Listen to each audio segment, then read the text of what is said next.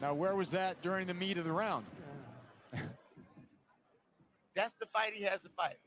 This young man is not. I'm giving that round to Perez. I'm giving that round to Perez. But Fennel can win this fight by simply going out and fight that same fight every round. The last 30 seconds. He's gonna have to, Nate. He's gonna have to. He gets the shot. Yeah. Because he's looking to land big shots when there's no need to.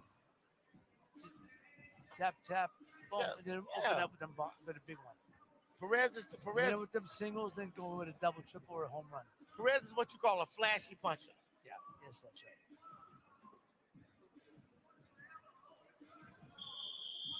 There was that right hand right at the bell, and that was the best punch of the night for Fennel. If I was Fennel, I'd step right to him and make him fight me.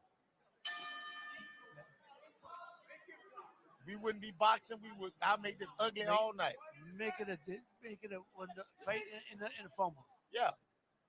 And pull the blinds down.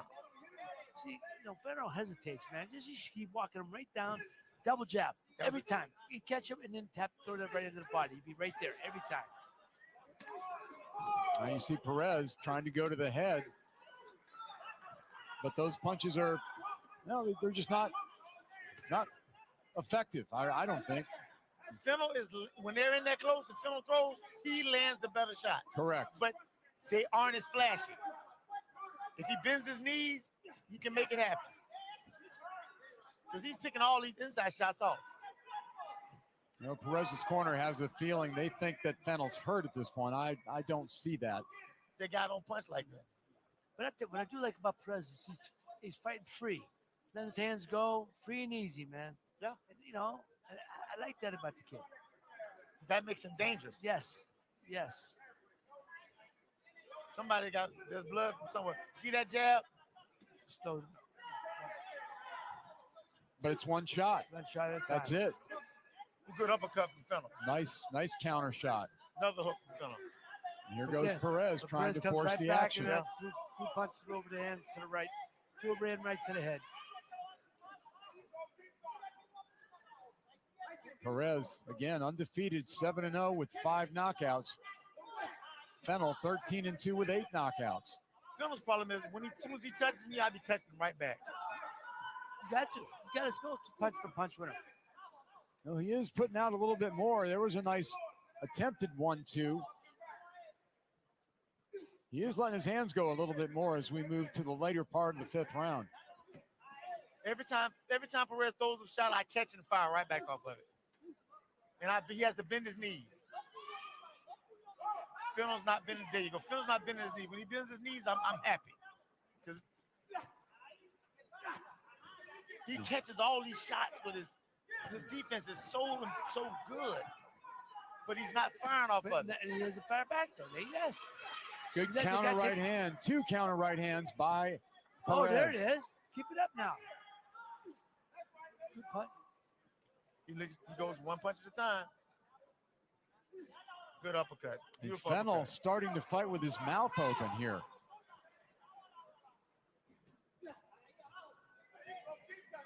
There's a nice attempted combination by Fennel. He landed the uppercut really strong. He just waits until the end of the round to start throwing stuff like that. Right at the end of the round, look at that. He landed 4 good shots right there. He landed 4 good shots there. But who do you give the round to? That's hard. I told you it was a tougher fight to score than you want to admit. Yeah. And he is done. Perez is done. As far as having power on his shots, he can throw, but he has no. I mean, what do you do from there? Because Perez is working. I give him that round too. And not because Fennel is not better. It's just he's not working. No, that's exactly right. It's very possible this is 4-1 in favor of Perez. Right, Perez. Not only possible, maybe likely. Fennel is allowing himself to be outworked. That's for sure. And there's no need for it. He's the bigger man, actually. Would you say Perez would have been the favorite coming into this fight because he's 7-0? Yeah, he would have been. Okay. So Antonio Perez trying to keep his undefeated mark intact. Nigel Fennell trying to bounce back after a couple of losses. He's got that reach if he wants to use it. He could make things more difficult for Perez. And that's where he needs to touch him, right there. And then fire right hand over the top. You know what I mean? Because this kid's waiting for you. You let him catch it 3 times. You do a jab, 1 jab that time. Double it. Yeah, or feint into a right hand over the top. Perez Didn't hit him with any of those letting his punches, hands go, but those punches weren't effective. No, but like you just said, let his hands go to the judges. That's effective. Fennell threw a hook that was just a little bit short.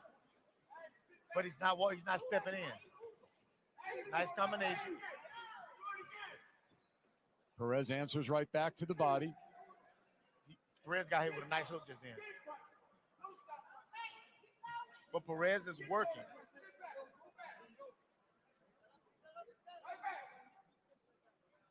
Just about halfway through this 6th round, scheduled for 8 super lightweights.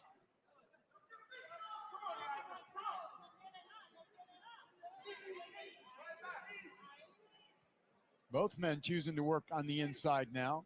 Perez is doing more holding to kill the round. He'll punch, time up. He's stealing around. See all this stuff he's doing? All this stuff is designed to steal away minutes, chip away minutes. Good right hand. Good right hand from Fennell. One of the best combinations of the fight by Fennell. And now he's going to climb a low blow. It was a low blow. All right, so. But I'm going to tell you why. Perez got hit with a shot just then. That was a smart move. So slow him down, right? Slow him down.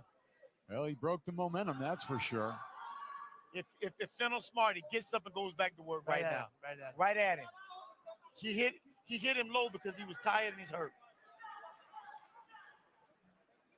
There you go, mate. You're going to get your wish. He's up, and it looks like he's ready to fight. I would have told the referee, don't wave this and all. We'd have been.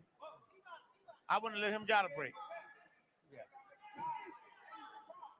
All right, let's see if down, jab, up, right hand. See if Fennell can pull this round out. Good defense there, moving ahead.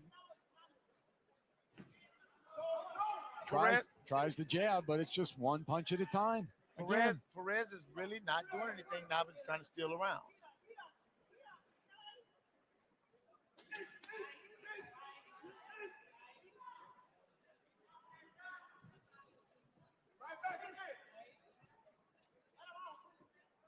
Perez letting his hands go a little bit more, but those, again, are just more slapping punches than hard punches.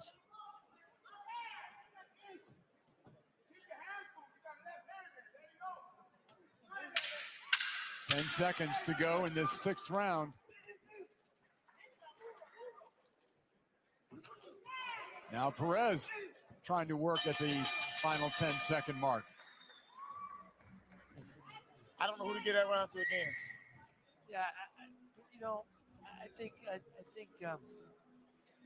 Fennell landed the better Fennell shots. has opportunity to pick up, opportunity to turn things around. It's just not. He's not.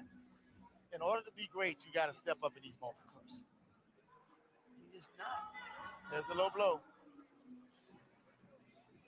The low blow came after he got hit with got hit right down the line with a good, best combination of the night. Then he hit Fennell with a low blow.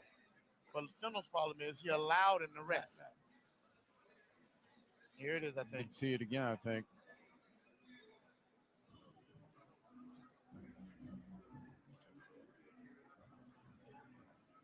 Yeah, that might have been later in the round. Yeah, Fennell's problem is he won't throw anything. No. He's looking for the perfect shot. There is no perfect shot. There is no tomorrow. You got to make it happen. You got to make it happen. Create the shot. He's supposed to walk right out, put his head on his chest, and go to work. That's right. But round 7. You know the guy can't. Look. Nigel Fennell. Perez is not a big puncher. He's hitting him a lot of punches. Just keep your hands up, put your head on his chest, and go to work. And you know the guys, his record is his knockout ratio and all that because he ain't hurt you with nothing. Yeah. Well, he certainly hasn't hurt Fennel very much tonight's bout. Tried to hook there, but it was picked off. Fennel is picking up all these shots, but he ain't punching. He ain't punching right away. No. Ooh. Perez. Ooh. Nice shot, but it was more of a slap. More of a slap, but it did land. And back comes Fennel with a left hook counter. Fennel is working now, but he got to keep working. Yeah, this is one of those fights you just don't know. No, You just don't know where the scores are going here. you should go to the body. What happened? You hit him and pulled him I down. was going to say it was a pull down, I think, more than anything else. What? You went down. He hit him and pulled him. Hit him behind the head, actually. But that was his fault because he didn't got to fight, man. Halfway through round number 7. There, Perez, big swing and a miss. Fennel's not throwing any punches. No, his defense is working. He's making him miss, but he's not making him pay.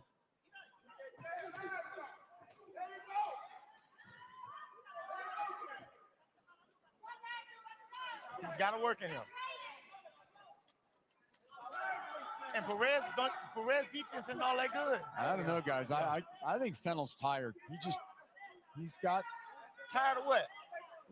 he's tired because maybe he didn't get his road work in. I don't know. He's got his mouth open, and he's had his mouth open for the last couple of rounds. Yeah.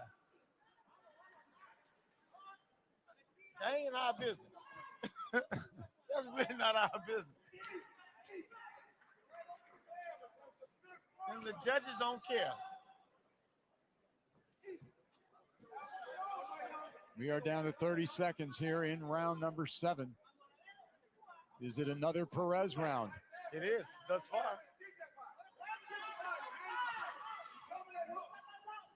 So very possible that Perez will have an insurmountable lead going into the final round.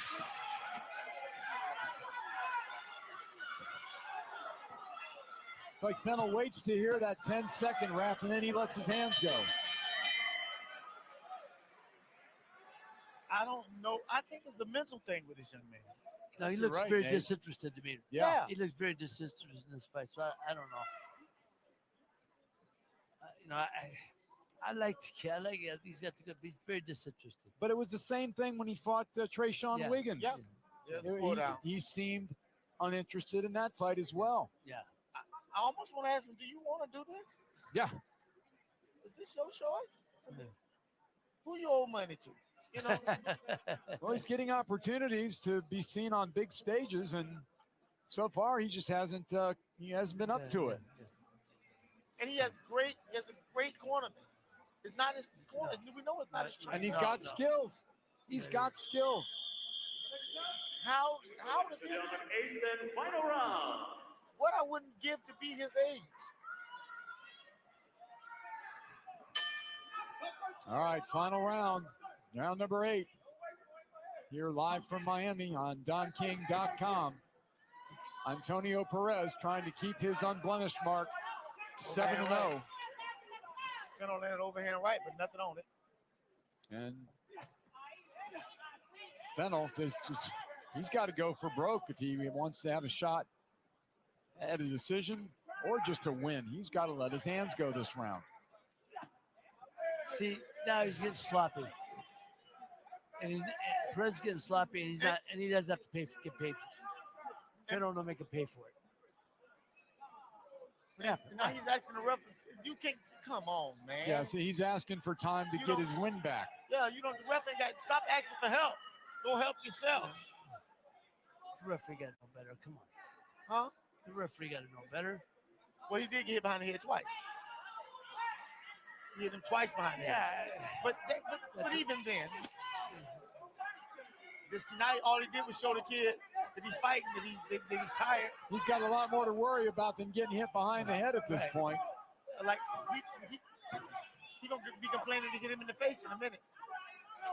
Come on, Come man. on, go play, man. Fight.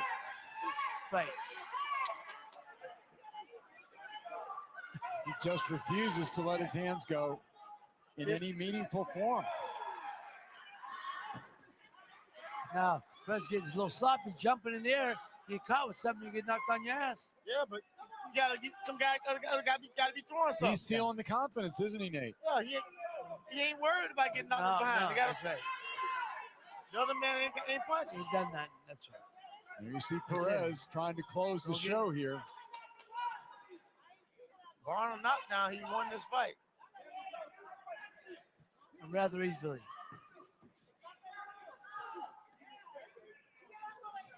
Still waiting for Fennell to let something of substance go. I'm just sad. Now the kid just. If you look at Perez is stealing around. Yeah. Well, he was definitely more active in this fight. That's for sure. I don't think there's any doubt about that. How effective he was and how impressive he was, that's to be debated. Steps to the side. Good boxing move.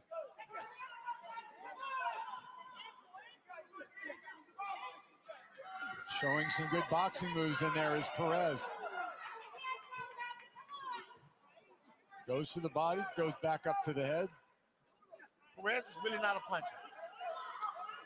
No, despite his 5 knockouts and 7 wins, he's not a big puncher. No.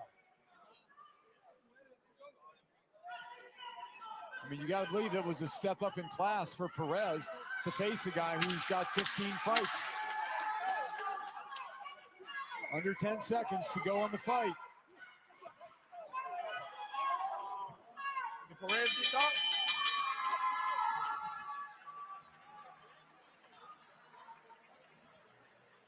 Good fight, man. 5 rounds. I have 6 rounds of 2 or 7 rounds of 1, depending on how you look at it. For Perez.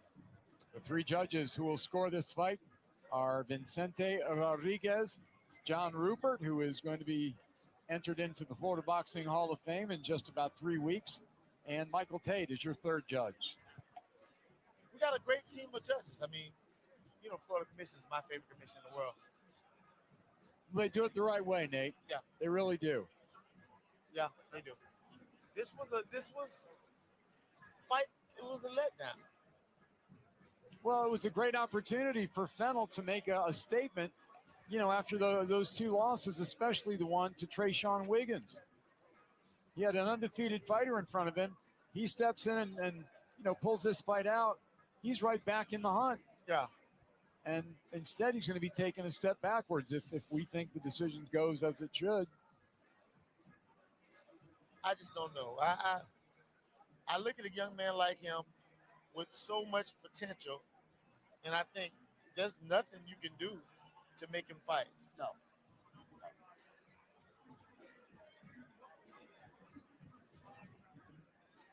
And it looks like our ring announcer has collected the scorecards.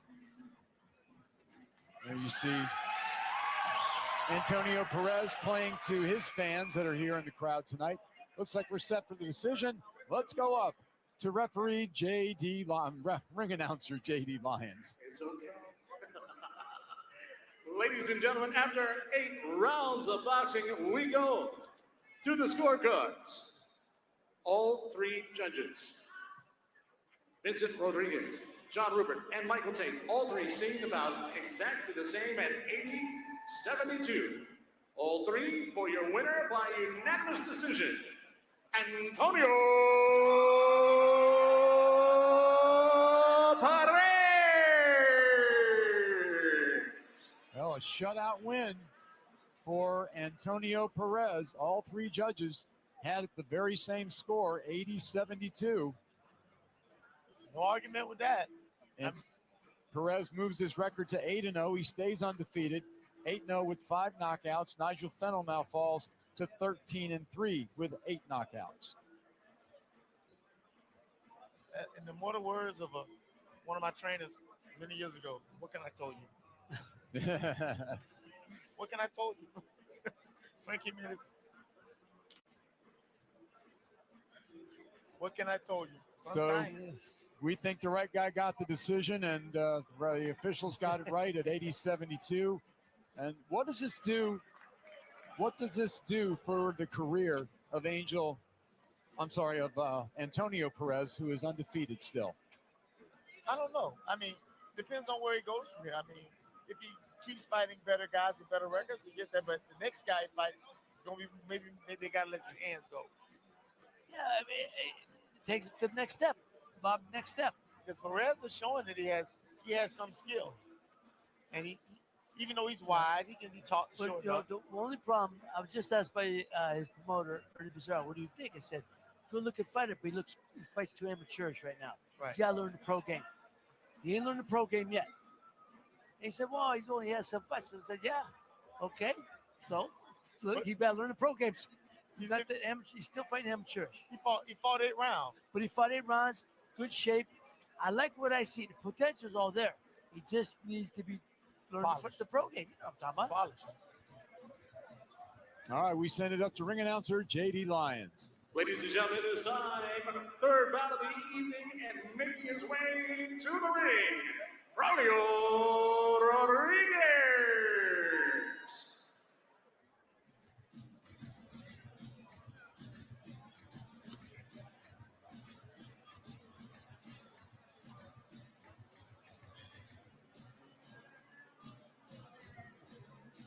Raul Garcia Jr., hailing from Oklahoma City, Oklahoma. He will be facing another challenge with an undefeated fighter.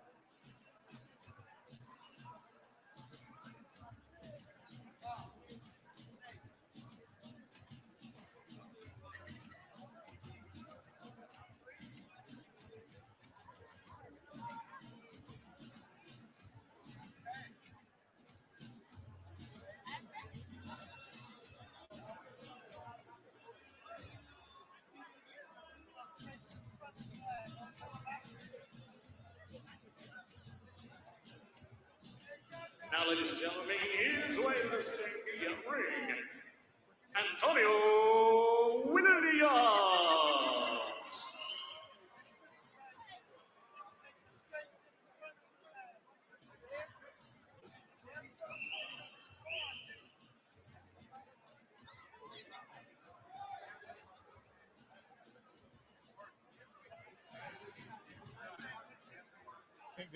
I think there's a mix-up. Yeah, Adelaide, it should be Adelaide Rodriguez. and Raul Garcia Jr., yeah.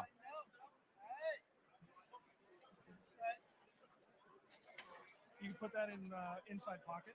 That would be good. Red corner, making his way, Adelaide Rodriguez. Can we get this one straightened up?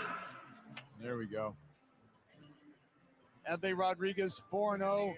All 4 of his wins come by knockout. Part of this Cuban system. Yeah, These it's guys. it's a pretty amazing system, isn't it, Nate? Yeah. Oh yeah. Just pop it in an ear. His trainer, he got a pretty good trainer. Right. The only testing. Ronnie trainer that I've ever been afraid of. Ronnie Shields. When I fought Juan Diaz, he was the one reason he was the only thing that made me nervous. He's a boxing genius. Yes, He he is. is.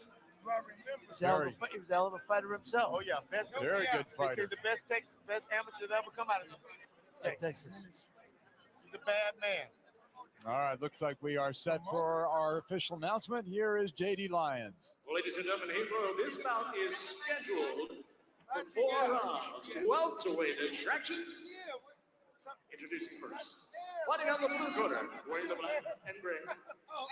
He hails from Oklahoma City, Oklahoma, bringing to the ring a professional record, 2 victories, 7 on the downside with 1 KO. Ladies and gentlemen, weighing in at 146.8 pounds, here is Raul Garcia Jr. Up on the stage. Okay. Yeah. All righty. His opponent, fighting out the red corner, wearing the white and green, and weighing in at 146.2 pounds. Originally from Cuba, now fighting out of and representing Miami, Florida. He has professional record 4 victories, no defeats, all 4 wins have come by way of knockout. Ladies and gentlemen, introducing Adrien Rodriguez.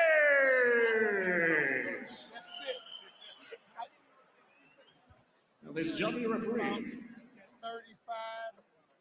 Yeah. Remember, get yourself Yeah, at all we times. just start. Monarch Sports, that's right. We just started off my the first 3 or 4 All I teams know I've is had I hope gone. that Namdi, Raul Deborah Garcia Haley, can take a shot. Michael Yeah, this Doe, young man looks like he's got some punching power. Sam Those are my Burgos first is 4 your world referee. champions, and they're all gone. Man, look at this Tennessee Titans, Redskins and shit. I remember There we go, round number slamming, 1. boy. As you've got So Adelaide you're- Rodriguez in the white Yeah, trunks with the amen. green trim.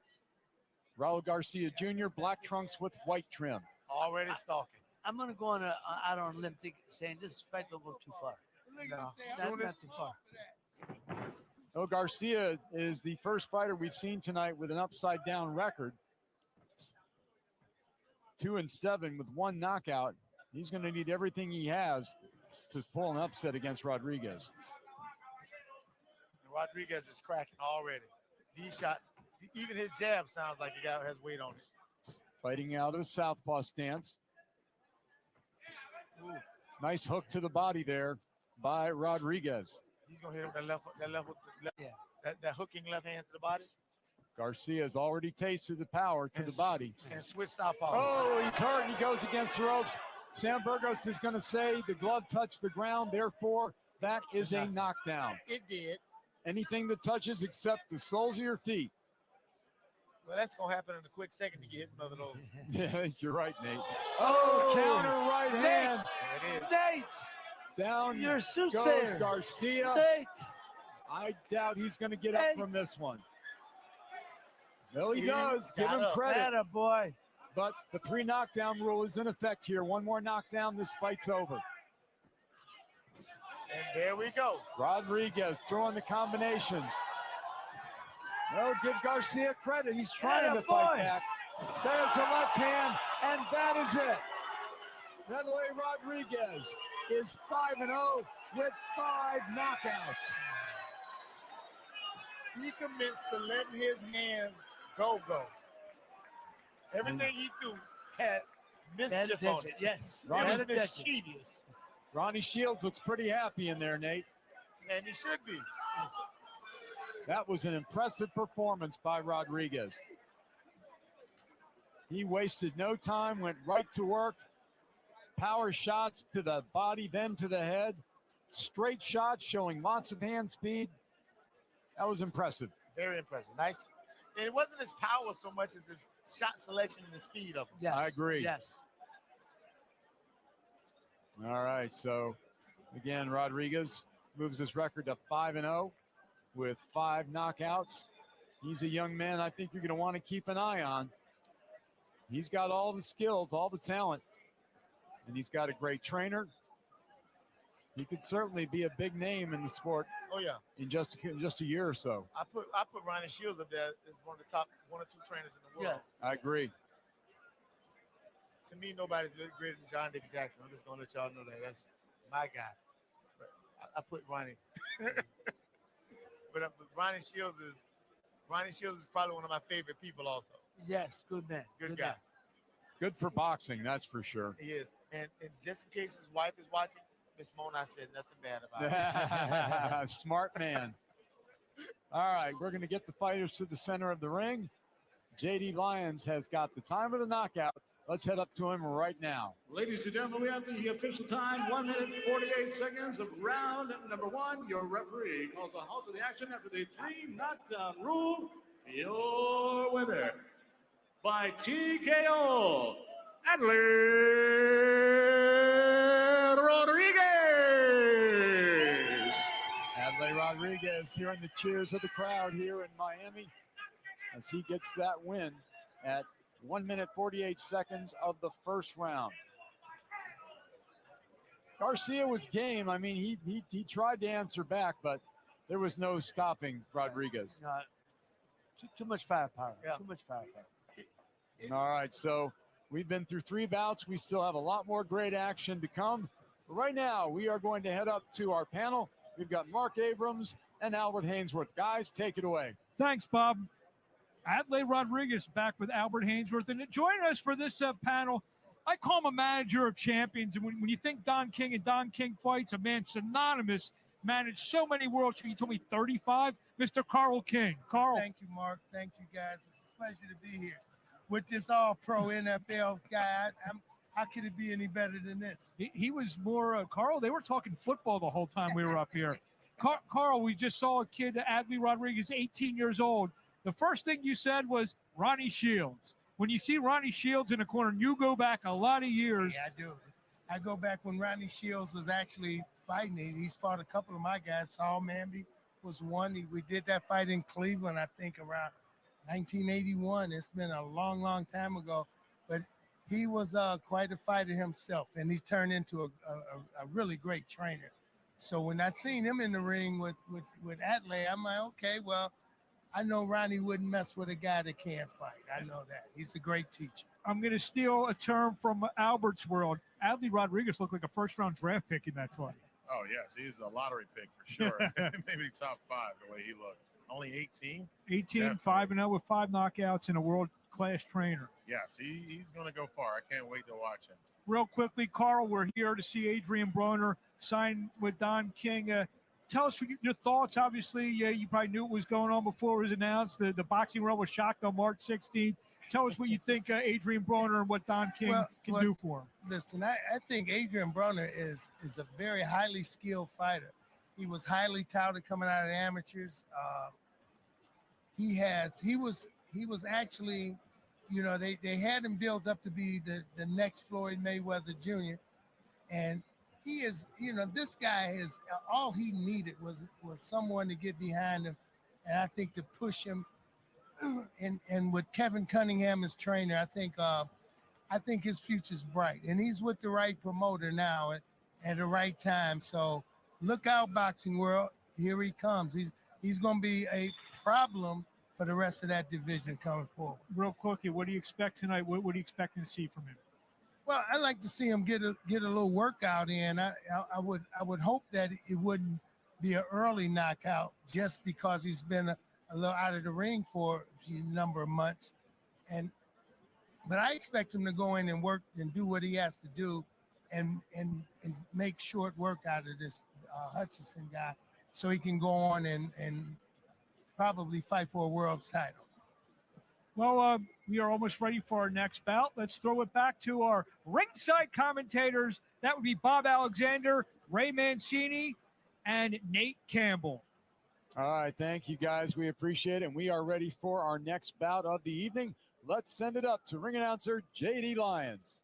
Ladies and gentlemen, we are ready for the next bout of the night. Here we go. Braulio Rodriguez, make your way to the ring.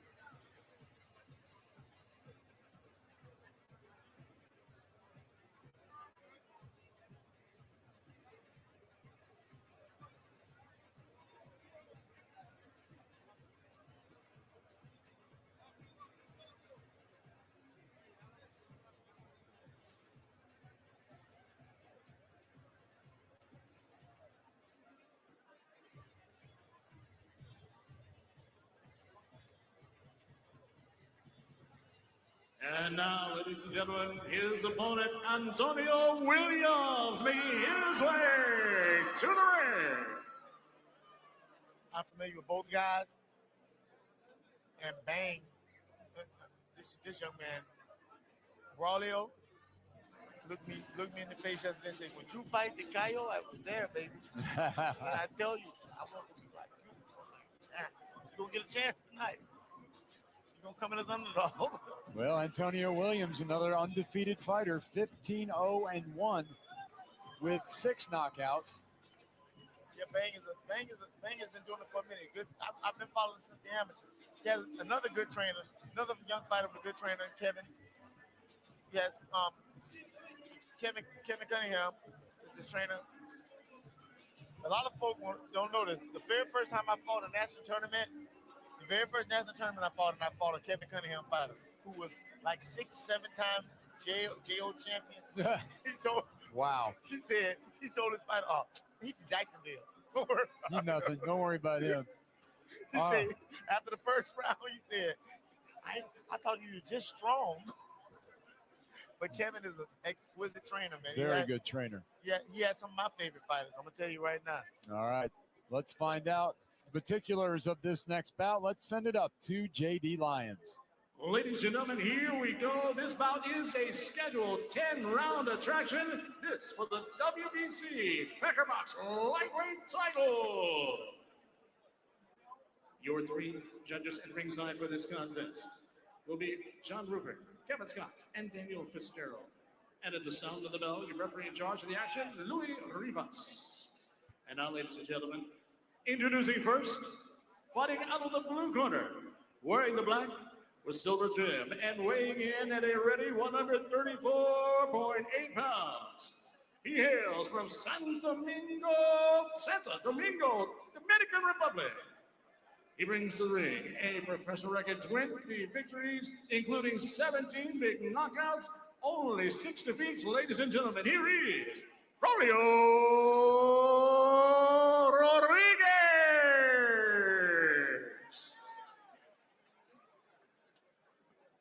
His opponent, fighting out of the red corner, wearing the white with Dolphins green, and weighing in at a tough 133 pounds.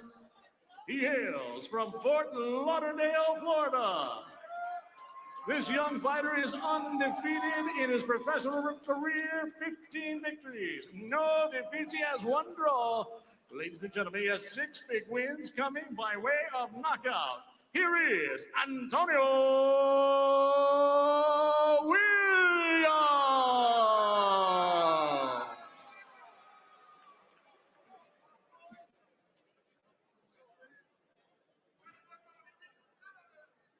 Okay, guys, I give you instruction in the dressing room. They have a clean match, okay? Good luck, God bless you. Le di la instrucción en el camerino. Vamos a la pelea que ganen. All right, we are set for 10 rounds scheduled. This for the vacant WBC Feckerbox lightweight title. Braulio Rodriguez from Santo Domingo, Dominican Republic, taking on the local guy, Antonio Williams from Fort Lauderdale. If you'd have paid attention, these two guys looked at each other like they wanted to eat each other. The eyes locked together, and that was what it was. Well, let's see what the action holds as we begin round number 1. Another set of guys that ain't really sweating. Williams, white trunks with the aqua trim, and you've got Rodriguez wearing black trunks with white.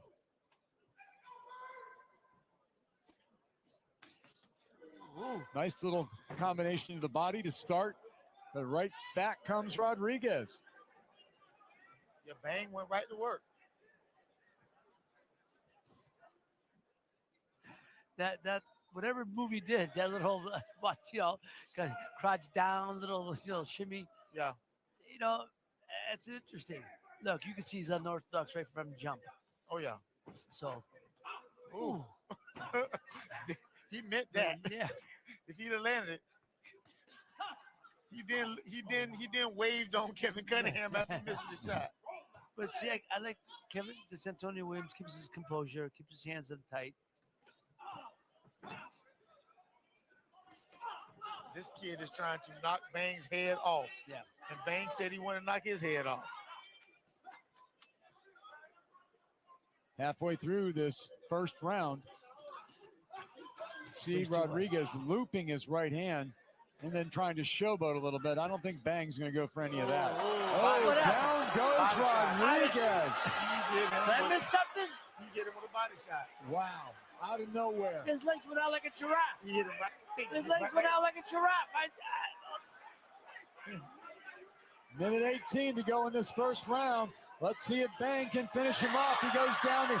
No, referee Luis Pebón says it's a slip. So still a minute to go in this first round. Bang trying to put some hurt on Rodriguez. Rodriguez wild swings. He fights like those Dominican guys do. He mean to get you. Bang trying to finish things off here. Still plenty of time. And down goes Rodriguez again. Right behind the heel. And looks like the fight has been stopped. Getting right behind the heel. Luis Pebon Arribas calls a halt to the bout in the first round. Antonio Williams moves his record to 16-0-1. He now has 7 knockouts. I can't wait to see some of that replay action. Yeah, I like to see it myself. Yeah, Boom's not convinced of some of this stuff. I ain't saying he got hit, but man, you know, The last shot was a really good shot. Yeah, behind the ear, I got that.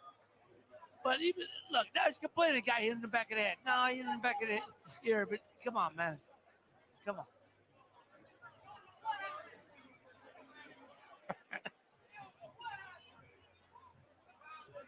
I would argue you got hit harder than I don't know. than he did, Ray, when you fought Arturo Frias. I don't know, man. It looked like you got harder trying to get in the child line. Jesus, man, come on, man. I don't know. I didn't. That hey, was look. not Nate Campbell speaking. I just want to say that. And you see Williams Rodriguez trying to make his case to the officials that it was an illegal punch, but the officials are not buying it. You do know that when you turn your head out, turn your head, it's not my job to stop punching. No, exactly. Well, that's his story, and he's going to stick to it, I think. But it doesn't matter because Antonio Williams is declared the winner by knockout in the very first round. On for Bang. Bang keeps moving on. And Bang is now officially wearing the belt, the WBC Feckerbox Lightweight Championship.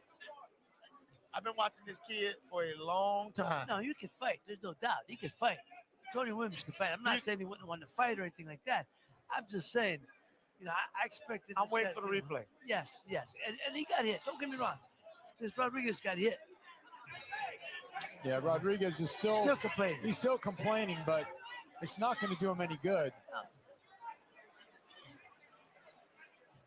And it's not going to help his cause if he wants to keep getting, you know, big name fights with Don King. His anger is going to cost him more than the loss. I think you're right. He's just not being realistic about the fact that, you know, he had his head handed to him. All right, looks like we've got the time of the knockout. Let's go up to ring announcer J.D. Lyons. Ladies and gentlemen, we have the official time, 2 minutes, 21 seconds, round number 1. Your referee, Luis Rivas, calls a halt to the bout. And your winner by TKO and new WBC Feckerbox Lightweight Champion, Antonio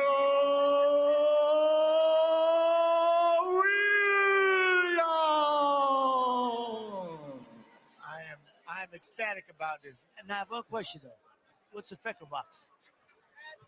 No, that's a set Fecker box. WC Fecker box. I don't know what that. No, I'm not trying to. What does it mean? It's like the NABA. And Oh, the okay, NABF. okay, It's like okay. that. It's a mid-level championship. I got it. Yeah. I'm not trying to be funny. I never heard of it. No, it's been around for quite a while, actually, Nate. Been around? It has. It has. But yeah, a while. I never was, but I was NABA and NABF. No, I was the NABF champion. I got that. That's I unified. yes. All right, we're going to get the replay that Ray Boom Boom Mancini is desperate to see. Yeah. So desperately. And we'll get his chance to see how legitimate those knockout punches were. Mauricio. Body shot. The first shot was a body shot. Rodriguez throwing wild and trying to mug and clown his way through the round. The body shot hurt him. Bang was very intent. It's a jab to the body.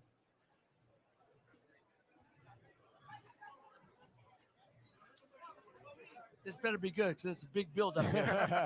Jesus, man. He said better be good. That was the shot. Okay. No, he swung him back. Well, he missed. said that was a slip. Okay, I that don't was a think slip. we've seen the first knockdown yet. No, okay.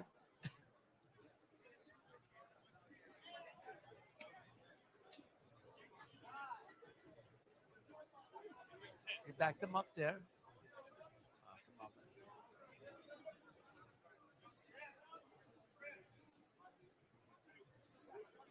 on, man. That was them talking to the trainer. Tell him, come on, man. Still waiting for one of those big bot shots to put him down.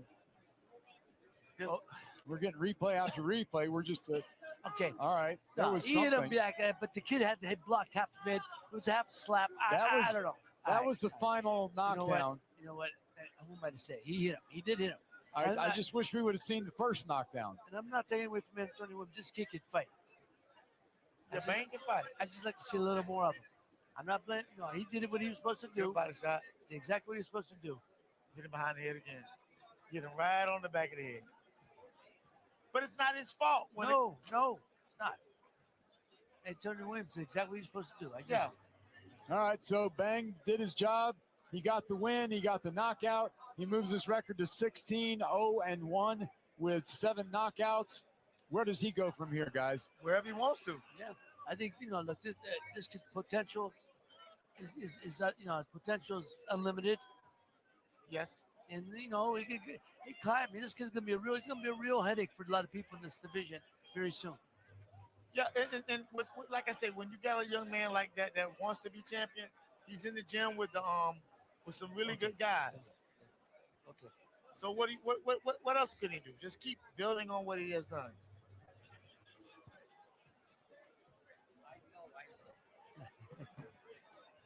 Next up, we got Nelson Machado. He's another undefeated fighter, 19-0 with 8 knockouts. I think we're going to a swing bout next. Yes. Okay, Yes. All right.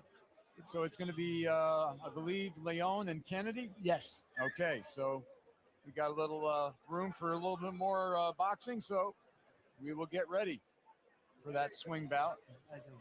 It'll be 4 rounds in the super middleweight division. Brian Leon and John Kennedy. So momentarily, we'll have JD Lyons bringing the fighters into the ring.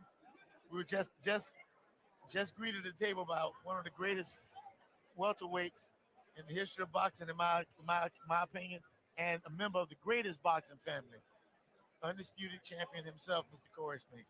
Oh, Corey Spinks just went into the Hall of Fame last year. Yes, he did. So he's a great addition and a great fighter, no doubt. My kind of guy. Been one of my favorite fighters since the first time I saw him spar.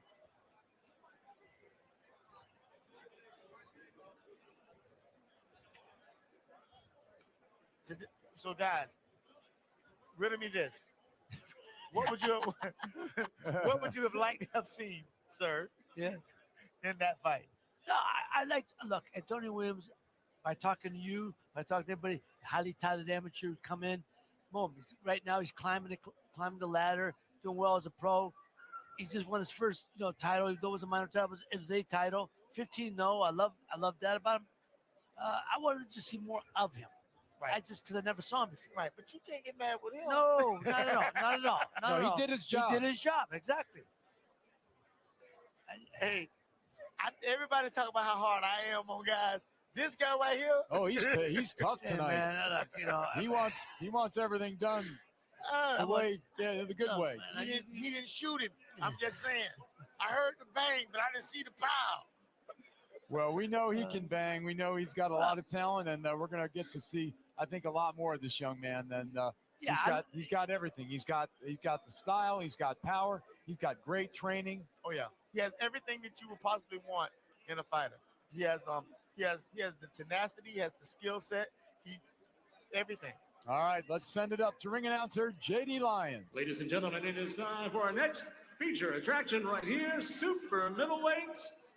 At this time, making his way to the ring, here is John Kennedy.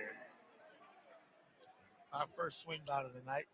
John Kennedy, hailing from Mason City, Iowa. He is 0-2, looking for his first professional win. I'm gonna tell y'all something. I looked at John Kennedy. He had the way he has the face of a man you got to kill in a bar Oh fight. yeah, I mean, not a guy you want to meet in the street. No. John Kennedy has that back alleyway, let's do this kind of face. Yeah, yep.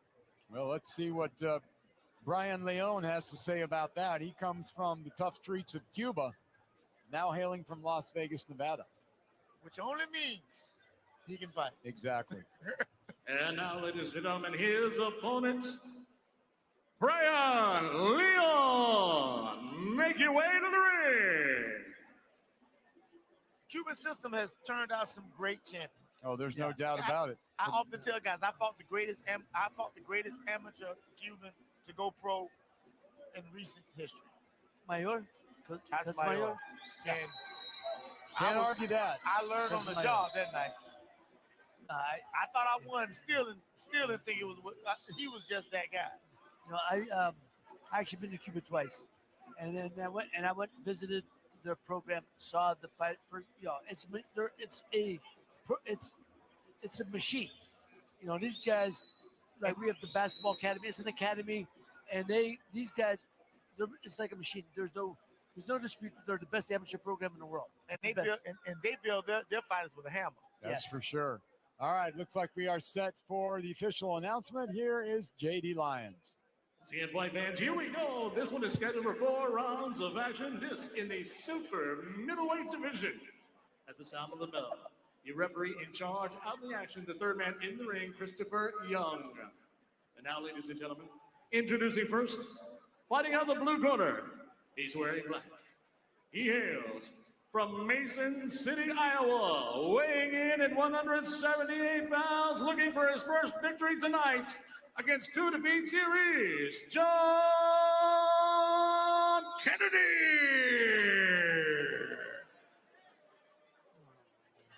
His opponent, fighting on the red corner, wearing the white with the red trim and weighing in at a ready 171.8 pounds, originally from Cuba, now fighting out of Las Vegas, Nevada, undefeated in his young professional career, 2 victories, no defeats. Here is Brian Leon.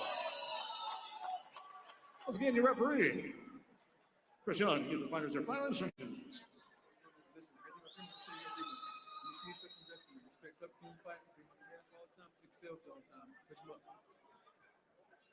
All right, we are set to go for 4 rounds in the super middleweight division. A special attraction for you here on Return to Glory, courtesy of Don King Productions, Inc. Coming to you live on donking.com. All right, Chris Young says, let's do it. Here we go. John Kennedy, black trunks. Brian Leon wearing the white trunks with the red trim.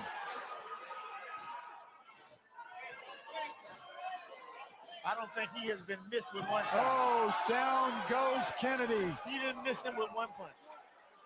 Nope. Every punch he threw, he hit him with. And none of them was hard yet. Kennedy taking the mandatory 8 count. And Here we go. I think he's going to drum him out of here with this combination. Leon throwing his punches short, straight, and crisp. There's a hook to the body. Just waiting to throw that right hand. There's a left. There's a right. Kennedy goes down. see, Nate, I know he's coming in. He's supposed to get the win. I don't think these fights benefit the fighters. He's got an amateur program. They got a large amateur career. One more knockdown. This fight is over automatically here in the state of Florida. And it's over right about now. Right Leon hand, with a the big right right hand, hand. He the goes right hand. down. He ain't threw a That's right it. hand. He did. Kennedy says, yep, you're the man. Chris Young I guess this was the bar fight. calls a halt to the bout. You gotta fill sometime. The 3 knockdown rule in Yeah. effect. No, really. And I think he would have stopped it anyway, even Yeah, if there wasn't a 3 knockdown rule. Yeah. But these are fights that are gonna happen. Yeah, They just happen to be on TV. of course. No, of course. And look, we all had our first type of fights on the way up. I got that. And it was a swing fight. It was Yeah. a swing bout. But the question remains, what does it do for the career of the fighter? It gets well. Gives them another win. And not only that, keeps him busy, keeps him Yes. in the gym, and next time they know that they got to step him up. That's right. And That's exactly right. we see him again next time they have a fight, and he's fighting this kind of guy. we know that it's some BS on it. There's a foot. Brian Leon moving his record to 3-0 with 3 knockouts. Let's send it up for the time of the knockout to ring announcer J.D. Lyons. Ladies and gentlemen, we have the official time, 1 minute, 9 seconds of the very first round. 3 knockdowns occurred, and your winner by TKO, Brian Leon.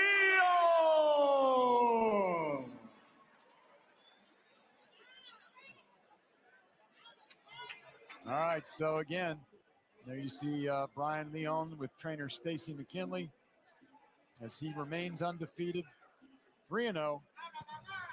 And John Kennedy just got completely blitzed. Obliterated. Yeah. Albert Hainsworth, he would call that a sack, I would think.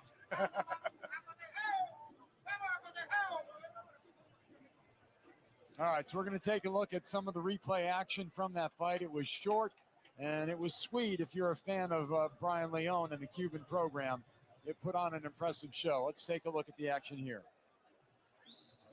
Well, he just hit him with left hands. He had the left hand working the whole time, and then he was looking for a right hand, but he didn't have to. Boom. That was Jab. just a straight jab. Caught him right on the button. Yeah, but all I know is this. When I saw him hit it with the first jab, it was nice and stiff. And he's looking to set the right hand, hit, bang, the left, bing, bing, pop. And Nate, his punches whistle when they go through the air. They did. And think about it was he really did have zip on those. Oh, shots. yeah, no. Oh, he hit him. The guy didn't just go. The guy got hit. Yeah, you asked the question. You said you want to see the punch. Well, you saw all of those. Yeah, I want to see him in a, but again, we know that come from a very strong amateur program. I just like to see him step it up. You want to see competition. Yeah, Well, from the jump. Yeah. See, But I here's get the thing. As hard as I am on guys, I want to see him step up right away. John David Jackson had his first fight as 6-0. He was fought a 6-rounder, rather. Right. And he was in the 80s. You guys did too. Yeah, you guys came along, and I only had 2 4-rounders. So we don't get the, I don't get to see though. We don't get to see the guys come up that way anymore because it's like they're protecting their investment. No, I get that. I understand that. And you got the guy around. You got him a win. You get him exposure. I get all that. But you know what you come on. The kid's better than just. And I'm not saying they didn't get a guy who was a tough guy who was supposed to give him rounds. He looked tough. He had the look, yeah, for sure. I told you, I saw him yesterday. I said, you got to kill him in a bar fight. Yeah. That's exactly what I said. But I get it. And no, this kid, the competition of these guys that come from Cuba and from the amateurs, step them up from the jump. I want y'all to understand something. Everybody watching, remember this. Y'all call me the mean OG. Triple OG ain't nothing to play with over here. You get to be the nice guy tonight, right? You get to be the cupcake, and he's the grizzled. He's a grizzled old veteran. He didn't hit him. He didn't hit him. I tell you. Well, I'm sure that when that young man does move up in competition, because he can't fight. He's gonna be be fun to watch. Yeah. I just want to see more of him.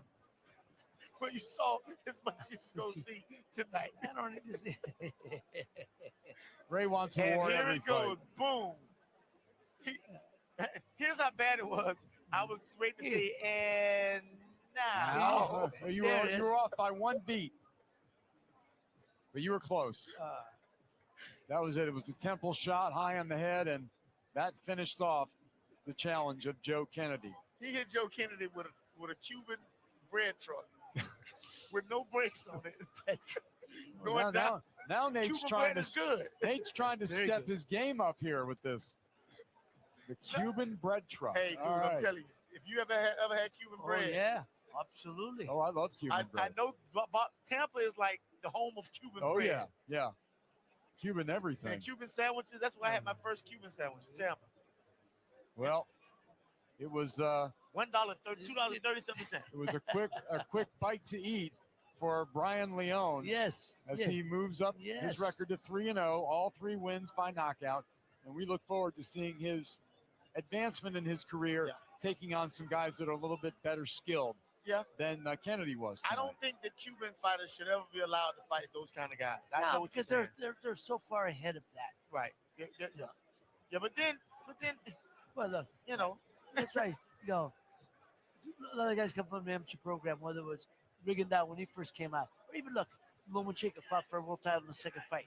Yeah, because they had 400 amateur fight. They come on, they got to step up right away. I'm not saying fight for a world title or the second fight, but at least you 6 step rounds. up. You got At to least step a up. solid guy. No doubt. A And a solid 5-0 opponent. guy, 6-0 guy, Solid opponent, right? 3-5. There's a tough guy. I get what you're saying. Well, I tell you, the stars come out when Don King Productions brings a show, especially here to the Miami area. You got the 2 lightweight champions right here beside me, Corey Nate Campbell Spinks. Jr. and Ray Boo Boo Mancini. You mentioned Corey Spinks. Larry Holmes, the former heavyweight champion, is sitting on the other side of the ring from us. I just saw Robert Easter. Another one. Robert's here. I tell you, Don King brings them out. And it's great to see Don here at the show as well. Ayala.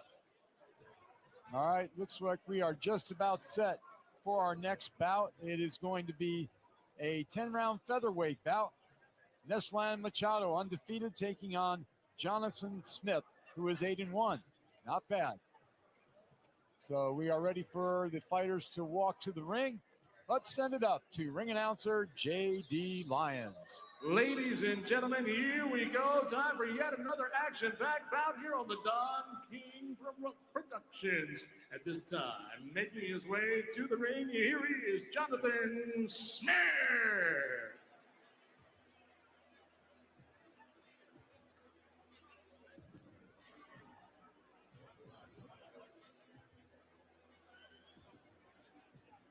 Jonathan Smith seems to be in really good shape.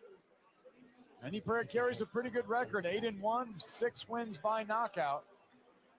Not as quite as much as experience as his opponent tonight, but it's not a bad way to start a career. Well, you got to start somewhere. Good point. And this is one of those guys that probably feels like he has to hurry up and do it. He might be a little older. I don't know what his age is, but for me, I had to do it. So I was fighting guys like this when I was 12-0 also. I fought 18-1 guy when I was 12-0. So you got a lot of great experience early on. Yeah, you had to get it quick. I felt like I was a little too And now, old to ladies and play. gentlemen, his opponent in the red corner, making his way to the ring. Here is Nestle Machado. He is a crowd favorite. You heard a big roar go up from his fans. And he's in the Cuban, another guy from the Cuban program, Jorge Rubio's guy. 19-0. Jorge Rubio is a Hall of Famer. He certainly is. One of the great trainers ever to come out of Cuba.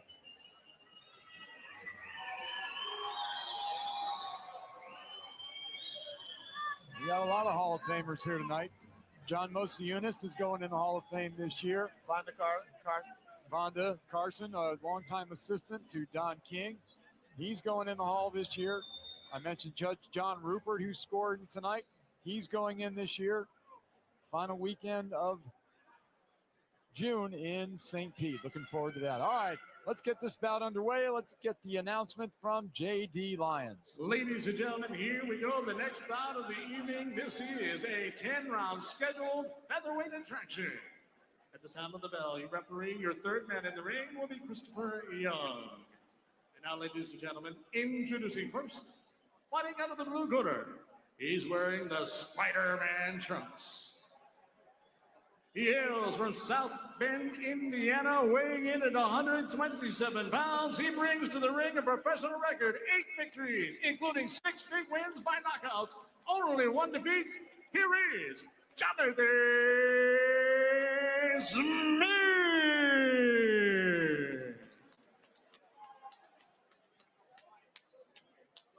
His opponent, fighting out of the red corner, wearing the blue and gold.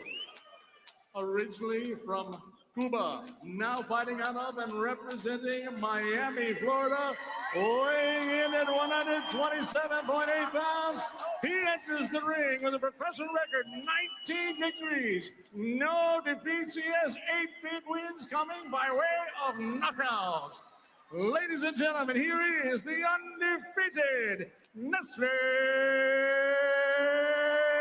Machado.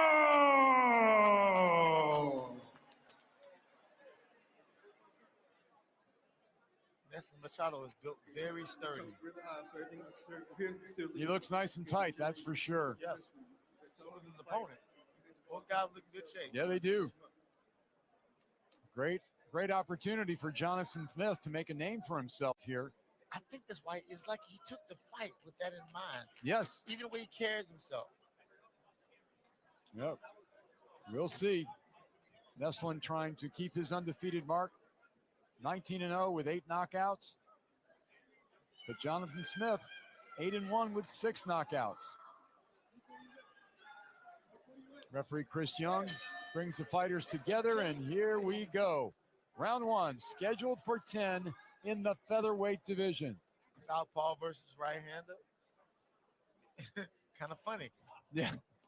The Cuban uses the left-hander. Which is not something you always see. Right. Ooh. Getting off to a quick start is Machado. He may have his man hurt. Letting the thunder go early here in the first round. And Jonathan Smith took those shots like they were nothing. He keeps coming forward. Trying to let his hands go now. Machado's tying up, but I don't know why. If he pivots around, he can do anything he wants. Machado. Shots have thud on him. Yeah, they do. He's got some beef behind his punch. Going to the body, then goes back up to the head. Left hook. May have his man hurt again, but he continues forward. Well, he's tough, if nothing else. He can take a punch. Machado hit him with such a good shot. It did not faze him. No, it didn't. He just kept moving forward.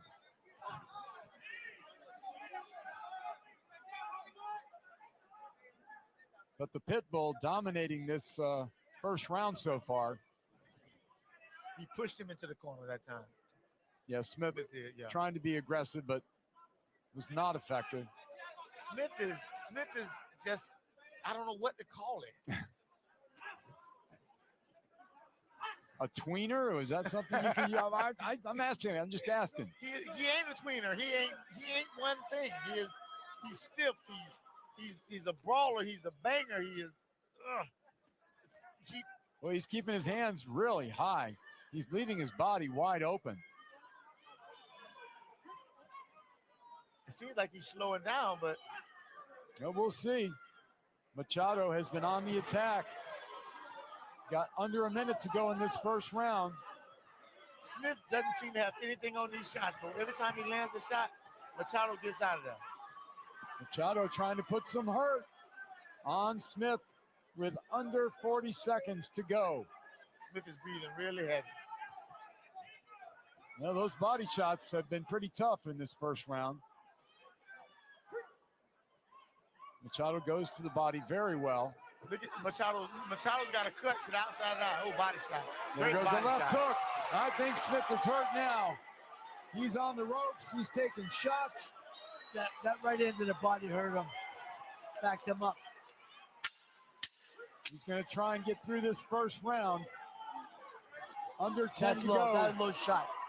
Body shot, then the hook to the head again.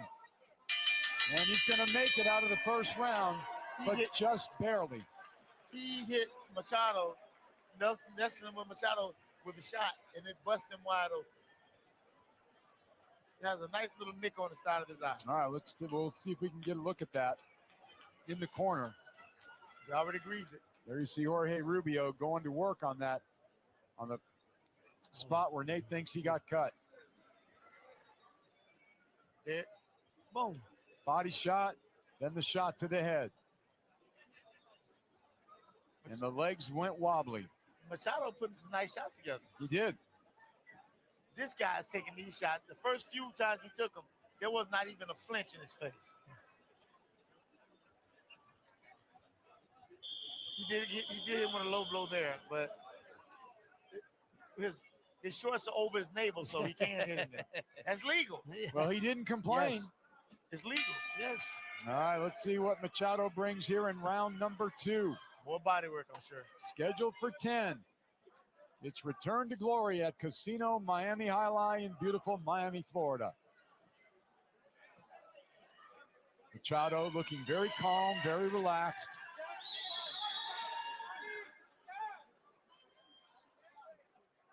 not tearing after his opponent, but looking like he wants to work his way into the punches. Smith throwing. He's just not landing right now. Machado's laughing about it. Well, he's getting a little action in.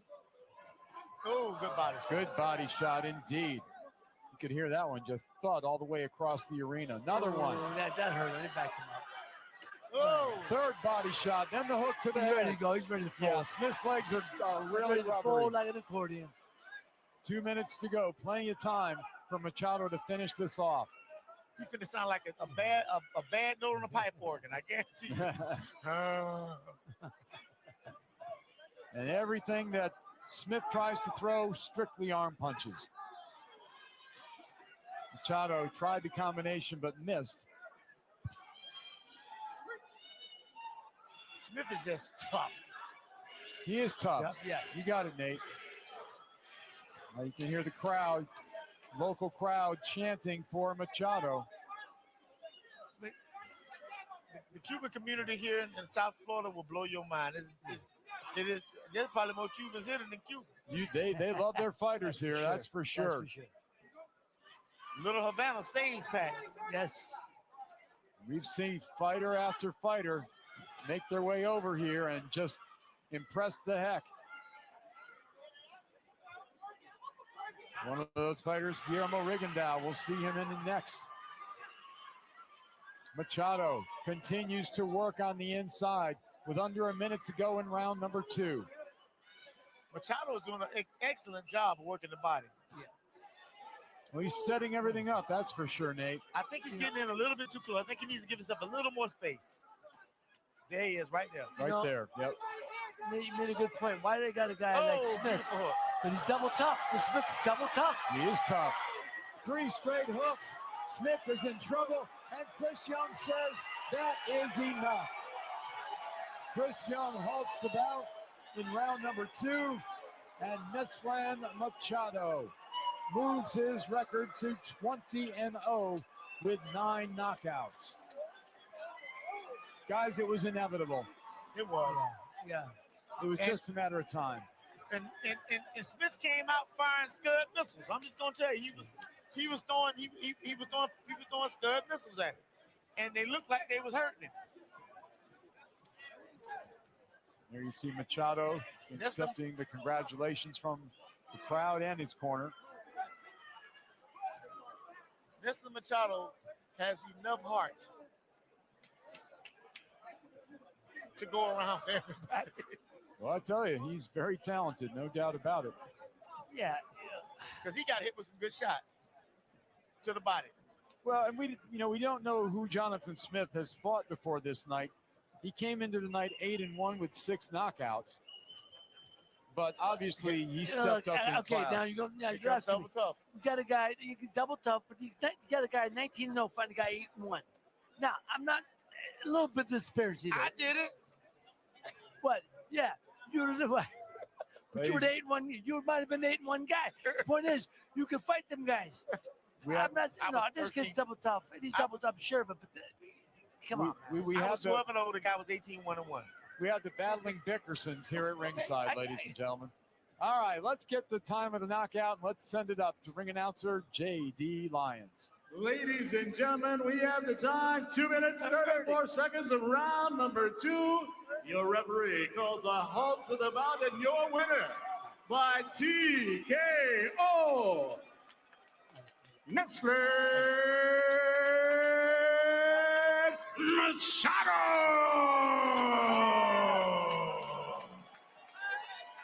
So the Pitbull gets his 20th win in his career. 20-0 with 9 knockouts. That was an impressive performance. He did exactly what I'm sure his trainers wanted him to do.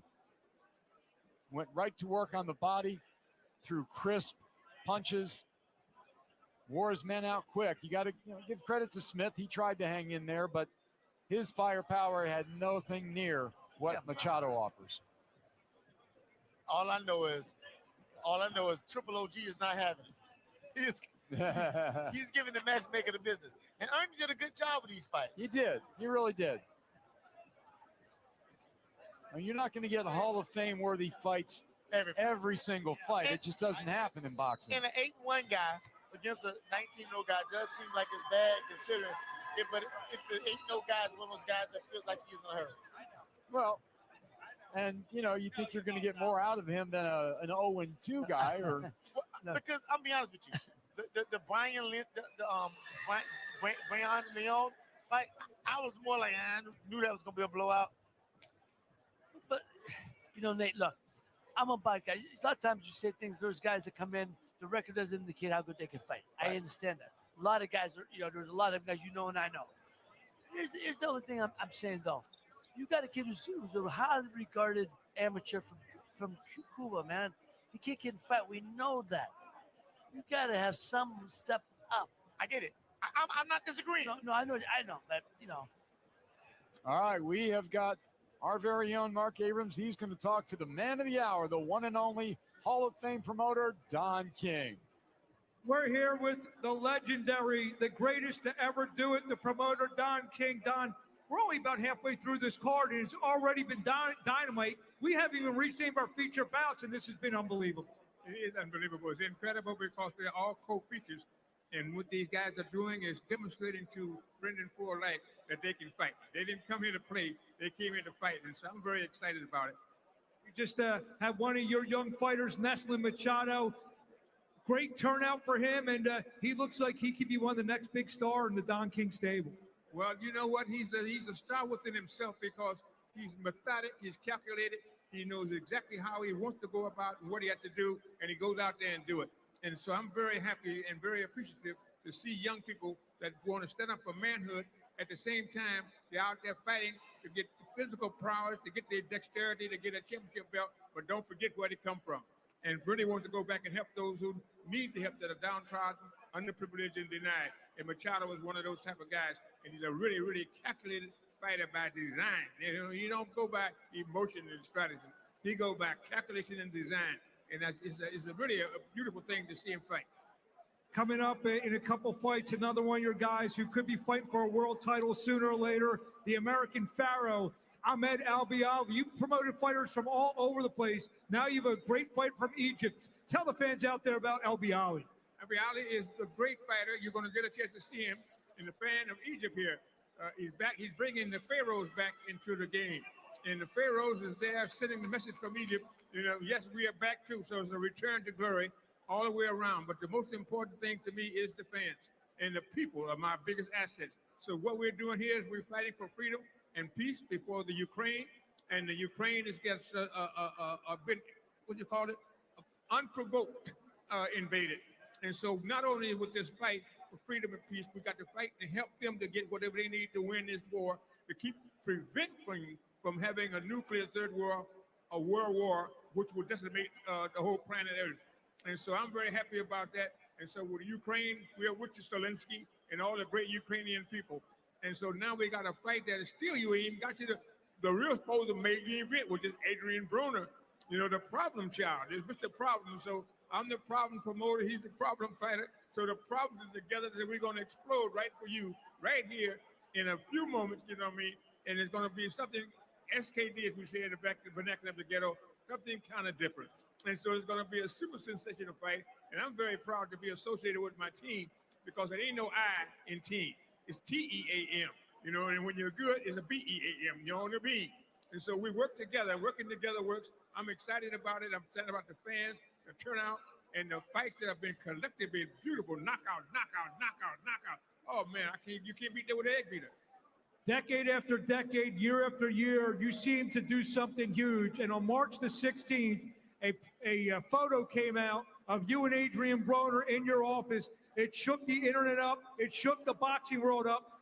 I saw the picture. I said, just a couple of guys from Ohio having a good day. And the boxing world went crazy. What when you got the feedback that you have aligned with Adrien Broner, what went through your mind? Everybody is coming at me, telling me, don't touch it. He don't mean nothing but trouble. All they're going to do is do this and do that and do that. All doomsayers and naysayers, not realizing that my middle name is trouble.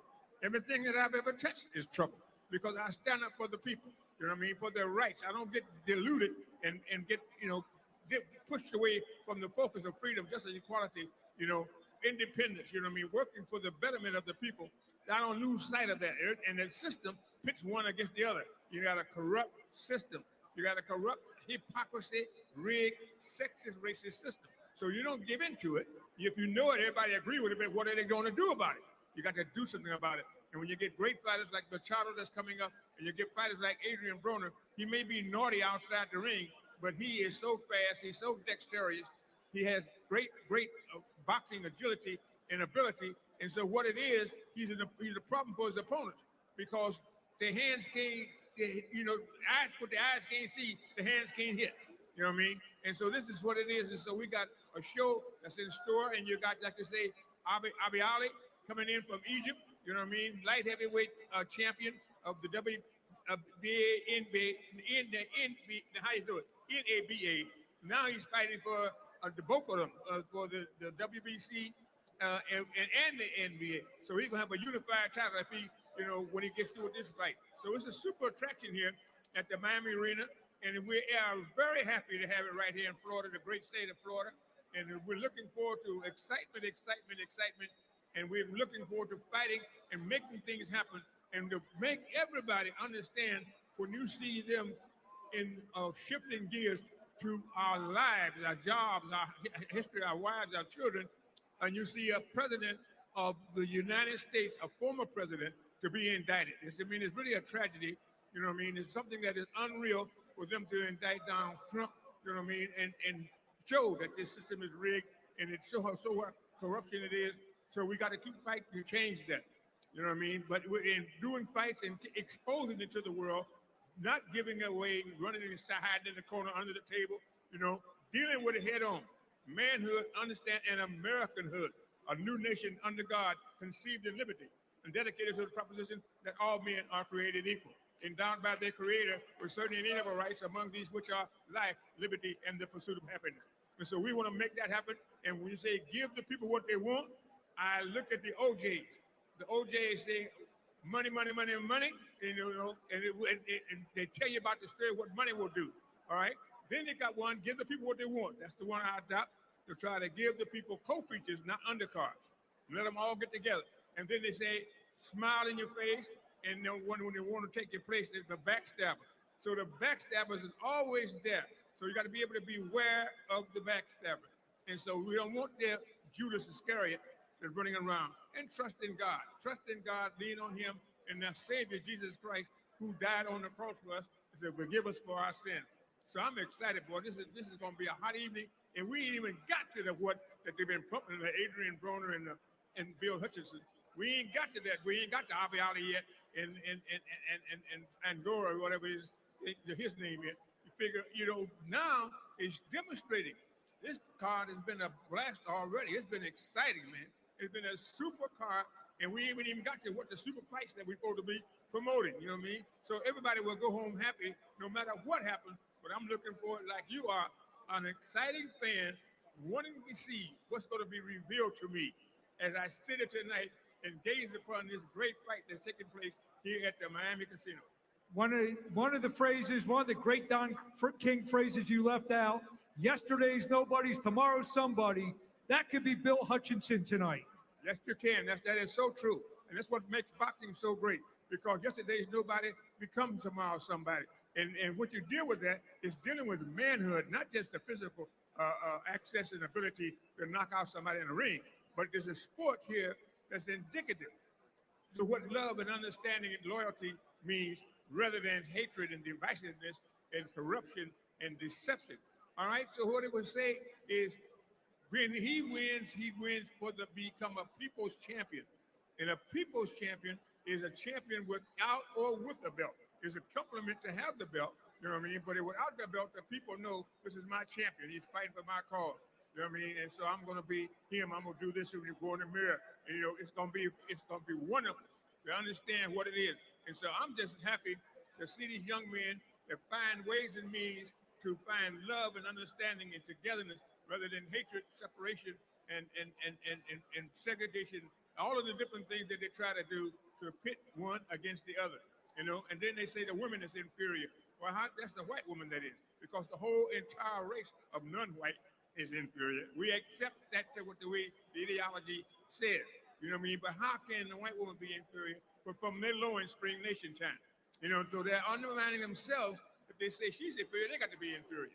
You know what I mean? So what we have to do is just make an understanding, teach, educate, learn to earn. And when we're able to do that, you can be able to stand up and be accountable, and you'll be responsible for your actions, not blaming and pointing the finger and finding the excuses about who did what, where, when, and how, when you are the initiator of such a corrupt activity.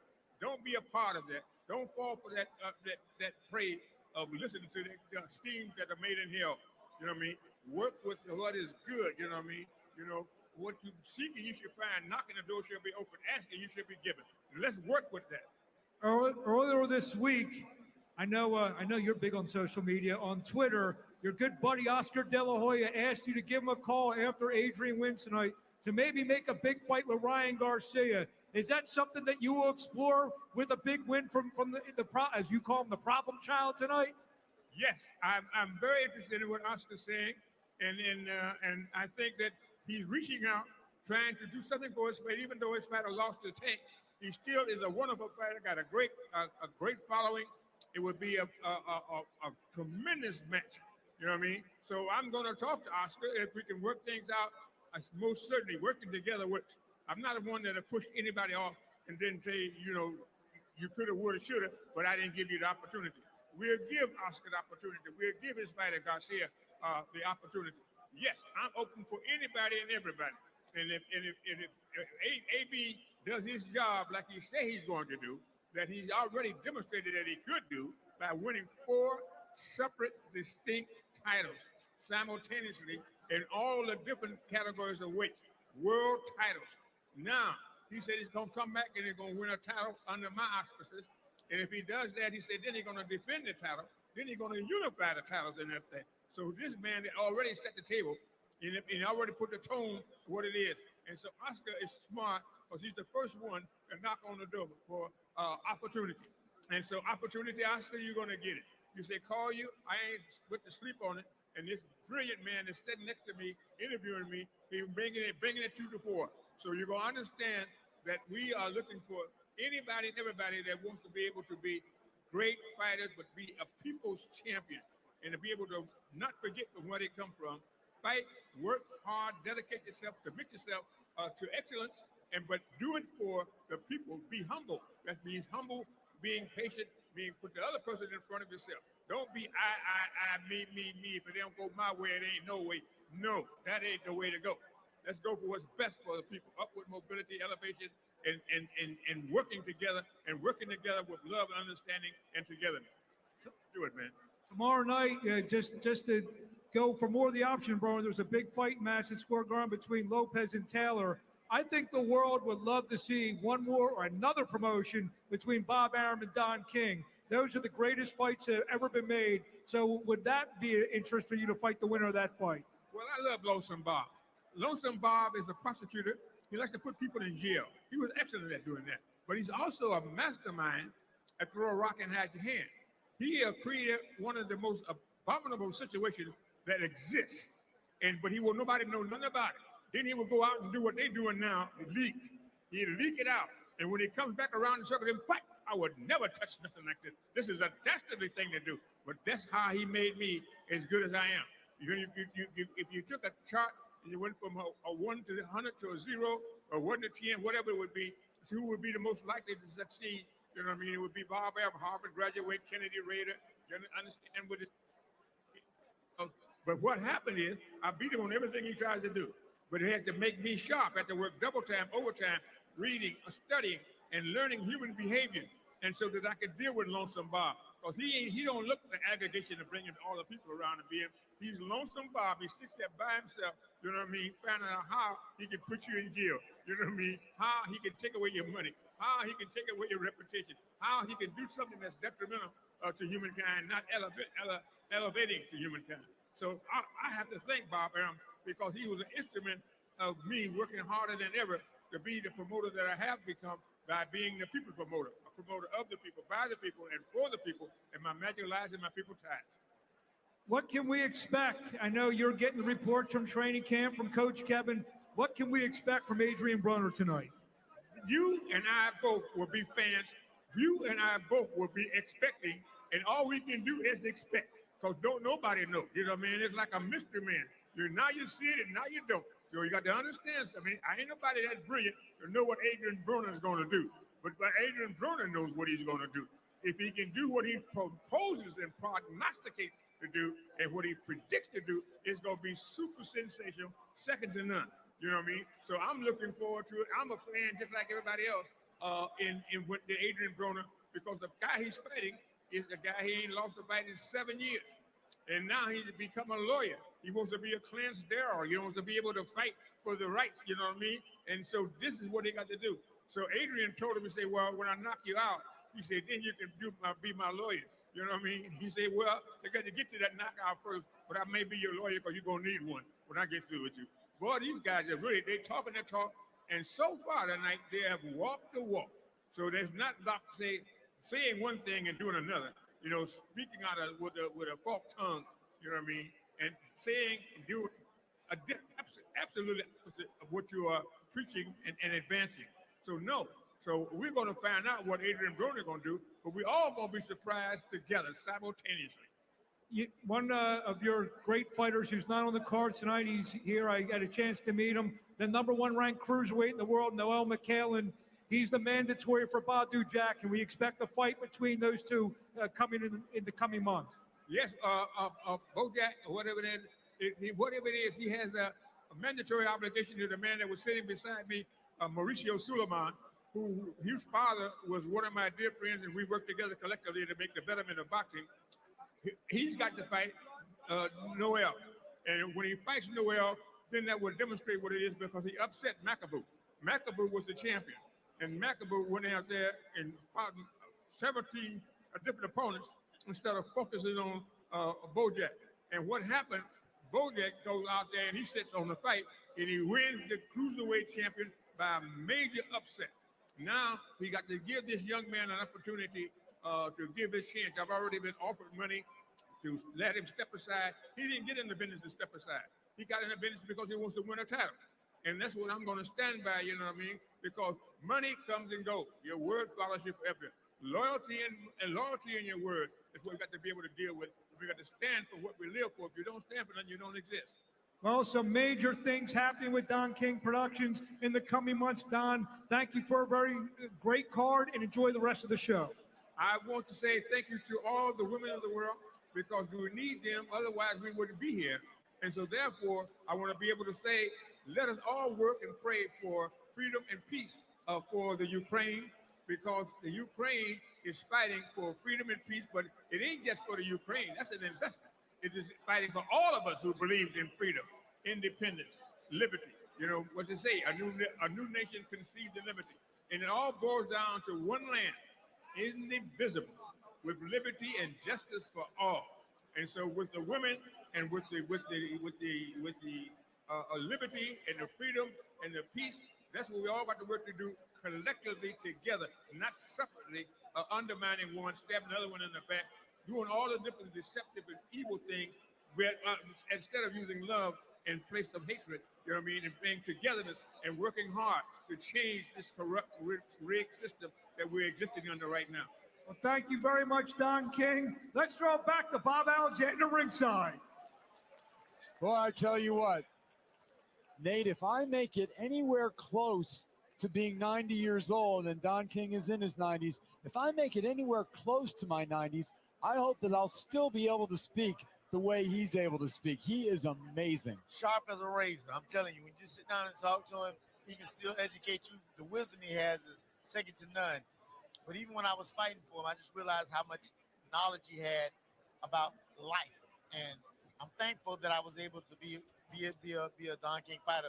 Didn't know how blessed I was then, but I'm so blessed now to know how great it was to be a Don King fighter. I'm just that guy that speaks the truth about Don King. And you do a pretty good Don King imitation. I've heard it before. I get in trouble every time I do it. Every time I do it. But you do a good job, that's for sure. Hey, I just thought he had such a charismatic voice that from his all of it down, just such a charismatic man. Well, I tell you what, he has put on a great show tonight. Return to glory. Don King Productions, Inc. We're going to go back and look at a little bit of replay action from our last bout, and that was Brian Leone taking out John Kennedy. Yeah, Neslan Machado. I'm sorry, Neslan Machado. You're absolutely right. My bad. Neslan was landing these body shots with conviction, and that's what won the fight. The fights were the body shots. They broke him down. There they go. He just kept digging downstairs. He hit him one time with the same right hand behind the right elbow, with left elbow, 4 times. And I'm telling you, I was hearing whistling in the air when he was throwing his punches, like Joe Namath throwing a football. Yeah. Same thing. There it is. He was landing. He hit him low right there. Well, no, actually it was low. It was on the belt line because the belt line is legal. And he was reaching right behind the elbow, drilling that right hand.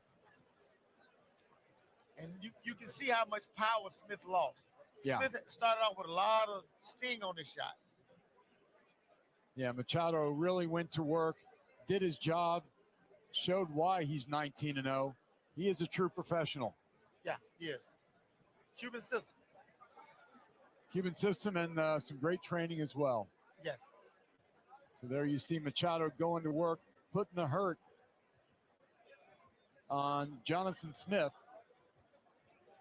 Smith was game, but man, some of those power punches were just plain nasty. Yeah, they were well placed. He hit him up top with the shot, bing, right here. That shot right there was one that really hurt him, but really broke him. All right, so Neslan Machado with a knockout win. He moves his record to 20-0. With 20-0 with what?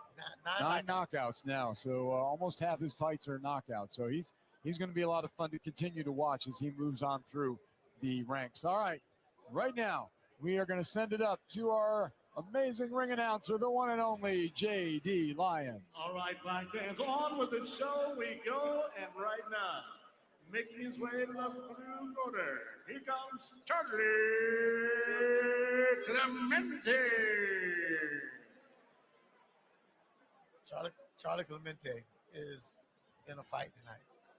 Yes, he is, and we'll see that in just a few moments. Right now, we are going to go back up to our panel. Let's send it up to Mark and Albert. Thanks, Bob. Back here with Albert Haynes, with Carl King, and now joining us is one of the top junior middleweights in the world, Adrien Lubin. Your team is 1-0 so far tonight. He's trained with Kevin Cunningham, who had Antonio Bang Williams, and still got one more in the main event with Adrien Broner. I know you got here just as the Bang fight was starting. What'd you think of your stablemate? He did what he had to do. He had an opponent in front of him that, I think he was supposed to get rid of, and that's what he did. He's moving up the ranks.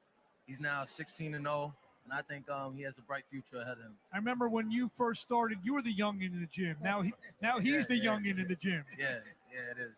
I'm excited for him. I train with the younger guys because I feel like the younger guys, they push you more, and even the vets like Adrien, he got the experience, and I'm able to just, pick off of him and pick off the younger guys, and just, it helps me when it's time for me to fight. You're in that gym every day.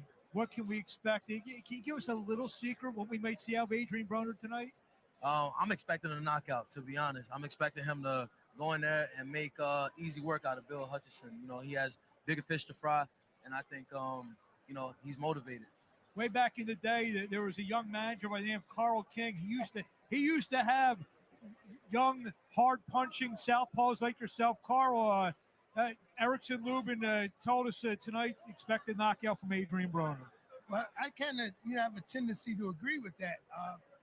I'm just hoping that he gets a few rounds in, not so much to carry a guy or anything, but I think, due to the layoff that he's had, I'd like to see him get a few rounds in, just get that feeling back, because going forward, he's got a great opportunities that lies ahead of him, and it all depends on the outcome of tonight. So, as Eric said, he's expecting as a knockout, and if that happens, you don't want to mess around and because anything can happen. You play with a guy and you get caught, you know, in the game.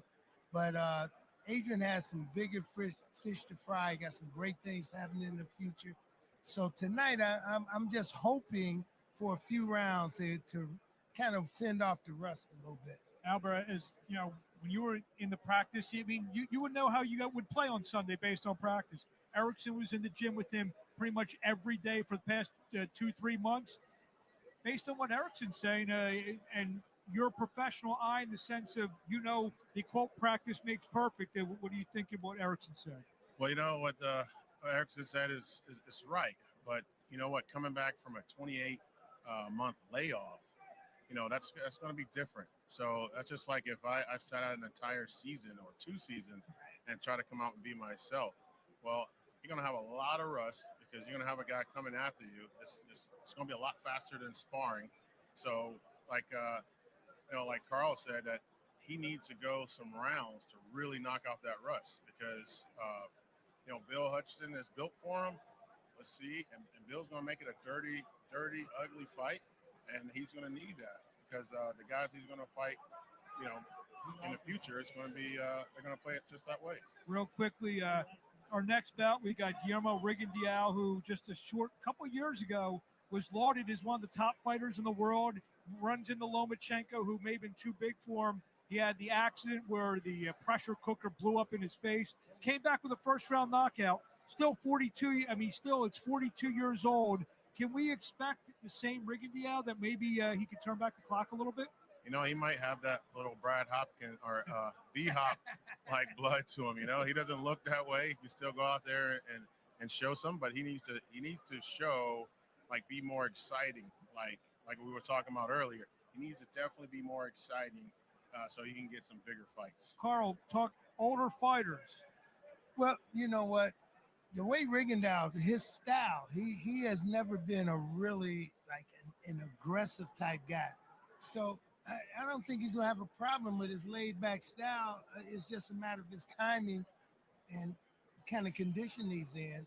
You know, he's been off a long time too. So guys that are older, that have longer layoffs, I think has a tendency they need to you know, work their way back into it.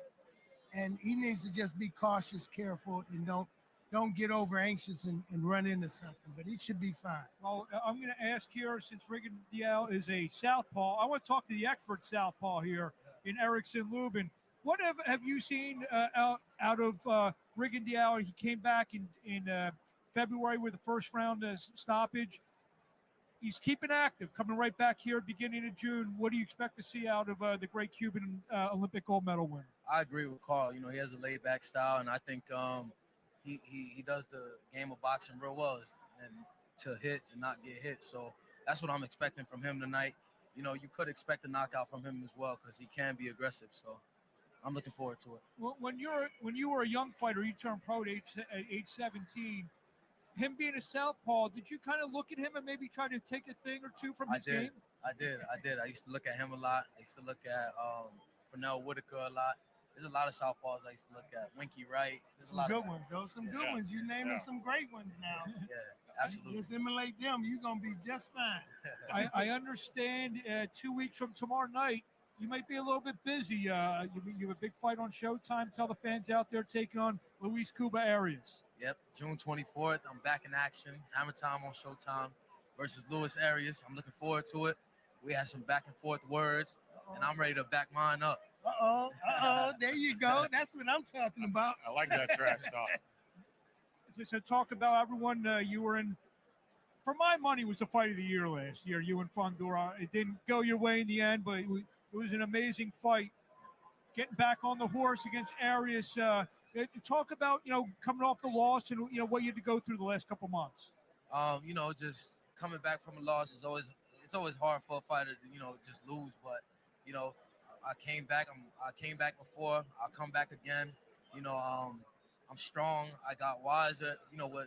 Losses aren't just losses to me. They're lessons. So I feel like with this bout, I'm looking to show what I've learned on the time that I had off. Albert, you like any advice with, you know, football, every loss means everything, just like in boxing. You come off a loss, what's the mindset? Well, really, it's like he was saying, it's a lesson. So you got to make sure that you don't do the same thing twice. You know, you learn from every lesson, and in his career, that's what he's going to do. Even the wins, still, because nobody's ever fought a perfect fight. So he's going to learn from that and know how to become that perfect fighter. Everybody's going to chase that perfect fighter. So Absolutely. That's where he's at. Well, you're in a loaded 154-pound division. There's a lot of, I know you want that Charlo rematch. You want that Fundora rematch. Yeah. Tim Tszyu, a lot of ground to cover there. But we are ready for Guillermo Rigondeaux. So let's throw it down to Mr. Bob Alexander. All right. Thank you, Mark. Thank you, Albert. And Erickson Lubin, a terrific young fighter. And, of course, Carl King, just one of the big names in boxing. He's done it all. And just a great panel of experts there talking some very quality boxing. I think we are just about set for our wing walk of our next fight. It's going to be Guillermo Rigondeaux taking on Charlie Clemente. Let's send it up to ring announcer J.D. Lyons. Once again, ladies and gentlemen, I do believe we are ready to roll. Here comes for the blue corner, Charlie Clemente.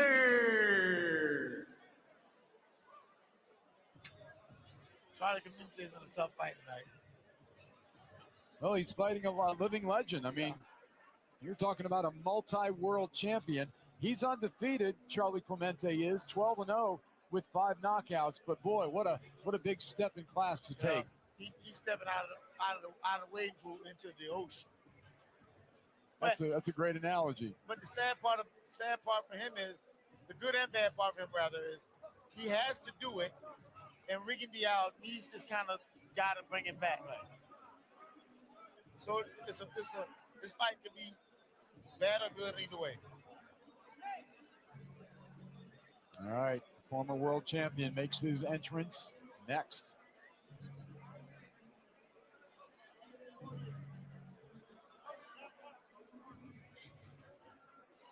And now, ladies and gentlemen, his opponent in the red corner, here comes Guillermo Rigondeaux. Once again, a nice cheer goes up from the Cuban contingent here in Miami. It's return to glory at Casino Miami High Life. And the Cuban fans have certainly been out in force tonight. So far, they've had a great night. All their guys have won, and pretty impressively, most of them.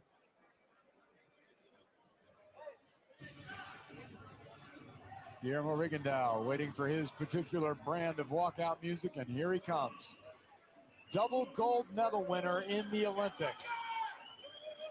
Oh, yeah. This guy did it all as an amateur, and he's also done it all as a professional. Oh, yeah. And if he just stayed amateur, would have won another gold medal. No doubt.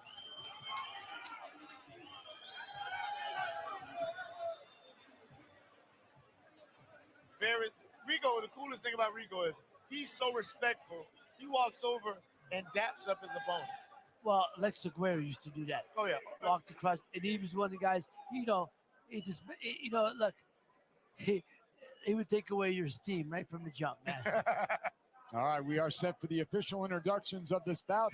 Here's ring announcer J.D. Lyons. Ladies and gentlemen, this bout is scheduled for 10 rounds of action. This in the bantamweight division. At the sound of the bell, referee in charge of the action will be Samuel Burgos. And now, ladies and gentlemen, introducing first, fighting out of the blue corner. He's wearing the purple and black and weighed in at a ready 119.4 pounds. He hails from Carolina, Puerto Rico. He brings to the ring a professional record undefeated, 12 victories, no defeats, 5 big wins coming by way of knockout. Here is Charlie Clemente. His opponent, fighting out of the red corner, also wearing the purple with gold and weighing in at 118.8 pounds. Originally from Cuba, now fighting out of and representing, he's a local hero in Miami, Florida. He brings to the ring a professional record 21 victories, including 14 big knockouts, only 3 defeats. Here is Guillermo Regalado.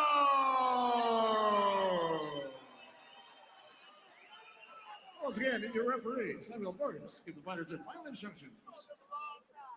Acuérdese, caballero, tengo la instrucción en el camerino, me lo dicen y se traten en todo momento. Aquí los golpes están bien, aquí los golpes están bien. Aquí una pregunta. Toque los guantes si quieren y salimos a la campana. All right. The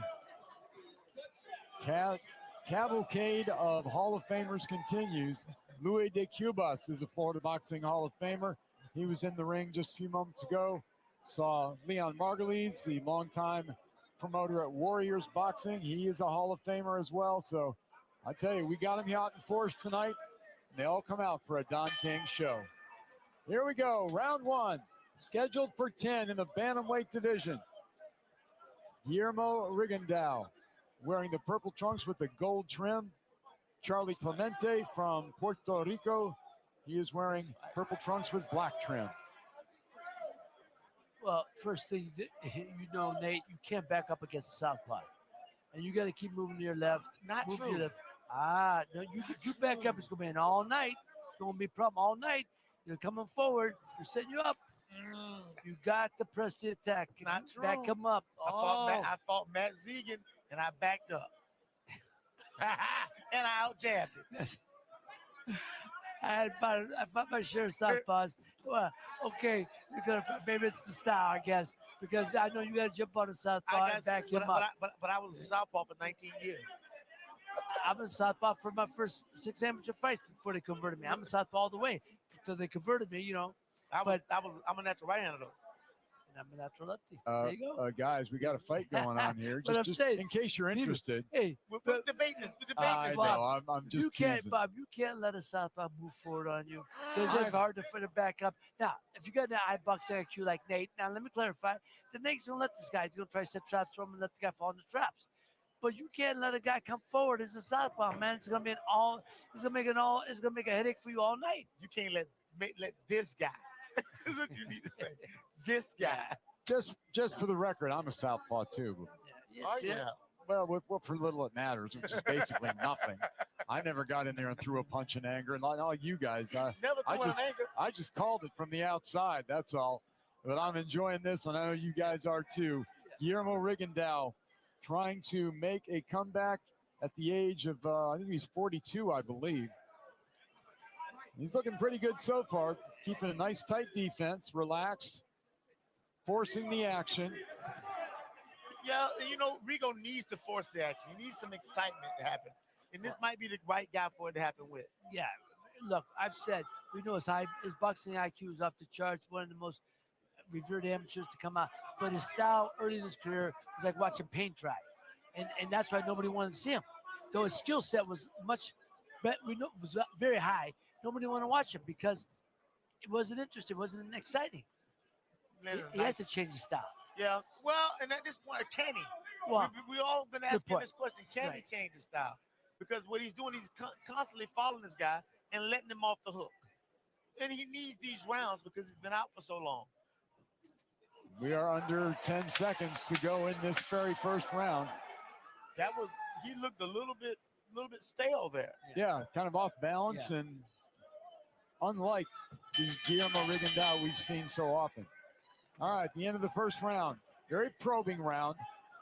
I think that for the most part, Rigo has to understand that we don't care about how nice he is. No. We want him to be a little nasty. Yes.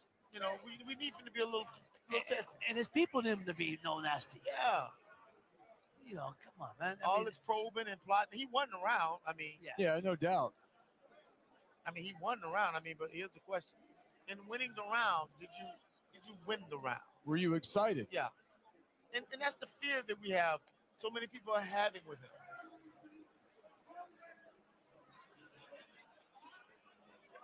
As you can see, he's not getting hit with anything. And Clemente was being very respectful of Rigondeaux. Right there it is, right there. He looked almost stale, like he froze out there on the limb. All right, round number 2. between these bantamweights. Here we go. Let's see if Rigondeaux tries to open things up a little more here in the second round. And at 42 years old, as a bantamweight, we have to be honest. What can he change? What can he do different? Not a whole lot. He is what he is. Right. He is, as they say, he's set in his ways. And you know, when they say 40 years old in the boxing game, that's old as dirt. Yeah. Oh yeah. You know, and, Oh, yeah. you know, He is. When God said, "Let there be light," he hit the switch. Well, I mean, you know, 3/4 of his wins are by knockout, 14 KOs and 21 wins. But you just don't think of Rigo as a puncher. No. Because he sets it all up so beautifully, and a lot of guys don't get it. I'm okay with it. Winky Wright taught me how to look at fighters by watching him fight, and Rigo's doing some good boxing. Yeah. No, he is. He's a technician. I appreciate it. As a boxer, I appreciate what he brings to the table. But is he going to make the paying fan excited to see him? That's the point. Unless he turns on the juice. No. And we don't know how much juice he got left. I would rather, like you said, a lot of, well, not I would, but a lot of guys are like, I would rather watch paint dry. Yes. Rigo tying up with Clemente there. And Rigo threw an uppercut, like a half-ass uppercut that missed him. A mile. Yeah, exactly. Not about a little, by a lot. He throws that left hand, he throws it clean and sharp. Straight.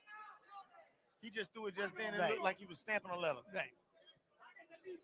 Charlie Clemente with a big opportunity here. But so far, he's not made the most of it. Because he's too respectful. Very much so.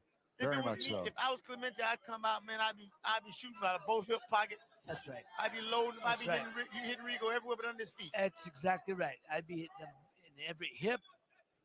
I'd make that cup and necktie. Yeah. Just to do something. Yeah, boy, I swear to goodness. The referee will be saying, don't do, oh, come on, man. I do everything twice. Then apologize. Yeah, Rigondeaux using that jab again just as a probing punch. Like Clemente knocked Rigondeaux off balance. I don't think he was hurt though. No, he was off balance. But there you get that 42. Everything Rigo does, we scrutinize at 42. Yes, yes, I understand. And you know what? I've been critical of this guy for a long time. I don't know. I'm sure he's a lovely gentleman. I'm just talking about, man, as a fighter, come on. It's the pro game, baby. It's the pro game. I see Ramon Garbe over. I think Ramon Garbe. That's Ramon Garbe over I there? think you're right, Nate. Ramon Garbe, probably the most decorated Cuban amateur of all time. Impressive fighter. All right, that's the end of round number 2. Yeah. Ramon Garbe. Rigondeaux raises his hands, but not getting a big reception from the crowd for his fight so far. Well, no. Well, he's the fight you kind of just watch. He's respected. He's respected. Very much. But you know, there's other guys that are beloved. Yes, Ramon Garbe was never champion, but he was beloved. Missed the uppercut. That was the uppercut he missed. He missed it. He threw it from the parking lot. Yeah, that's some wrestling going on there. He's listening to some stuff out of the corner, but then this kid knocked him off balance, landed some good shots. But at the end, that was the only combination he landed. Yeah. So I would expect if I was in Clemente's corner, I'd be telling him, get out there and attack. You've got an opportunity here to do something extraordinary. You got a group of Cuban guys screaming instructions to Rigondeaux. And he's in the corner when his opponent comes to meet him. See, now why would Clemente come in and switch? stop short? Why would he switch? Because they don't know no better. He was doing fine already. He's back. He's back. Well, with everything that Rigondeaux has seen in his amateur and pro career, I don't think trying to turn southpaw is going to do anything to throw him off. No, he's seen everything and anything. Just do what you're going to do, man, and be done with it. Just fight him. Be the best right-hander you can be. Right. Hit him. I'd have been hitting him. What's this? El Chaco? I'd have been hitting all the time. Clemente looks like he wants to let something go. He just doesn't do it. He's that faint. He don't know what he's going to do. He's afraid. And he lands when he throws every now and then. I don't know if Rigondeaux's hurting him or not. He switched again. Well, he's a younger fighter. He might have an advantage in hand speed, but again, we're just not seeing his hands go enough. What you mean, scratching his nose, hand speed? Because he definitely ain't throwing no punches. Nah, he ain't doing that. But this is the fight we expected. That's right. I would agree. Halfway through round number 3, Rigondeaux in control. Still trying to land something with a little bit of juice behind it. And the truth of the matter is, you wouldn't know if Rigondeaux had lost a step or not because he fights in this measured pace the whole time. He's always fought this way. Right. So if he loses step 1, would you know? You got to beat him. Beautifully defensive. Yeah, Clemente had a chance there to throw some punches and just didn't get the job done. He got hit with 3 shots. Under a minute to go in round number 3. Rigondeaux continues to control the action, using his jab, again, more of a probing, kind of pawing kind of jab. It's not stiff. He's following more than he's cutting off. That's why the fight is still going. He is sinking that left hand to the body, though. He tries the left hand to the body. You're right, Nate. That left, we can talk all we want. When he throws that left hand straight and it lands hands wherever it lands, it is really hard. No, he throws a good left hand. No, yeah, we're not disputing that when he throws it. I'm not saying no, he can pull the trigger, but and he can pull the trigger still, evidently. A little bit. But we don't know if he can. We don't know if he can pull the trigger if he was still if somebody put some pressure on him. Right. All right, that's going to be the end of round number 3. Rigondeaux, he's not winning these rounds impressively, but he's just winning these rounds. Well, he's just not getting enough competition from Clemente. Clemente's just not letting his hands go, and he's not trying to win the fight. It looks like he's just got way too much respect for Rigondeaux. You get Rigondeaux with a shot there and miss with every other, but then that was the only shot he landed, probably. Right. And then Rigo started to throw these. There it is. He throws this shot here. They get tied up. But Rigo let us. Well, the art of infighting is gone here, man. These guys have no clue what infighting is. No, they don't.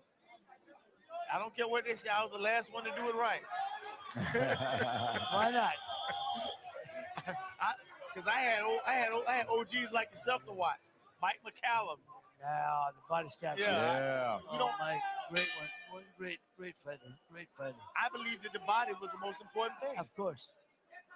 Round number 4 from Casino Miami Highlight in Miami, Florida. It's Return to Glory from Don King Productions. Bob Alexander along with the champs. You got Nate Campbell Jr. and Ray Boom Boom Mancini, both former lightweight champions of the world. Still more great action to come. We've got our co-feature and our main event. Still great action on the way. I'm looking for somebody tonight to make me love body punching again.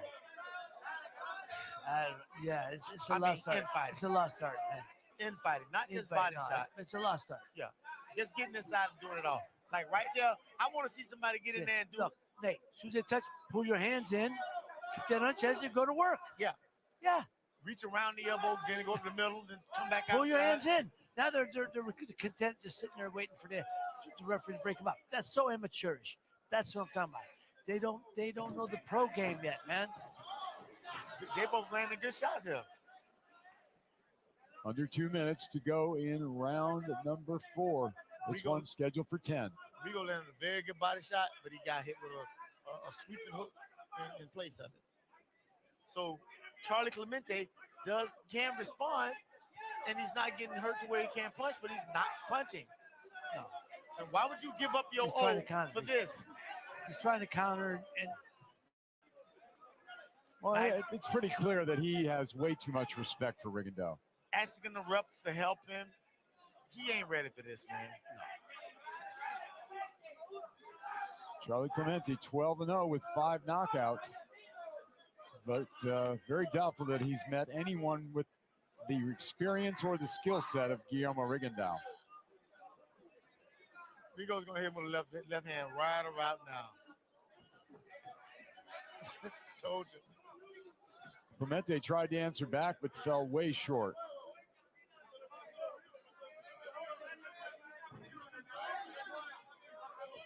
Clemente has no idea what to do with him on either side. He's just running away. Rigondeaux going to the body very effectively. Another good body shot by the former champion. Now he tries to go up to the head, comes a little short.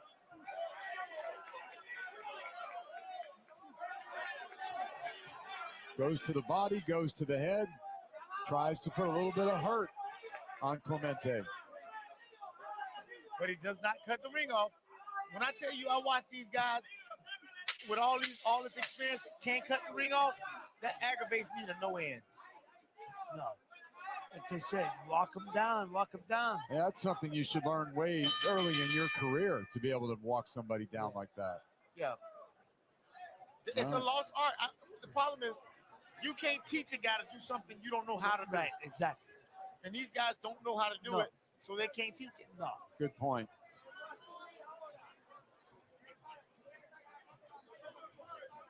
Here you get some replay action. Just Rigo throwing that left hand. He was humming that left hand. He was throwing that left hand with intent. And he landed a few times. But again, we're looking for Rigo to be something he's not. This is what Rigo is. That's true. That's the long and short of it. He wears you down, but he does not put you out with one shot. No. When the one shot happens, it's because of all the body punching, and the jabs. Yeah. All right, round number 5, scheduled for 10. Guillermo Rigondeaux, the former multi-world champion. Purple trunks with gold trim. Charlie Clemente, the young challenger. Purple trunks with black trim. And he has all this stuff that he can do, Clemente, but he's afraid to do it, it seems.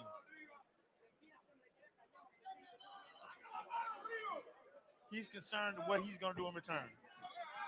Well, everybody can punch a little. It's a question of, if you're fighting a professional and you want to move up the ranks, sometimes you got to take a little chance, take a shot to land a shot. Oh, yeah. It's going to happen. If you lay back, your career's going nowhere. Yeah.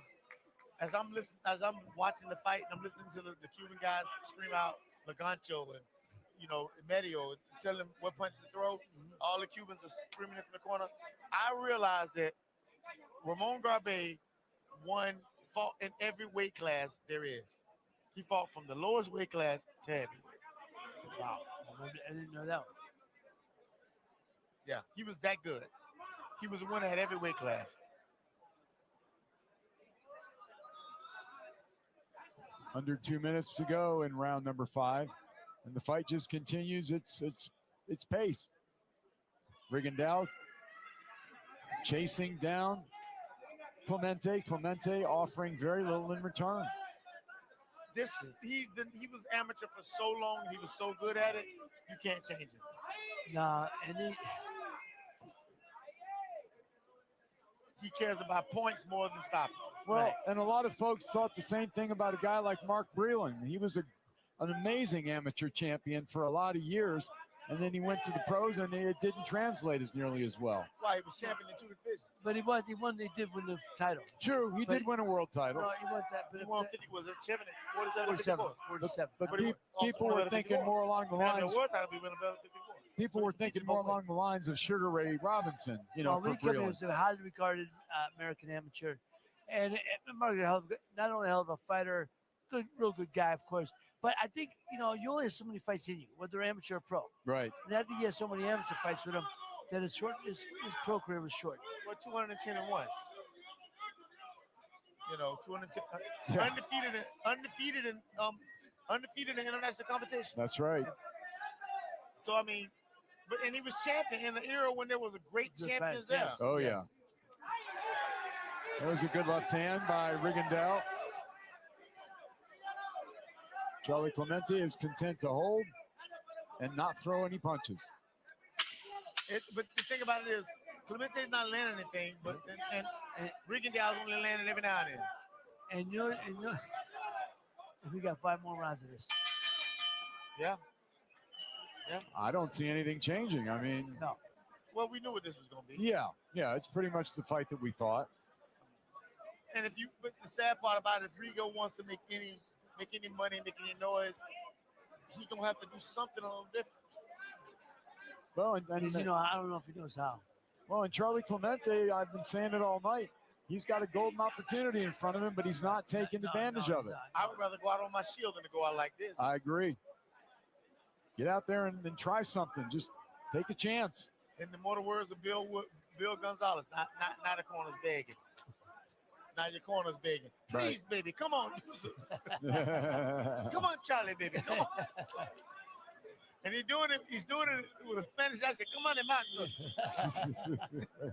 You know, and it's sad.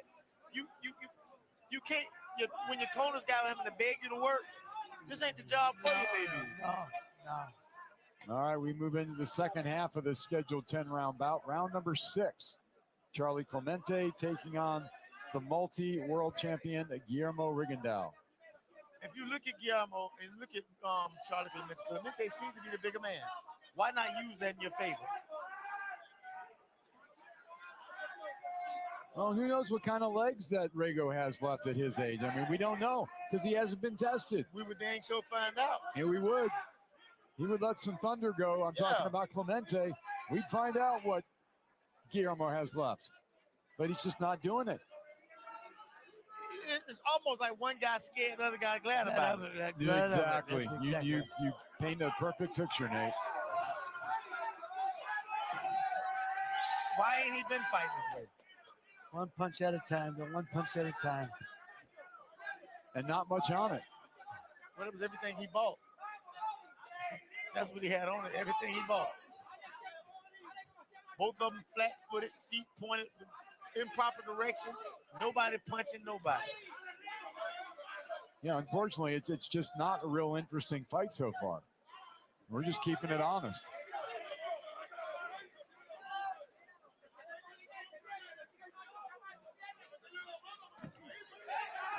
Rigondeaux finally throws a combination. The right jab followed by the straight left hand. And that's it. That's it. Nothing else. Okay, here's the only upside to this fight. It's going to set the tone for the last 2 fights, which the next fight should be a slam bam fight.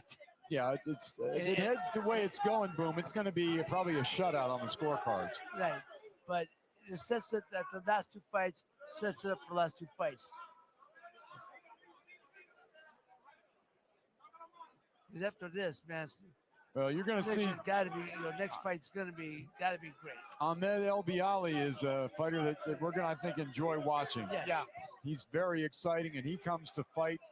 He's one that'll go out on his shield if he has to. And he's fighting the kid from Texas, I think from Laredo, who's here. He said, "Man, this kid, he fights like a junkyard dog.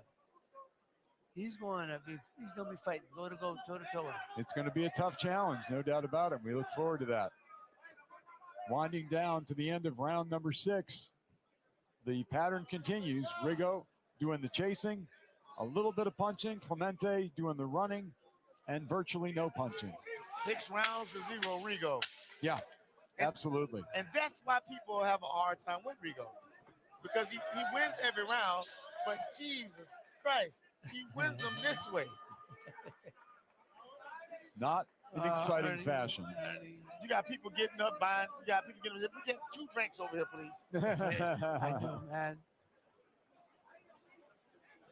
Of course, the next fight filled with expectations of action with El Bialy taking on Gomez. And our main event, of course, Adrien Broner, the big comeback. He's got all kinds of interesting possibilities right in front of him now that he's joined forces with the great Don King. Bill Hutchinson wants to remove all that. He wants to pull a huge upset and give himself a great win in his career. So we look forward to our co-main and our main event. Well, we're definitely looking forward to more punches being thrown. Yeah, more competition. And the thing about it is, those are very real things that could happen. because I think that the next 2 fights, those guys that are in the opponent's corner came to win. They did. Should be fun. All right. Round 7, scheduled for 10. This is in the bantamweight division. Guillermo Rigondeaux continues to mow down Charlie Clemente, but Clemente is just, his volume of punches is so low. He just doesn't let his hands go. Dude, I threw one put it in Rigondeaux. Oh, yes. I think In the seat right there. he threw more punches in one round than what we've seen so far, Yeah, Nate. I threw 119 in Yes. one round. You were out there to win. Yeah, and I want to stop my guy. There you go. And I'm looking, Rigo can stop this guy, but it's like he won't pick up the pace. Mm-hmm. And Clemente refuses to take a chance. Yeah.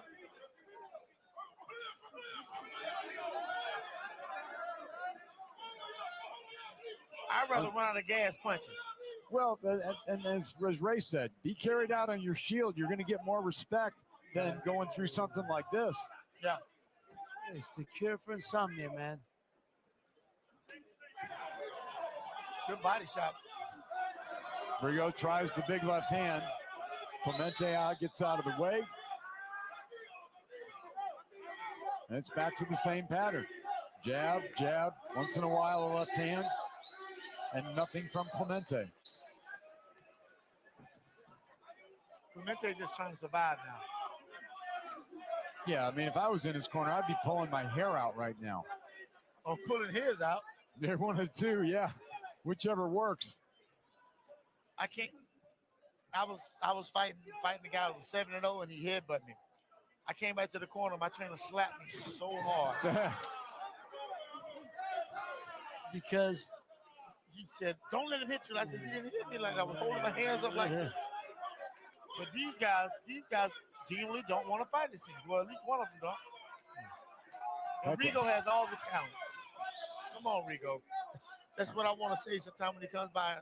When he dances by us, I want to reach up and just hit the mic and say, "Any day now." I remember when trainer Gregor, down goes. I just see it. I looked down. Down goes Clemente. What are you hitting with? Solar plexus, right in the solar plexus. That's what we've been waiting on. That's it. Sam Ramos reaches the count of 10. And Guillermo Rigondeaux scores the knockout in the 7th round. All right, let's see that replay. And he hit it with a left hand right in the solar plexus. All right. Caught him switching. well, that's exactly what Rigondeaux's corner wanted him to do. Land something big. Here we go. It is. Bang, right there. Yeah, it was just about the solar plexus level. Body shot. And I hear him over in the corner saying, "I was trying to get to work." No, there's no doubt. It was a great body shot that finished the fight for Clemente, who now loses his first fight as a professional. I'm happy that he finished it this way. It was the climax of it all. We needed this. I was going to say right before the knockout, I remember when trainer Gregorio Benitez was in the corner of the great Wilfred Benitez, and they were fighting against Harold Weston from New York. And in the 12th round, Gregorio Benitez went and slapped his son and said, "Get moving." Slapped him. I mean, really slapped him. Yeah. That motivated him, and he went on to win big in that fight. Yeah, we are in a place with this man that's not so young and Rigondeaux. He needs to look impressive every time he fights. He can't be the plain old by the numbers guy no more. He got to get a little ugly. Well, he did there, and he made it an ugly night for Charlie Clemente. Clemente is doubled over right over our heads here. That shot hurt. He's hurt, that's for sure. So his lip is trembling up over us. Rigondeaux moves his record to 22-3 with 15 knockouts, and Charlie Clemente falls to 12-1, his first loss as a professional. He'll rebound from this. You know, this is a good learning experience from it. All right, looks like we are just about set for the time of the knockout. Let's head up to ring announcer J.D. Lyons. Ladies and gentlemen, we have the time. 2 minutes, 47 seconds, round number 7. And your winner by a knockout, Adrien.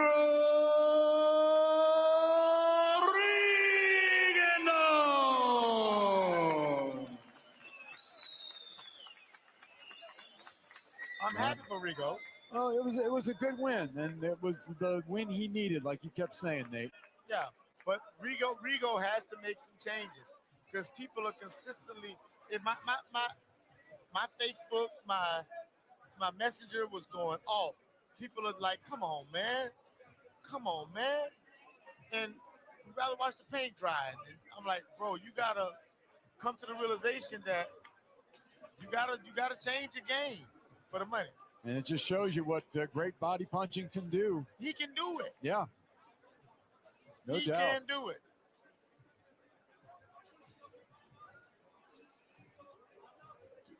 All right, so Guillermo Rigondeaux gets the knockout. Now we start getting ready for our co-main event. But first, we're going to send it up to our panel.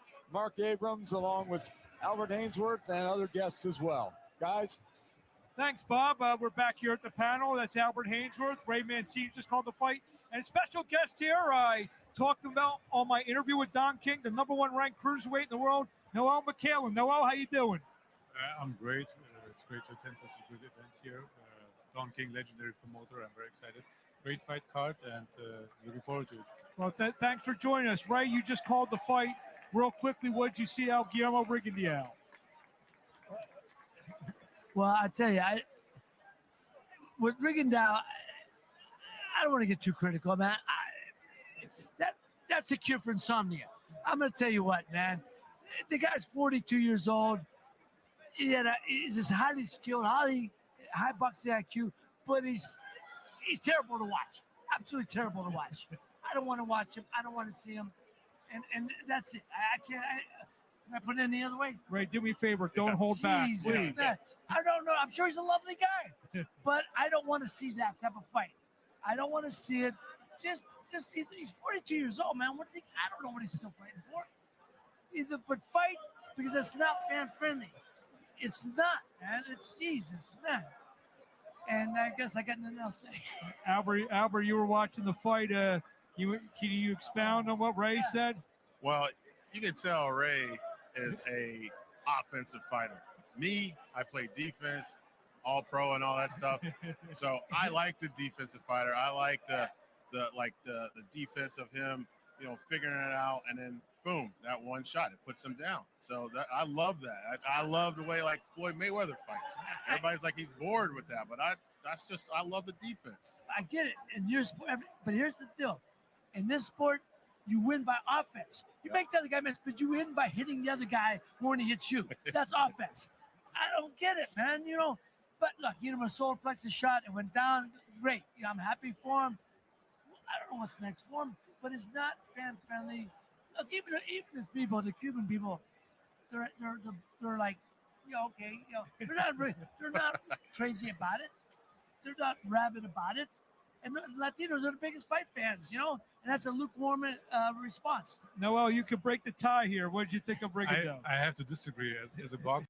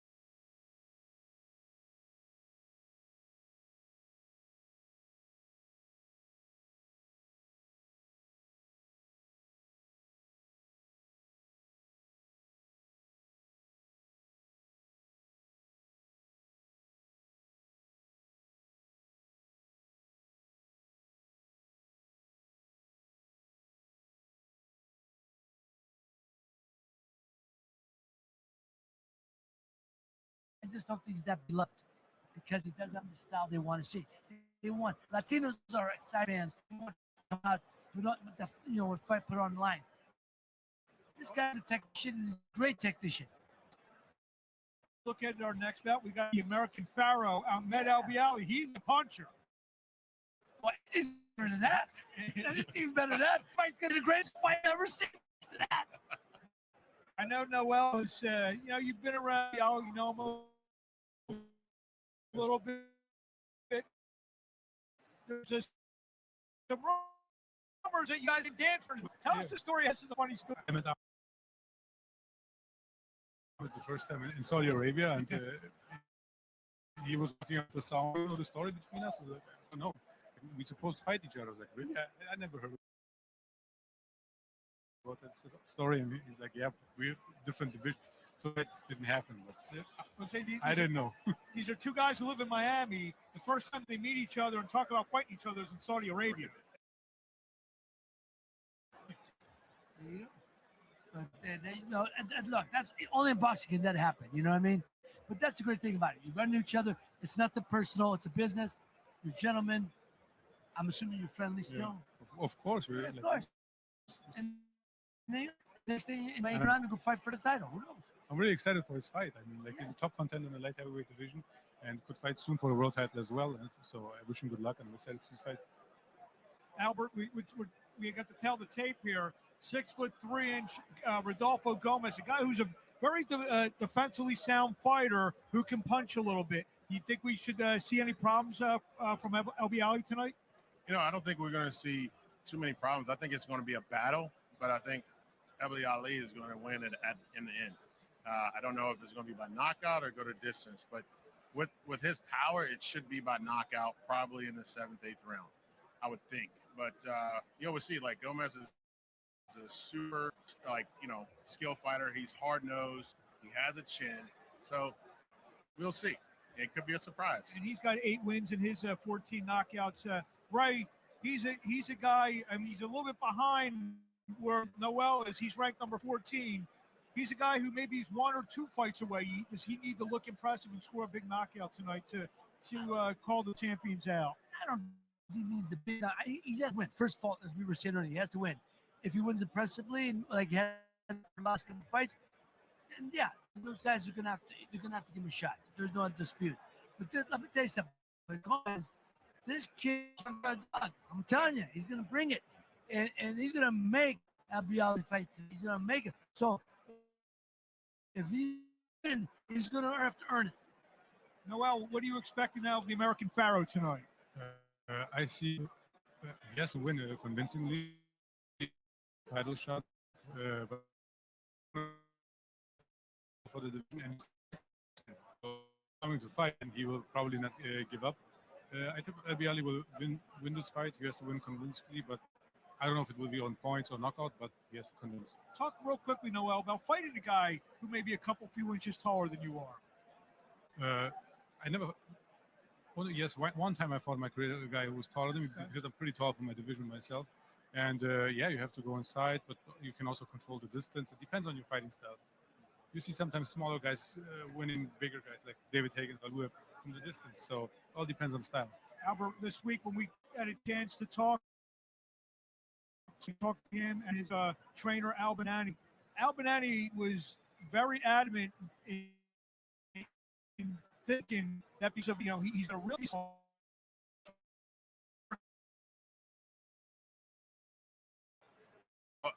not going to get tired.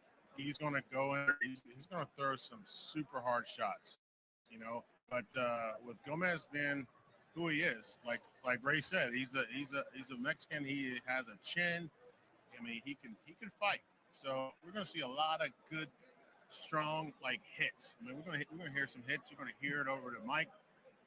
And with the conditioning, I think that should take over because Albiali is a professional. And that's all he does. He trains.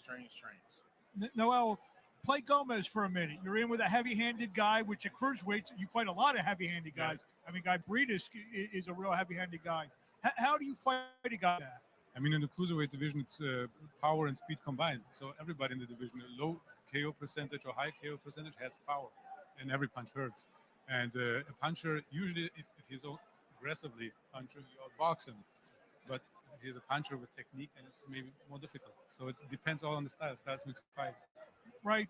I mean, expound on what he was saying about fighting a guy with heavy hands. I know you fought some real hard punchers. You probably fought the biggest puncher of the lower weight classes, maybe of all time, in Alexis Arguello. Yeah, I mean, Lexus, but my style was I gotta back you up. I'm gonna keep coming. I felt I was a pretty good puncher myself. So, and my pressure negates a lot of things. Pressure negates speed. Pressure negates quickness. But you got to make the guy miss once in a while. You got to be a moving target. Don't walk straight in. You got to make a moving target. When he misses, you make him pay for it. That's where you got to be close enough. So when they miss, you can make them pay for it by being close. And on top of that. And that's a great segue, because I want to briefly touch on the main event. Obviously, Ray, we all talked about in the beginning what Bill Hutchinson has to do. Bill Hutchinson, I actually got a chance to see him a couple minutes ago. He's very relaxed in there. Talk about he's maybe a half hour, 45 minutes. You've played in playoff games. You know how it goes. What's a high quality athlete such as yourself thinking, half hour, 45 minutes? In your case, it was kickoff. In his case, before first bell. Probably he's just relaxing right now. I think that the adrenaline is going to start coming out when he's coming out. When they're playing this music, he's seeing the fans, seeing the screaming. I think he's going to get pissed because we have a lot of Adrien Broner fans here. So and everybody's calling him the lawyer and everything like that. So I think when he walks out, that's when the adrenaline is going to pump. For me, it was when I was hearing the national anthem. And you can see it in my face. I wanted to find my opponent across the field. I wanted to stare him in his eyes. I wanted him to look down, and it happened most of the time, making him look away from me because he knew what he was about to get. When's that kick in, Ray? When's that real, okay, I'm here, it's time to... For me, when they give you the countdown, 5 minutes, then at that point, it's showtime. So your mind just over and over, depends on the amount of visualization, you see the fight in your mind, how you want to go. When you leave the dressing room, it's on, Now it's just between me and the ring. It's just getting to the ring and start the show begin. Noel, we haven't had your opinion. We've been up here all night. What does Bill Hutchinson have to do to at least maybe get in this fight and give Adrien Broner some problems? To be honest, I haven't seen much of Bill Hutchinson. I know he's a lawyer, so lawyers don't like to lose. We know that also. He will come with everything. He is the underdog, and so he doesn't have that pressure that AB has. So I think I tip AB will win this fight easily, but we will see. Everything can happen in boxing. And obviously, when I interviewed Don King, the cupboard isn't bare with DKP, with Broner, with guys like McCown, Ahmed Albial, and Antonio Williams. We've seen some great fights tonight. So far, I know Ray is not going to say Rigondeaux, but so far, who we've been impressed with tonight?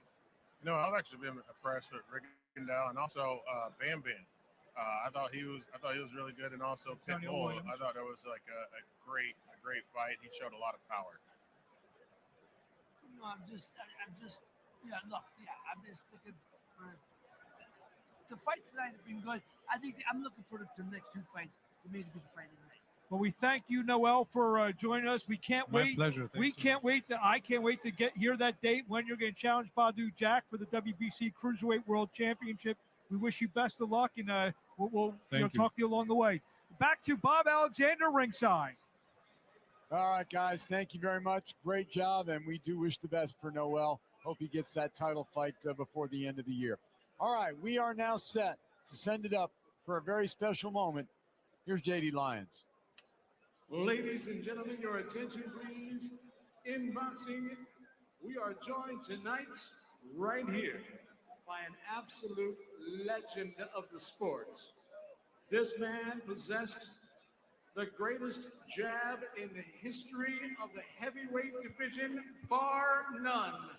Ladies and gentlemen, the Hall of Famer, the one, the only, the Eastern Assassin. Ladies and gentlemen, heavyweight champion, Larry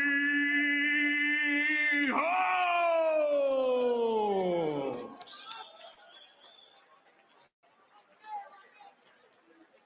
I don't mind telling you, as a ring announcer, that is a thrill for me right there. You bet. That is a thrill. Now, ladies and gentlemen, Your attention, please. Your attention, please. Also, in boxing, when someone passes away, we honor them with a memorial 10 count. On March 5th, this hit home with Don King Productions as longtime Don King employee Bobby Goodman passed away at the age of 83. Goodman spent 25 years with Don King Productions as Vice President, Boxing Operations, Matchmaker, Director of Public Relations, son of another great Boxing Hall of Famer, the late Murray Goodman.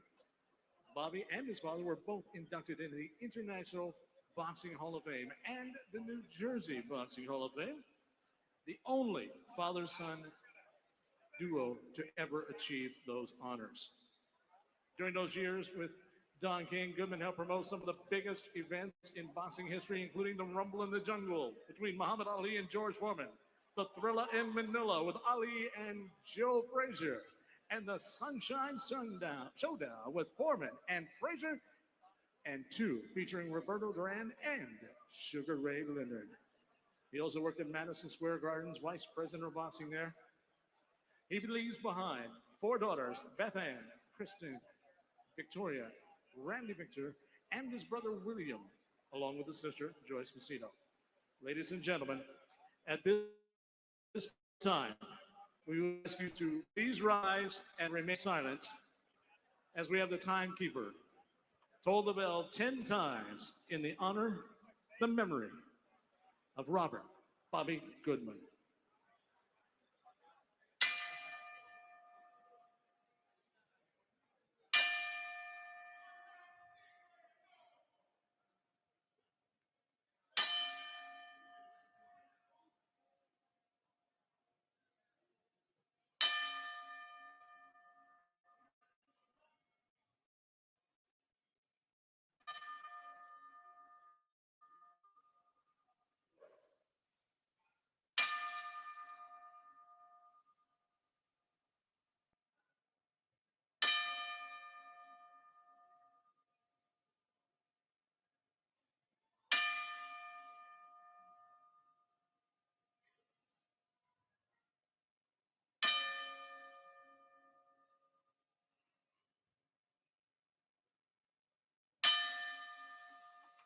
May God rest his soul.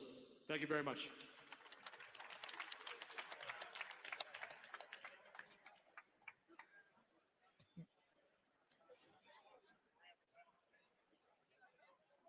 All right, we are ready for our first ring walk.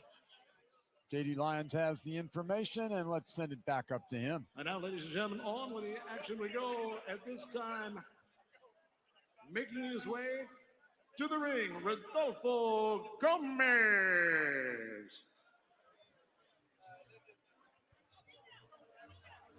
Rodolfo Gomez coming into tonight, certainly the underdog from Laredo, Texas. His record 14-6-3. He does have 10 knockouts to his credit. He does not care about being the underdog. I can tell you that.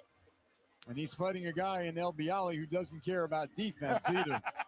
That makes an interesting combination. Oh, yeah. El Bialy thinks defense is that thing that goes around the yard. Oh, man. Well, he is another one that has an opportunity here. He's getting a shot at a guy who's primed. He's already, El Bialy's already won some belts. He could win his first belt tonight because they're one of those belts is going to be up for grabs this evening. So Gomez is in a great position if he can get in there and fight his fight and do what he wants to do. Oh, yeah. Oh, yeah. And El Bialy has one loss. I mean, he is beatable. And now, ladies and gentlemen, making his way to the ring, here comes the American Pharaoh, El Bialy. Such a well-spoken guy. You're just so well-spoken. A pleasure to talk to. Yeah. He just is a classy guy. Always gives his best. He's always in shape. Al Banani sure makes sure that El Bialy is in condition. Oh, yeah. That's not going to be an issue tonight. No. If he loses, it's because Gomez is the better Yeah, fighter. he's going to have to be the better fighter because Albiola's in shape. There you see Albanani getting into the ring. Albanani, yet another Florida Boxing Hall of Famer, as was the late Bobby Goodman, who we just honored. Bobby Goodman, probably one of the funniest guys I ever met in my life. Bobby Goodman, once 2009, was being inducted into the Hall of Fame with Angelo Dundee, and the cake was in the shape of a hand, of a fist. And so he goes over to Angelo and says, "Yo, Angie, you want to cut the glove?" Oh, man. That's classic. That is truly classic. We died. Oh, we had to. That's awesome. All right. Speaking of awesome, let's go to our ring announcer, J.D. Lyons. Ladies and gentlemen, here we go. This is our co-feature attraction of the evening. Scheduled for 10 rounds. This in the light heavyweight, and it's for the WBA, NABA, and the WBC NABF Light Heavyweight Championship. Introducing first, fighting out of the blue corner. He's wearing the white with the teal and weighed in at a ready 174 pounds. He joins us tonight, representing his hometown of Laredo, Texas, with his professional record, 14 victories, 6 on the downside, with 3 draws. He has 10 big wins coming by way of knockouts. Ladies and gentlemen, introducing the challenger, Rodolfo Gomez.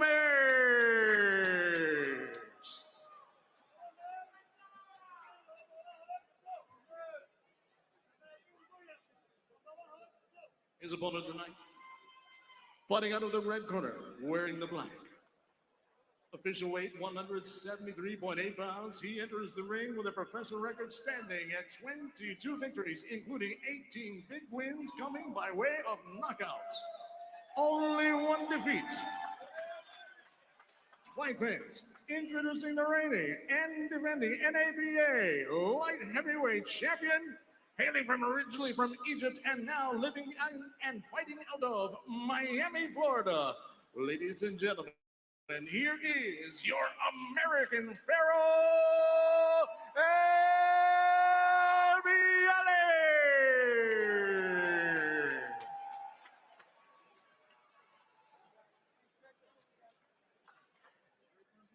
Your referee, Christopher Young, will now give the fighters their final instructions, scheduled for 10.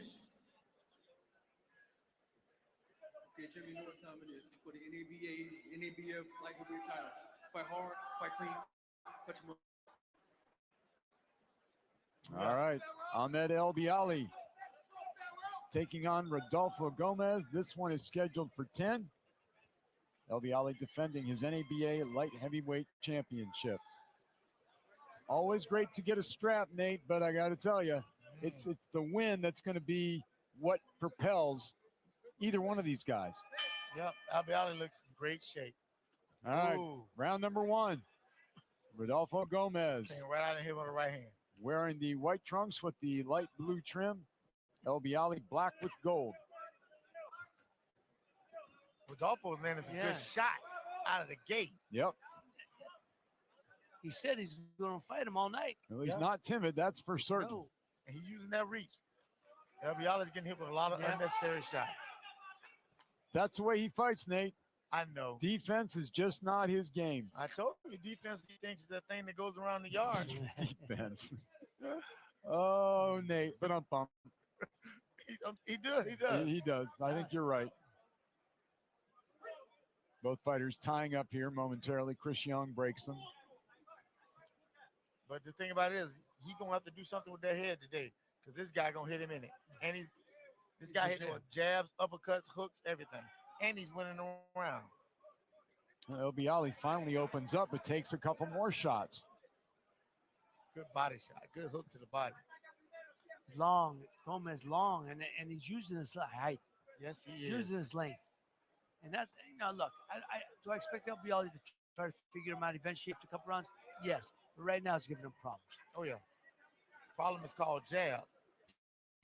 The jab, and he's giving him angles, too. Yeah. He's feinting. He's moving his head. It's difficult for Albioli to land.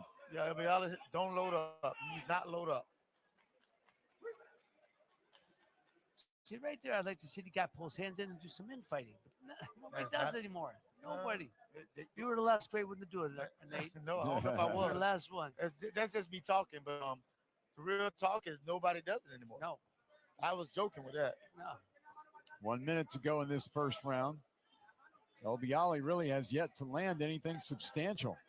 He's gotten something landed substantial on him. But that jab is giving problems at this time because he's usually the one who's the taller guy, the longer reach. Well, unlike some of the fighters we've seen tonight, I mean, Gomez gets it that he's got to let his hands go to have a chance to win.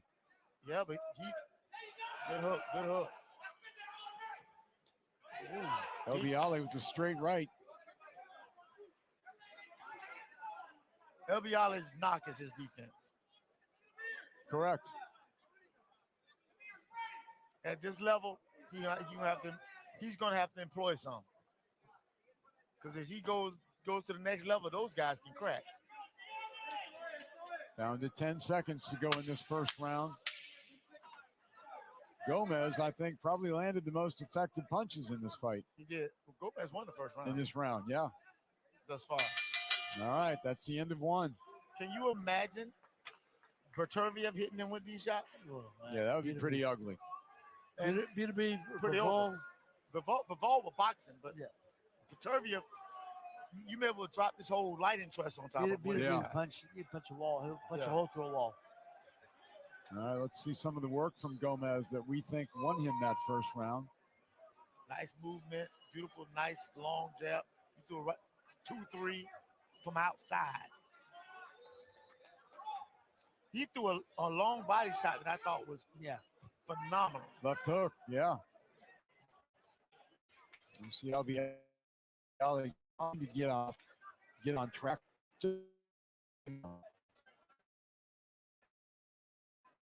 He's got to do it. Here we go. Round number 2, scheduled for 10. Your co-feature of the evening. Elbiali's focused, and he's fighting the way he normally fights. And let's not forget, this is small ring, Nate. Ooh, Like what an uppercut. 16 feet. It's a puncher's Inside. ring, no doubt. Yeah. And I'm going to tell you Oh, something. man, I can't get this on my clothes. Come on now. Elbiali got hit with an uppercut that was so crisp just now. Oh, a nice right hand by Gomez that time. And jab. Both guys are going to get jabbed. Yeah, but here's the thing. Elbiali ain't moving his head. Can you give him I a told moving you. target? No, doesn't move his head. No. I told you. There's again another uppercut. Oh, now you got Gomez claiming a low blow. It was actually Gomez can't scream a low blow because he hit him on the belt line. If your belt is above your navel, the belt is clean. It's a clean punch, exactly. So both of them can hit each other on the front of the. There you can see Gomez trying to use his jab. Ooh. Comes over the top with the right hand. But Gomez's nose is already busted, but he's landing some dang good shots. Yes, he is. He came to fight, came to win. He's tying up a lot now. That nose may be broke with the way he's touching it. Ooh! Both guys are landing good shots. When you get your nose broken, it's painful, but it also affects your breathing, correct? Oh yeah. Oh yeah. Elbiali's starting to excite the crowd a little bit with these shots.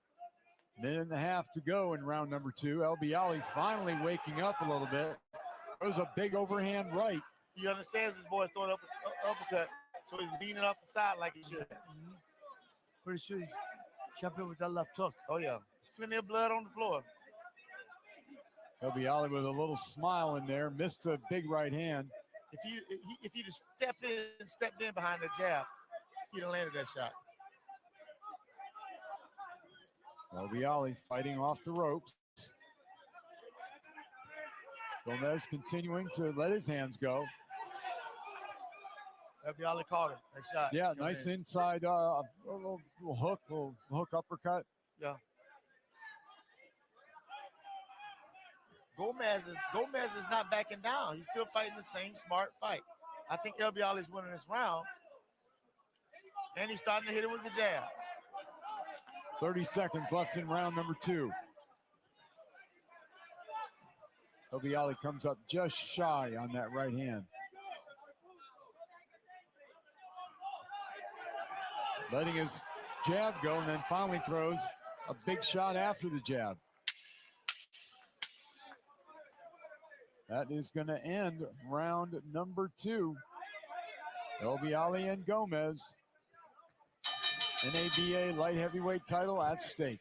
Obi Ali won that round, but not for Gomez not trying. He did try. Yes. Now you can see it. I think we can see it now. Gomez starting to break down a little bit. Yeah, he's slowing down some. He's getting hit with these shots, and he's starting to see. You're starting to see it. You see the strength difference. Yeah. Some replay action here from round 2. Obi Ali, they're working inside. They're working inside a little more. Uppercut. That uppercut. See, those shots were all right on that. Right on the belt right line. on the belt line. Yeah. Those were all clean shots. The referee missed it. There's some nice jabs and a good right hand for Obi Ali.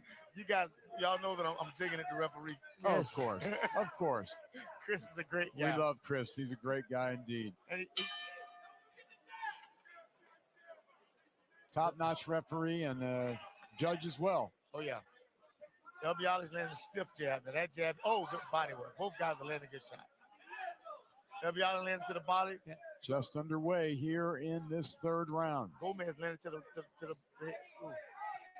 Gomez is coming forward. Well, he is coming forward. And he's throwing some big power shots here early in this round.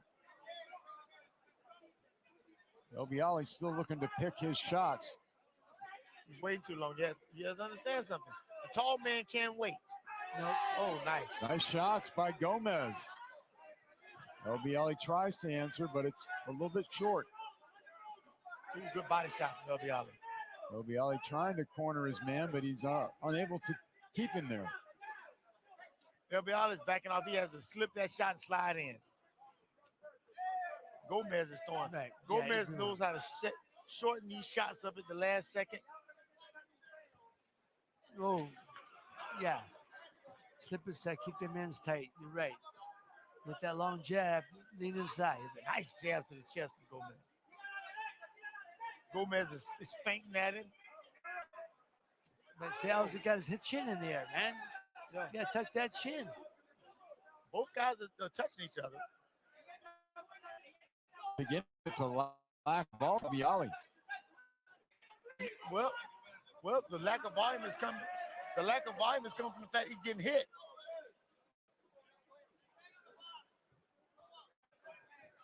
Just over a minute to go here in the 3rd round.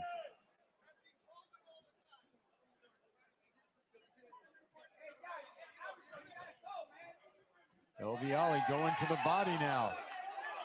Couple nice hooks, and he tries the right. Missed. Obi Ali needs to move his head. And right now, my man, Gomez, thank you.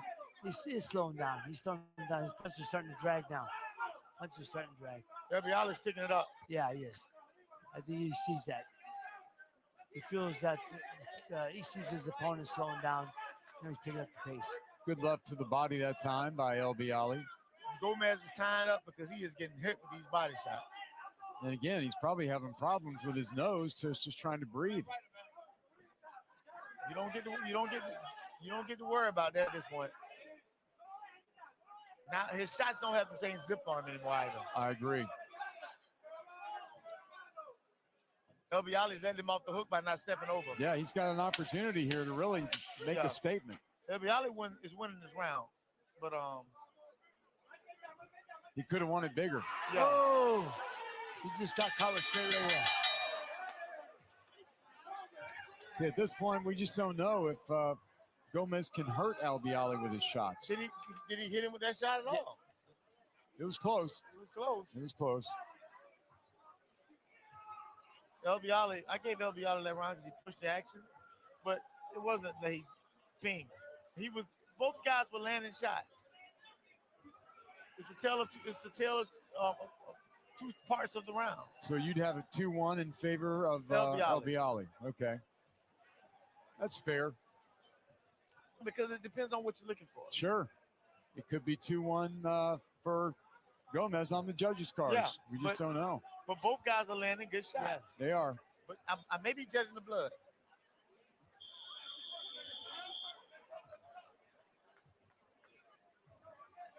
It's a lot better fight than the last one, though. That's for sure. Definitely more action. Yeah, that's what everybody's saying in my Facebook.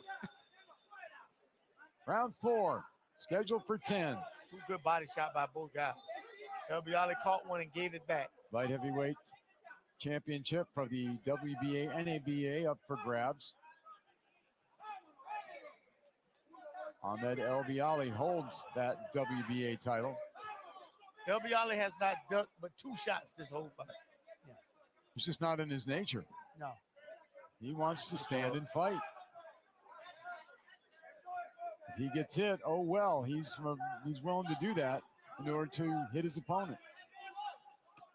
Ooh, good body Good shot. body shot. Left hook. Right in the solar plexus. Right, just shy of it. That probably would have stopped many other guys. Oh yeah. Oh, those are good body shots. El Bialy. Those are good body shots.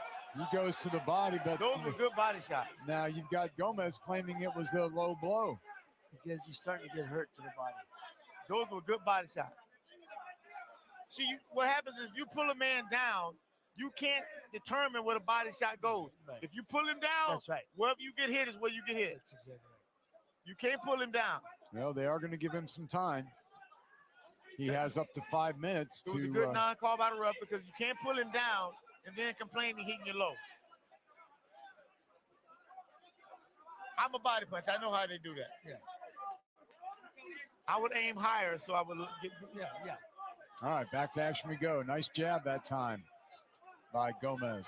Gomez is being broken down. He is. Yes. Systematically, each round is getting broken down a little more and more.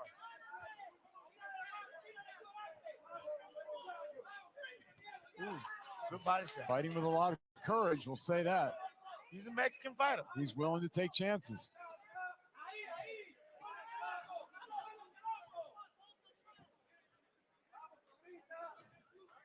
El Bialy now moving forward. Now he's complaining for nothing. Gomez is complaining for nothing. All those are good shots. That did not look like a low blow. All That looked those like were it good was shots. right on the belt line. The referees are telling them now that you can't stop and proclaim a blue blow. Right. Let me call it. Let me call it. That's exactly the right analysis there, Boom. Yeah, and that's as you should. These fighters, man, they're taught to punch and fight at all times. Leave it up to the referee to break down. I never looked at the ref for help. No, I looked to see what the ref was so I could foul you. that's exactly right. You know what they say? Nobody loves body shots, Yeah. but it is the job of the ref to determine what it is. El Bialy's starting to sit on these shots. And you're seeing Gomez holding and wrestling a lot more than he did early on. El Bialy is bringing the fight to him. Even when he gets hit, it doesn't even face He him. doesn't move. Yeah, he just keeps going forward. Another body shot. Oh, good overhand right. That was a nice Yeah. overhand right. El Bialy landed a beautiful overhand right, sweeping just a little bit and turned at the last second. Just systematically breaking down his Oh, good opponent. hook. Good hook. Oh, good body There we work. go Good with the body work. shots again. I thought that was a little low line. I was on the. That was right on the belt line. That was right on the belt line. Maybe. He's bullshitting. He's selling it for the crowd. Yeah. He's selling it for the crowd. I just saw him look over the corner. He is selling it for the crowd. Well, time has paused here, even though the bell rang. He's got 5 minutes to shake off that punch. If he doesn't, he loses by knockout. El Bialy's not buying it.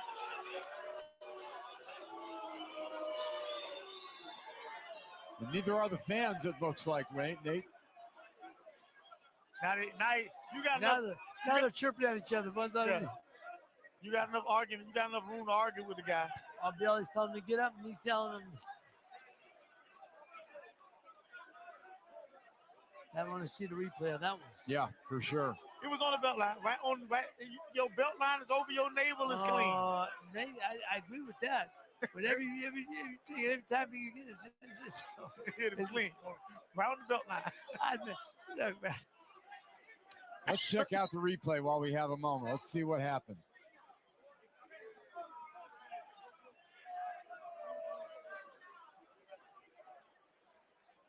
Now those are low. Those are low. Which one was low? Both the last two, at least. The last two was low? Yeah, last two. All right, that's officially now the end of round number 5. So we'll see. The end of round 4. My apologies. He's looking to make the ref a part of this fight. Well, he wants the ref to help him win. Yeah, he wants No the ref doubt. Yeah, you can't do that. No, exactly. Well, when you make the referee part of the fight, you're always looking for the door. Yeah. Let's see if we get a better angle. All right. All those on the belt line. They're close, that's for sure. All those was right on. He hit Leslie right in the face. Leslie, Leslie. All of them on the Leslie. All on the belt line. Oh, the first one, man, I seen that cup come up, man. I could come up. I didn't see that one because we're seeing it from the wrong angle. Yeah, we're not able to tell really. All of them on the belt line though, from what I saw. It wasn't Jerry Cooney and Larry Holmes, that's for sure. Haters. All right. Round 5, live from Miami, Florida. Ahmed El Bialy wearing the black trunks with gold trim. Rodolfo Gomez, white trunks with light blue. We're curious to see if Gomez has shaken off the effects of that low blow. And does Ahmed El Bialy continue to attack to the body? If I was him, I'd attack to the body, but I would attack higher up. I hit him in the ribs. I hit him higher up. Yeah.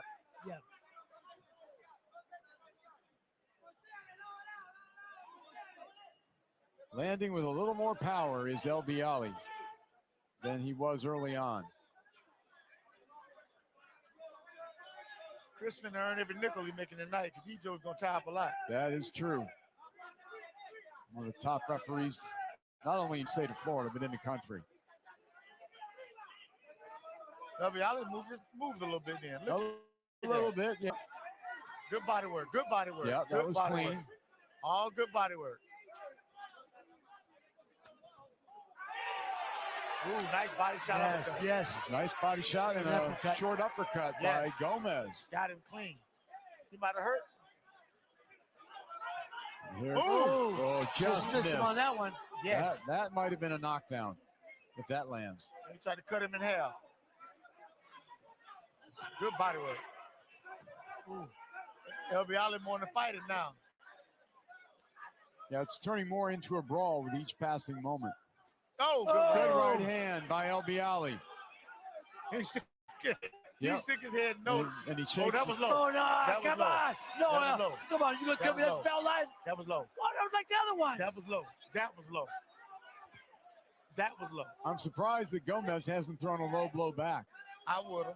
Of course you would have. I'd have threw one. I'd have threw one out the first. I'd have threw a low blow right out the gate. That's exactly right.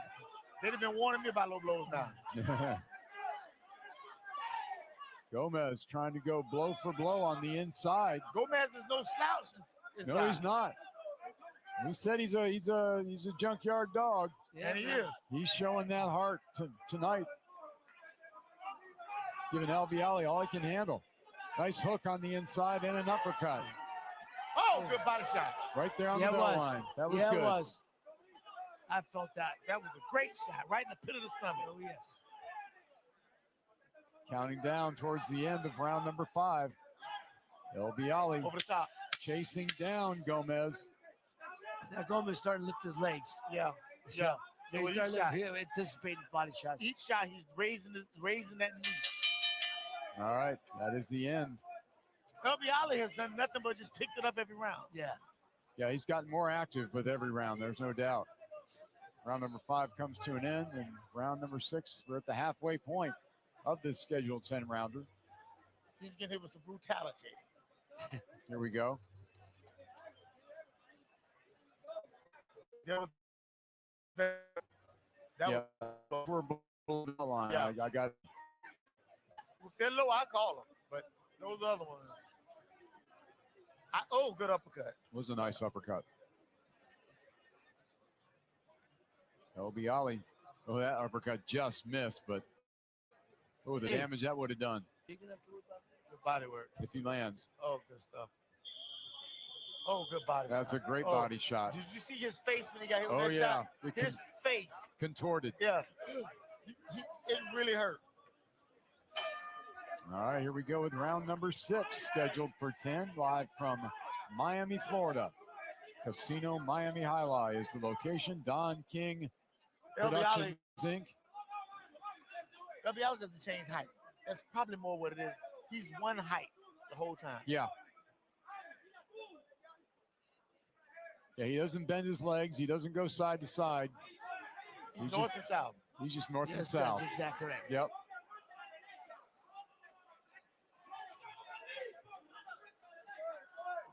Now he bet his legs on that one to get that body shot. If he steps on in behind the jab, he'll get this. He'll get these. Yeah, LB Ali just seems to Time have, it. Time it. yeah, Time it. Some jabs, drop that right hand right below that. he's got heavier hands.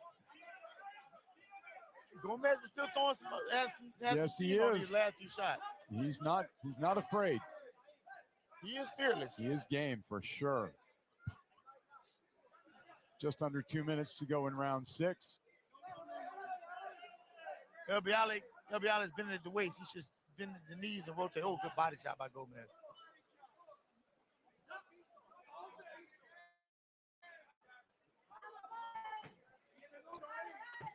Missed the cut again. Gomez gonna hit him with the uppercut one time, He tries. He gives it his all, that's for sure. and it's kind of sharp. Yep. I like he rolls, moves. Gomez is no slouch. No, he's not. No. No, he's hanging on a bit on He the said, inside I'm right going to now. bring it tomorrow. You said to us yesterday, I'm going to bring it. I'm going to fight this guy. And he's landing good body shots when he lands them. The uppercut is coming. He's looking to slip the uppercut in. Chris Young steps in at the 1 minute mark of this 6th round.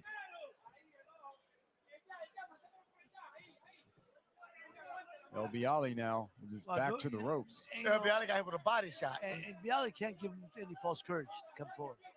He's got to keep break his heart and keep coming forward. Because you give that guy some false courage now, it's a headache anyway. Nice jabs by LB Ali there. He hit LB Ali with a body shot a little bit ago though. Yeah, that's right back up. LB Ali just seems to land with a thud when he does land. Good body shot from LB Ali, clean, right in the solar plexus, right below the solar plexus, in the pit. Ooh, got A little hit that short. hook. Yep, little hook there.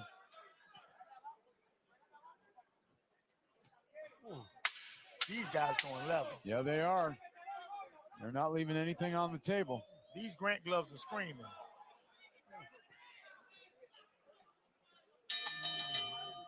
What are the differences, Nate, between like a pair of Grant gloves next to the Everlast or some of the others? What do you see different with those gloves? Well, the new Grant gloves are cut a little bit thinner. They're cut a little bit more like Reyes gloves. Like a puncher's glove. Right. They'll cut puncher's that more. That- And that's- the Everlast has a new glove like that too. But no glove stands up to a Reyes. No, that's what I on my title. That's the gloves I wanted. I could feel my knuckles come through.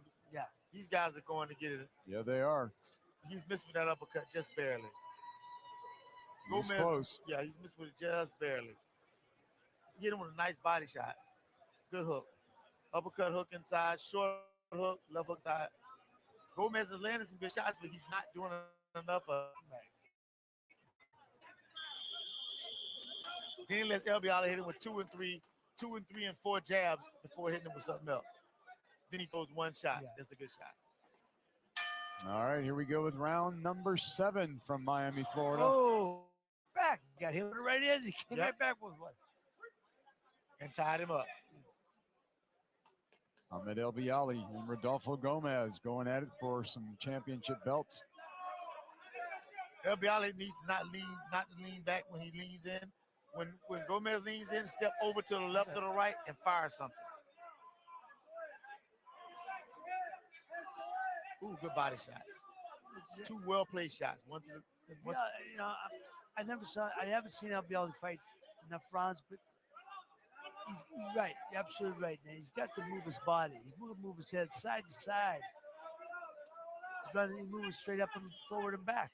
He can take a shot Yeah. and deliver a shot, but again, Beterbiev would break him. Yeah. I heard Beterbiev hitting the bag one time over the phone, and I thought somebody was slamming garbage cans out there.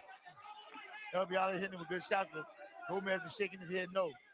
These body shots are getting there. And that usually means, yes, I am hurt. Or you did get me. Yeah. El Bialy goes to the jab. Missed the big right hand. Gomez is a cutie. Yeah. Yeah. He is. He Yeah, does is. all the right stuff Yeah, at the right he time. does a lot of the tricks. He's a lot a of boxing technician. tricks. Very good boxing IQ. Somebody took care of this kid a little better, he'd probably be undefeated. Yes. Or his record wouldn't be what it is. Oh, that's good for body sure. shot. Left hook Record to the would left. not be what it is. Yeah. He's probably the best 14 assist guy you've seen. That's exactly. That's for sure. El Bialy moving forward, throwing the jab, throws a big right hand. Ooh, working inside, both guys. Yeah. El Bialy is doing most of the stuff because he's pushing forward, but Gomez is making them fight. He is no slouch, that is for sure. Ooh, good work. Heard that. Good I shot. Heard that. Good body shot that Yeah. time. Gomez has got a chance to steal this round. Just over 30 seconds remaining.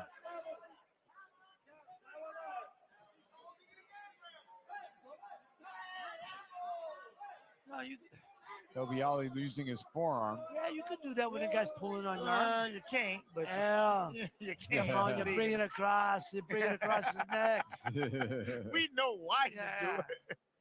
Old pro trick, as they say. Oh, yeah. All right, 10 seconds left in this 7th round. Gomez is killing time. He'll land a shot and grab, land a shot and grab. Yep. I gave that round to El Bialy. What's your score up till now, Nate? El Bialy has won every round but one. Okay. But it's not by Close much. rounds, though. They're Close rounds. Yeah. All rounds are close. Yeah. But Gomez is doing a little more holding than he needs to. El Bialy is winning the round. Gomez is in every round. He's in every round. There we go. Yeah.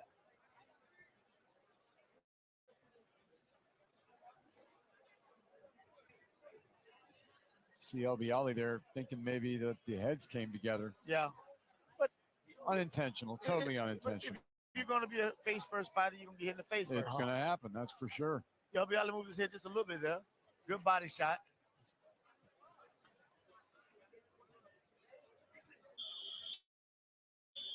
All right, we've got 3 rounds left in this scheduled 10-rounder. We move into round number 8. Here we go. Ahmed El Bialy, black trunks, gold trim. Rodolfo Gomez in the white trunks, light blue trim. 8th round.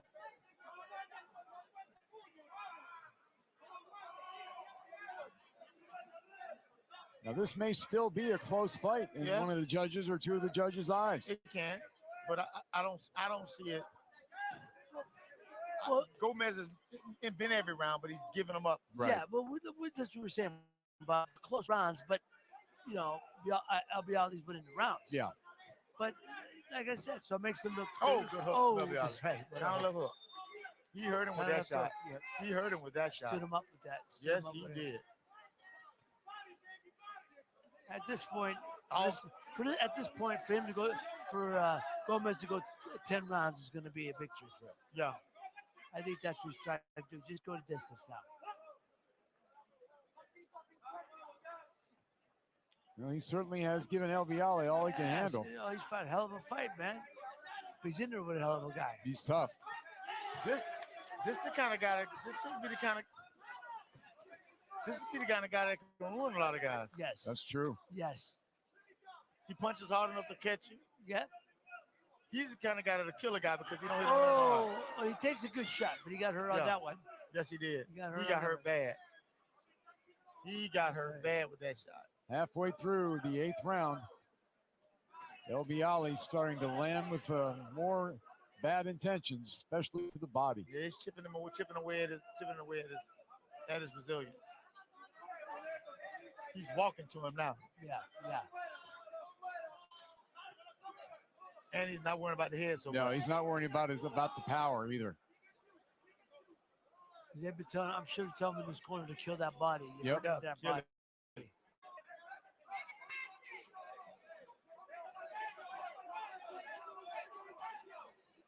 But you got to see the thing about LB Ali is you got to give the ref a reason to take a point from him. Yeah, yeah. You got to give the ref a reason to take a point from him. Gomez doing a lot of holding in this round. Oh man, my kind of ugly. Low blow. Hit him in the hip. Yeah, that's right. Oh, them shots at hip are the worst. Yeah, hit him in the They hip. stop you, man. Oof. LB Ali trying to close the show in his 8th round. Landing thudding body shots. But he's stepping back instead of stepping around. Should step around through uppercuts. Gomez trying to answer with under 10 seconds to go. That is the end of round number 8. LB Ali is really winning these rounds, but by a smidge. Just enough. He does just enough to win the round.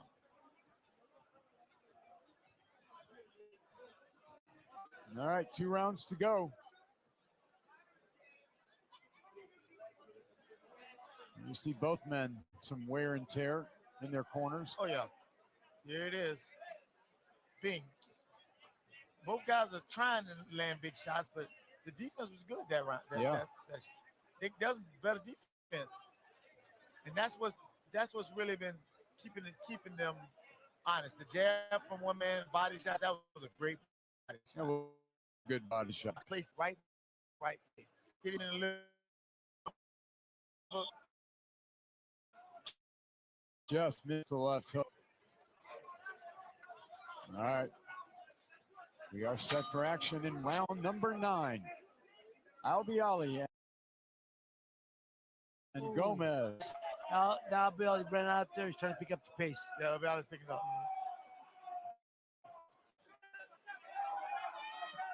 He's trying to stop him now. He's trying to stop him. I don't think Gomez wants to get into a war here. I don't think he has the juice. Good go. Look back in the hand now.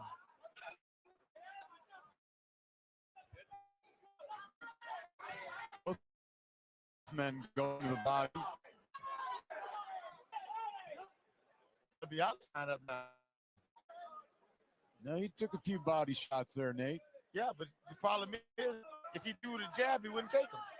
Because True. Gomez is not defensive whiz kid. He just moved just enough. He needs to make a little distance. 2 minutes to go in this 9th There round. it is. Get him mid-range.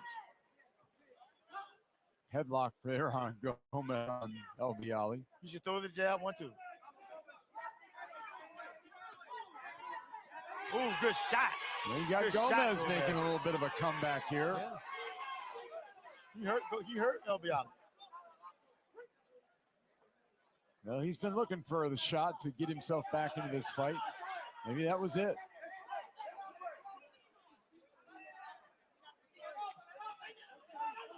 LB Ali's defense is so suspect. Yeah, that's an understatement. Gomez is making a fight of this one. Yeah, he is. Well, his toughness and his skill set.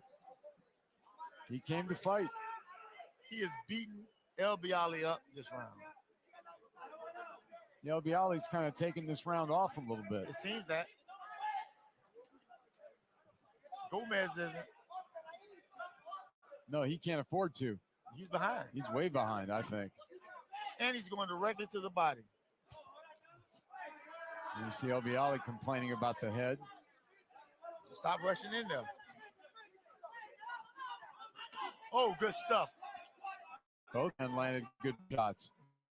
Uppercut inside. Yeah. He took one to get two. 30 seconds to go in the 9th round. He's landing 2 body shots tie up. Gomez is tired. Yeah, he's very tired.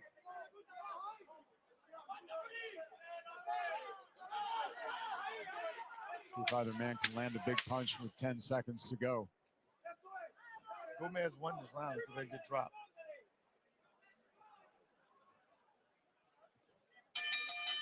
Well, there Gomez it took is. the 9th round. One more round to go.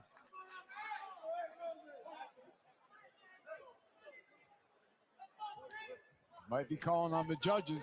Oh, they're definitely going to, unless something happens, I think they're going to definitely call on the judges. Fernando Barbosa, Michael Tate, and Mike Ross, another Florida Boxing Hall of Famer.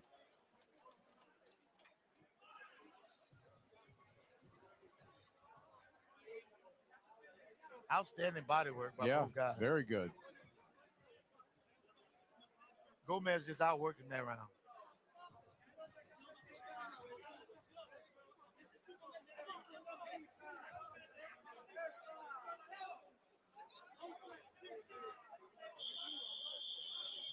All right, we are just about set for the 10th and final round.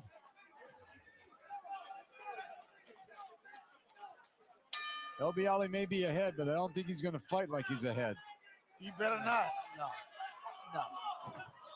Now you get a little push down simply because Gomez is rather tired. No, he just refused to wrestle with him. Yeah, he sat down. He sat down. And he's throwing good body shots this round. El Bialy is physically stronger. Oh, come on, man. Both men doing a lot of wrestling, a lot of mugging in there. That was my special.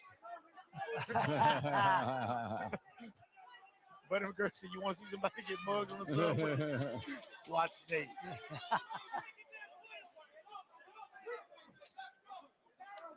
Much more wrestling than punching at this point between these two. Oh, come on. I'm getting all kind of sweat, man. I'm going to be back in the 3rd row if I can move back any farther. Boom Boom wants to see a war here in this 10th round. Man. He's begging for it. Yes. Without the sweat. Well, Gomez is tired, and El Bialy is not really letting his hands go. Well, every time he tries, Gomez gets right in close. Yeah, Gomez is both of these guys are smothering their own shots. Right. So I don't see them being able to stop each other. Right. Once you get a guy who shot, back up, man. Back up, see what you know. Him 2 or 3. You got to create space.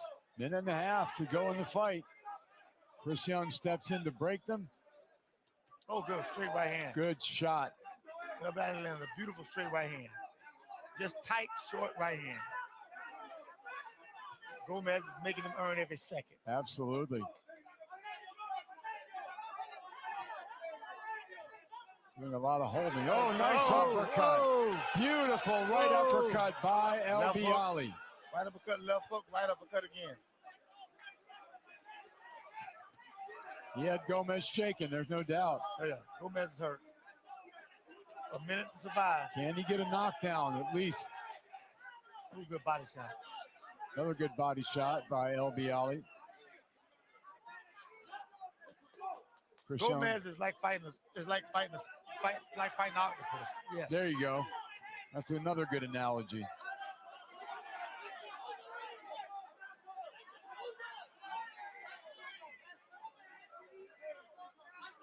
Gomez spending too much time complaining to the ref about low blows. He's got to launch something huge here.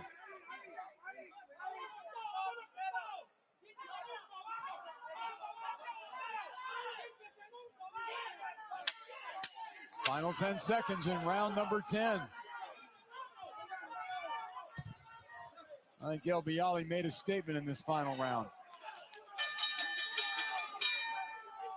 That's it.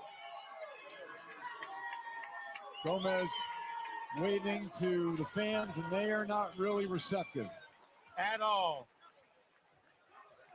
No, this is an LB Ali crowd, that's for sure. Oh, yeah. LB Ali's celebrating, but a little more low key. Oh, yeah. All right, so it will go to the judges. It's Fernando Barbosa, Michael Tate, and Mike Ross. They will decide the winner. Great referees.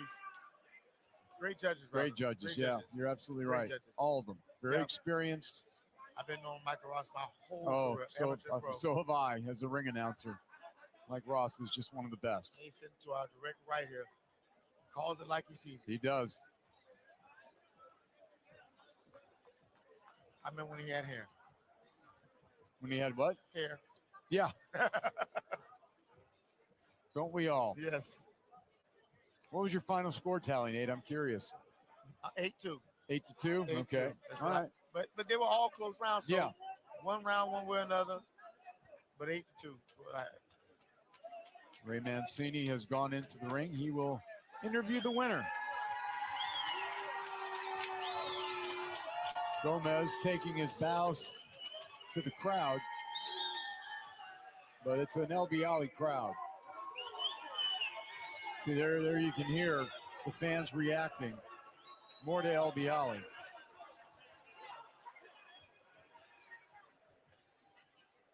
Still waiting for the official word from the judges.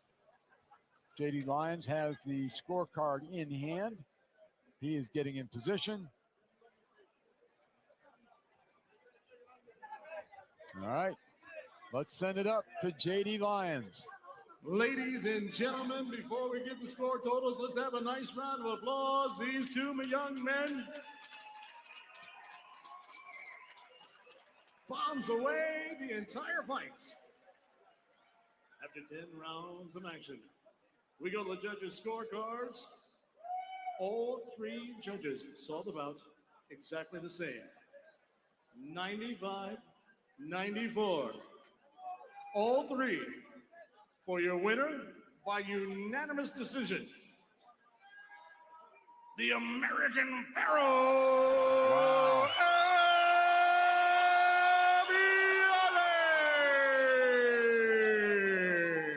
A much closer fight in the eyes of all three judges. They all scored it 95-94. And my thing is, again, I told you, all the fight rounds were close. Depends on what they were looking for. He was in each one of them. It was a good fight, no doubt about it. Gomez is, you feel like you won it. Now he's upset. I bet he's clamoring for a rematch, Nate. Of course.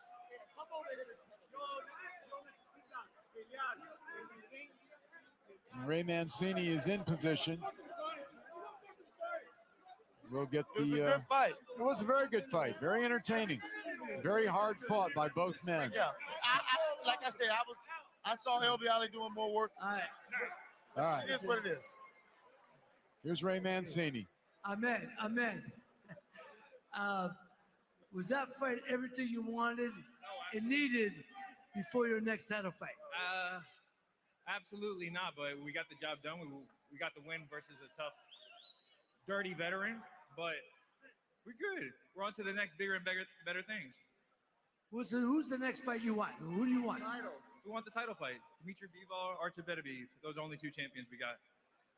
Any one of them would be good. Anyone would be a blessing. Anyone would be an honor. It would be a blessing, and it would be a glory to the United States and my country of Egypt. Well, congratulations. Wish you best. Wish you well with the next fight. Okay. Always a pleasure. Thank you. Thank you, brother. Hey. All right, Ray Boo Boo Mancini interviewing Ahmed LB Ali as he wins a very hard-fought and very close decision. Unanimous, but very, very close. 95-94 on all three judges' cards. That's the beauty of boxing. You know, when you sit in one spot, you might see something totally different than the other judge does, but in that case, they all saw the same thing. Yeah, and I keep saying, we kept saying every round was close, so you could go either way.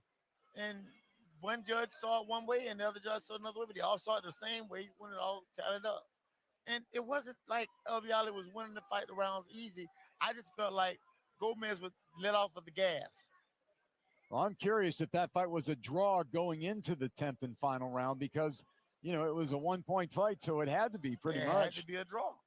So it had to be a draw all around. Elbiali won. I think we all agree that Elbiali won that 10th round, and that's why he is taking home another belt. Yeah, and all I know is this. At some point in their life, they may have to do this again. They could. Yeah. Very possible. I believe that Elbiali probably going to go along and fight for the world title. Win, lose, or draw. This would be a guy who could always come, you know. Oh, Gomez should use this as a, you know, as a stepping stone. Exactly. Get himself in position to have a title fight in the next year or so. Yeah. Because he's not a bad fighter. No, he's not. He's got talent and he's got toughness. Oh, he's got grit. He's very tough. Keep looking at the replay action there. Gomez trying to land something big, but the power punches really were landed more by Elbiali. He landed a better shot. There you see Gomez coming up just short with a big right hand. Yeah.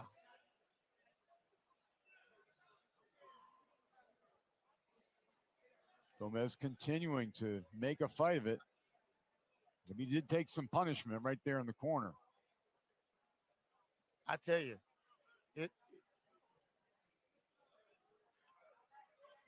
All right.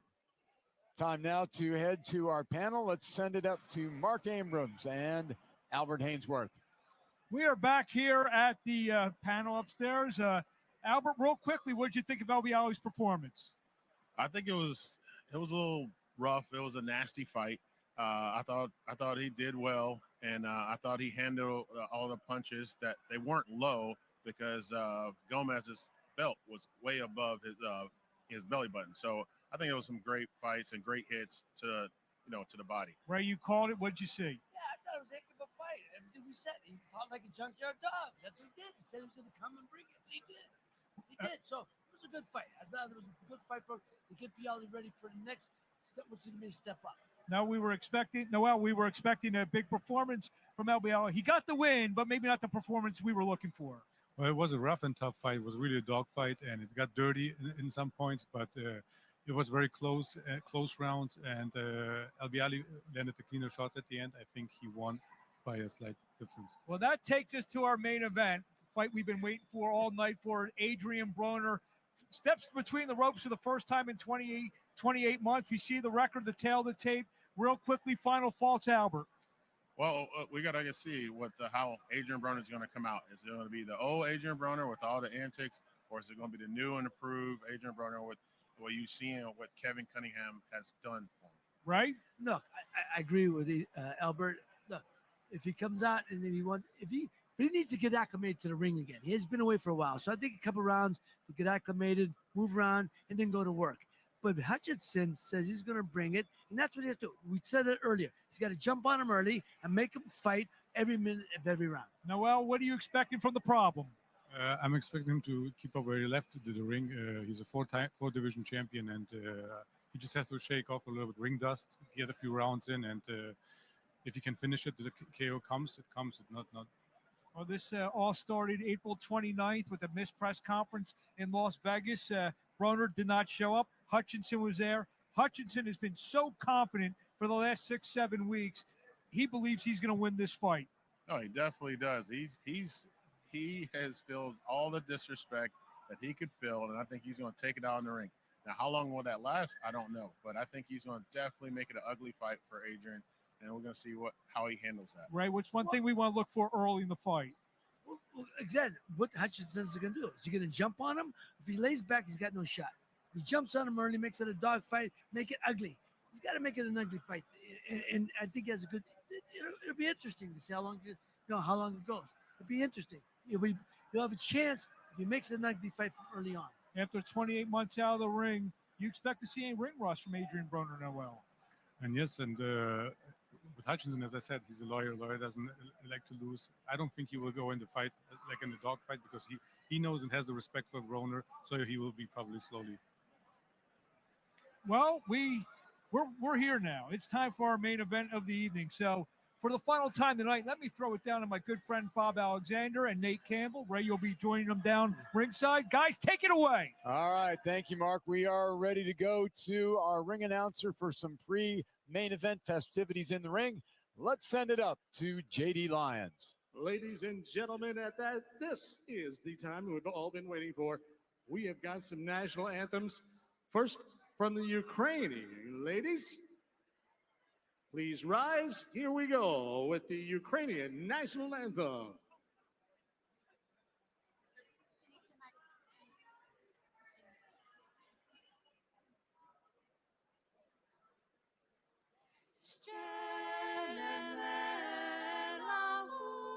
України і слава і воля, ще нам, браття молоді, усміхнеться доля, згинуть наші вороженьки, як роса на сонці,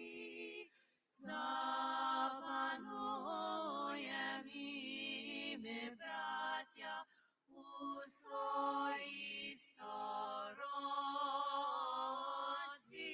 душу й тіло ми положим за нашу свободу і покажем, що ми браття козацького роду, душу й тіло ми положим за нашу свободу і покажем, що ми браття козацького роду.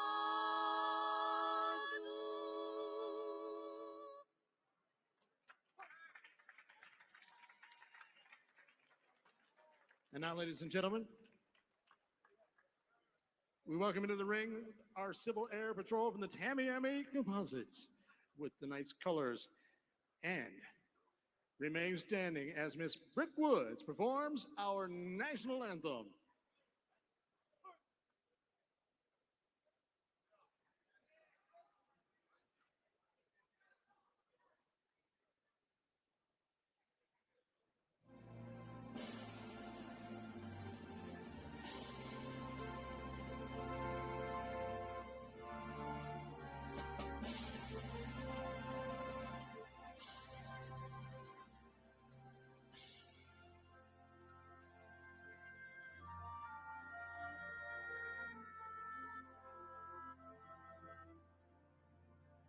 Oh, say, can you see by the dawn's early light what so proudly we hailed at the twilight's last gleaming, whose broad stripes and bright stars through the perilous fight o'er the ramparts we watched were so gallantly streamed, and the rockets' red glare, the bombs bursting in air, gave proof through the night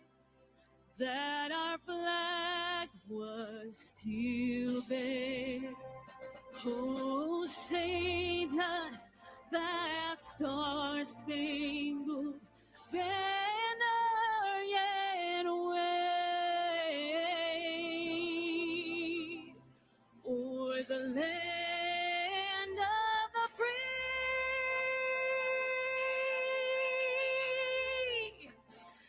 and the home of the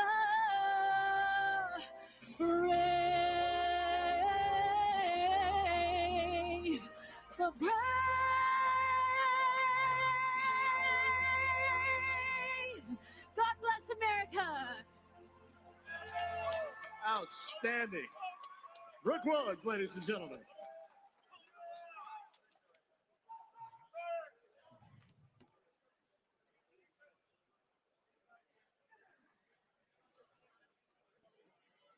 Thank you very much, ladies. You're outstanding as well. Beautiful job as always.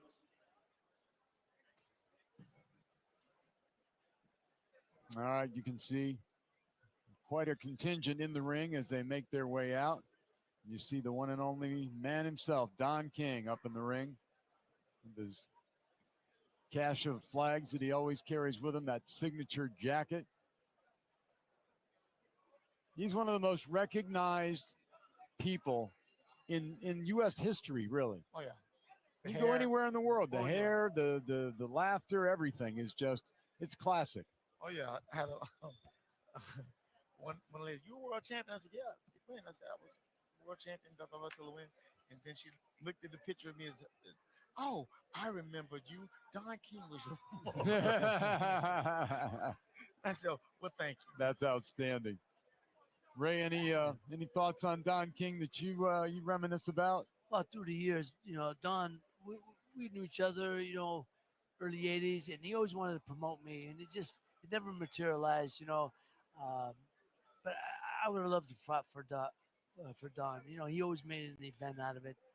And it was, he made it a big spectacle. And, he's from Cleveland. I'm from Youngstown.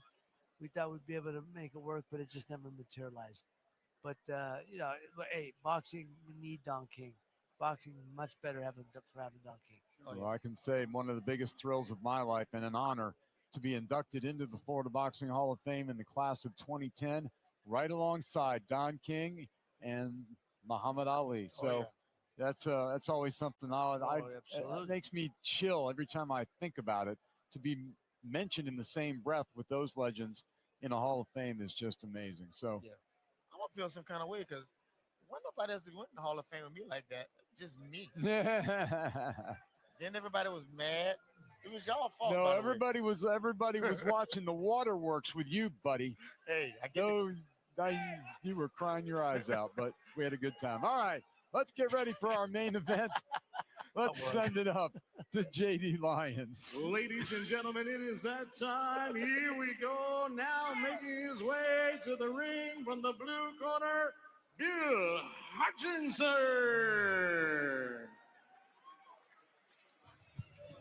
This guy is coming to win. I'm telling you, if he's intimidated, he sure isn't showing it. He showed it. He is here for the party. He honestly believes he can win this fight. That's half the battle there. If he don't, what would he be here for? Why would you be here? Right. He said he called for this fight. He called them, let him know he was ready for this fight. There is Bill Hutchinson from the Steel City, Pittsburgh, Pennsylvania. Tough town. Used to be the best boxing town in all. Yeah. Listen, Black Murderers Row was still fought in Pittsburgh. That's right. That's where the toughest fighters came from. Right. Yeah. Team Hutch preparing for the biggest fight of his life. Look, he's ripped. This kid's ready. He's in shape. He looks like he's in shape. All right. Looks like JD's got the announcement for Adrien Broner. And now, ladies and gentlemen, This should be interesting. making his way to the red corner, it is time for Adrien Broner.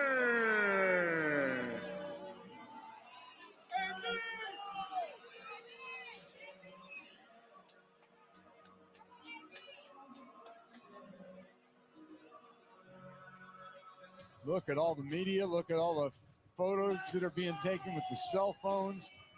This is an event. Even more than just any old boxing match. This is an event.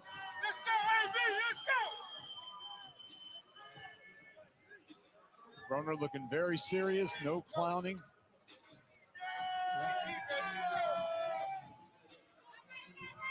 I think he knows he's got a tough, confident guy that he's going to have to beat down to continue his comeback. Oh, yeah.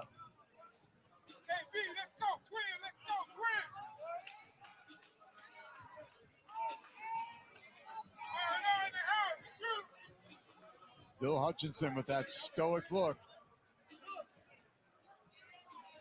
think there's no doubt he's going to come out firing and, trying to put some hurt on Broder. Oh, yeah. I have been in this position many a night. All right.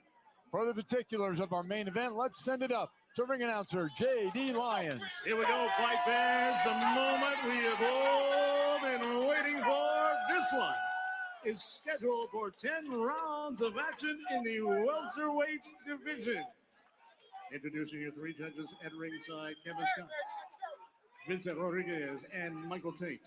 And at the sound of the bell, the third man in the ring and in charge of the action, your referee, Samuel Burgos. And now, ladies and gentlemen, introducing first, fighting out of the blue corner. He's wearing black and weighed in at a ready 145 and a half pounds. He joins us tonight representing Pittsburgh, Pennsylvania, bringing to the ring a professional record, 20 victories, only 2 defeats, 4 draws. He has 9 big wins coming by way of knockouts. Ladies and gentlemen, he's here to take over. This is Bill Hutchinson.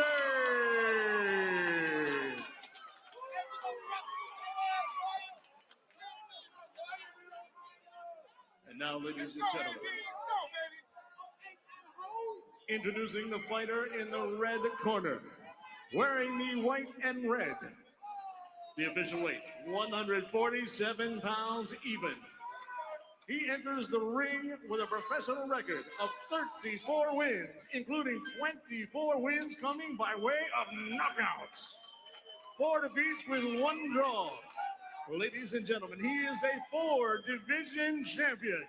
Now introducing the former WBO Super Featherweight Champion, the former WBC Lightweight Champion, the former WBA Welterweight Champion, and the former WBA Light Welterweight Champion, known worldwide as The Problem. He is Adrien Broner.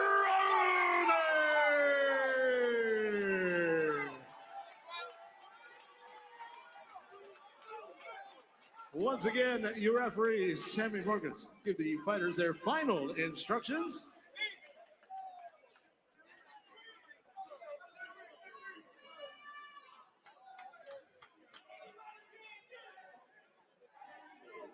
Waiting for the ring to be cleared as Don King is very carefully making his way out.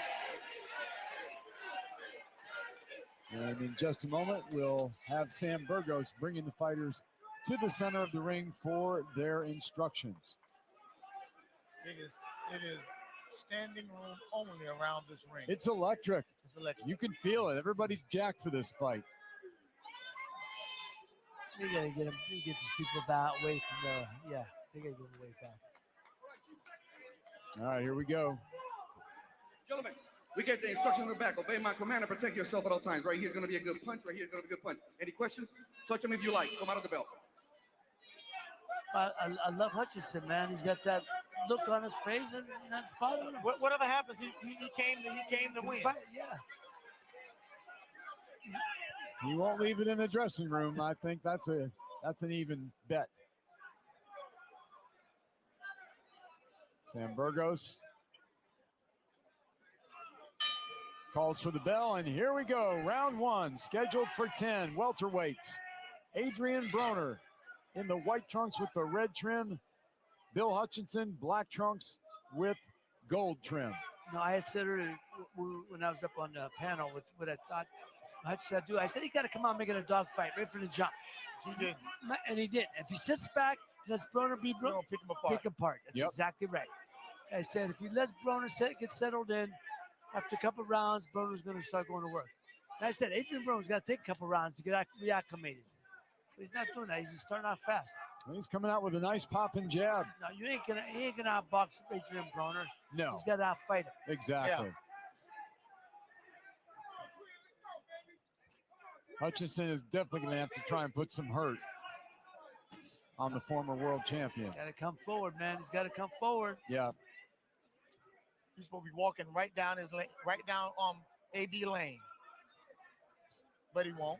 No. Yeah, so far, Broner looks very composed, very relaxed, and he is continuing to pop that jab. Body shot right in the gate. Good body shot by Broner. You heard him with it. You heard him with it. Hutchinson is hurt.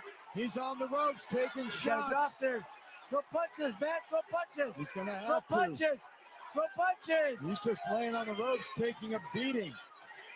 Adrien Broner going for the first round knockout. Finally, Hutchinson holds. Burgos gets him separated. We still have 120 to go in this first round. It's not over yet. He got hurt with a body shot from backing up. His problem is he's trying to be something he ain't. A boxer. Yeah, he's not a boxer. You're right. And you ain't gonna outbox Broner. Well, it ain't you can't, he can't. Right. And 1 minute. No, man. 1 minute to go in this first round. Broner had Hutchinson hurt, but could not put him away. And that was ring rust. That was ring rust why he couldn't stop him. Hey, okay, now you got that. Hutchinson, come forward and make it a dogfight. You're going to get hit backing up. He's got no chance. You're get it either way, right? Right. Exactly. Keep Yeah. coming. So you're right. Hey, come forward. Make it a war. Make it a war. Back him up. Make him kiss you first. There's a body shot again. Bang And it, an Broner. uppercut.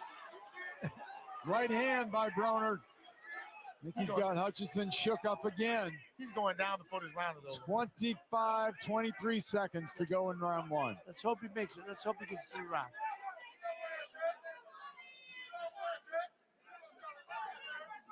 Broner being very patient. Hutchinson finally throws a right hand. But this has been a huge round for Adrien Broner. It won't go many. Not at this pace.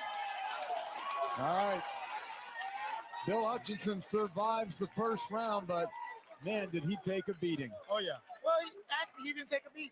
He got hit with a body shot, and he got hit with 2 or 3. It wasn't a whole bunch of shots that got him. It was the one shot that got him, and Adrien kept him in trouble 1 or 2 shots. Right Here it is. Left hook to the body.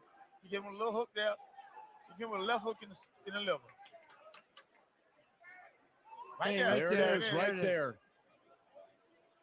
Then he goes into the ropes, and Broner's teeing off, or trying to anyway. On a miss with everything that he hit through it. At that point, he was loading up a little bit. But when he pulled back and settled down, you know. Yeah, there was a lot of rush, you could tell. Yeah, a little rusty. He needs actually, if I was Broner, I wouldn't stop him the next round. I wouldn't stop him right now. I'd take my time and work with him. Yeah. All right, round 2 from Casino Miami Highlight in Miami, Florida.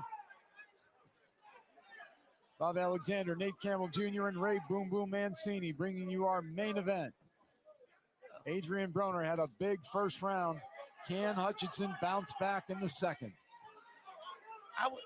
Knowing what I know about this guy, now if I was Broner, I would take my time and just beat him up a little bit. Using the jab effectively is Broner. Hutchinson still waiting to land that one big shot that might make Broner respect him. He hit Broner with a hook there.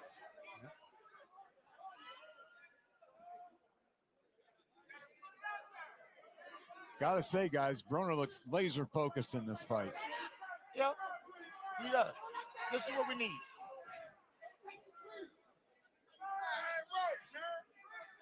Hutchinson still backing up. That is not his fight.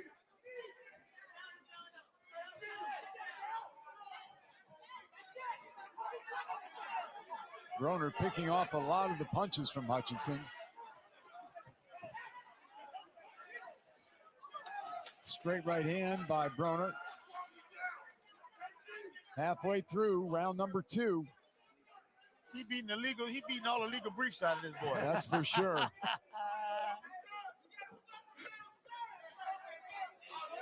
He's probably wishing he could ask the judge for a recess at this point. He is.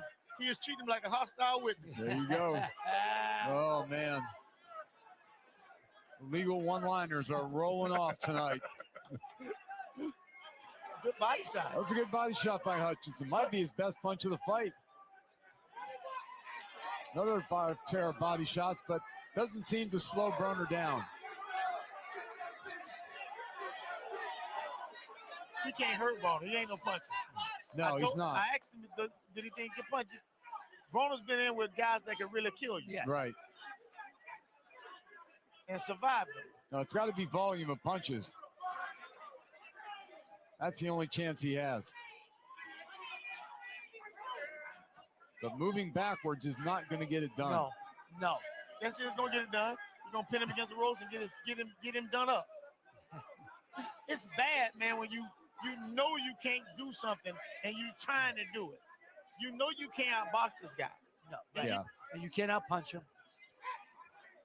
But you can outfight him if you try. That's exactly right. You probably could outfight him. You probably would not. That's the only way you're going to win, if you outfight him. Broner, nice right hand as we move into the end of this round.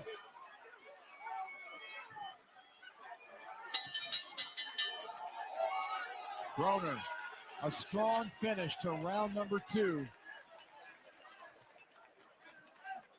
Hutchinson looks tired already, like he's, Wouldn't you be tired of taking his ass? Yeah, you taking a whooping like this? Yeah, exactly. He putting it. Hey, he sprinkled it on him, not a little at a time. He is pouring it out of the cup. There you see Broner using the jab to set everything up. There's a straight right hand. After a hook. Another right hand.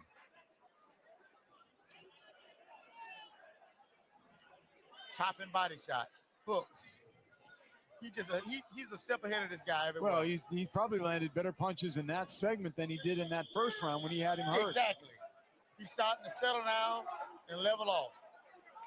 All and right. this could be bad for Hutchinson.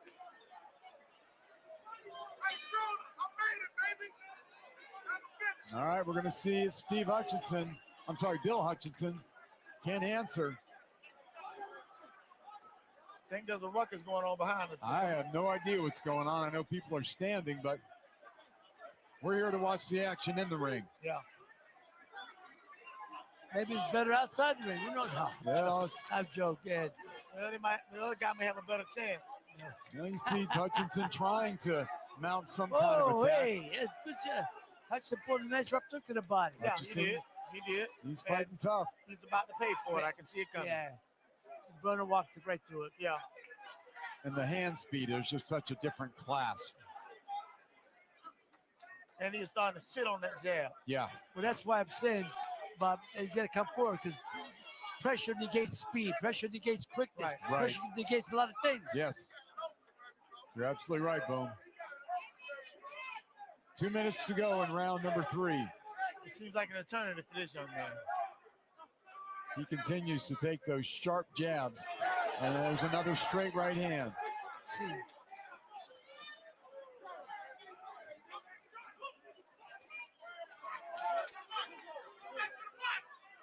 Hutchinson wants to answer. He just doesn't have an answer. He doesn't have the IQ to fight this fight. Landed a short left hook in that exchange. But there's Broner right back with a combination.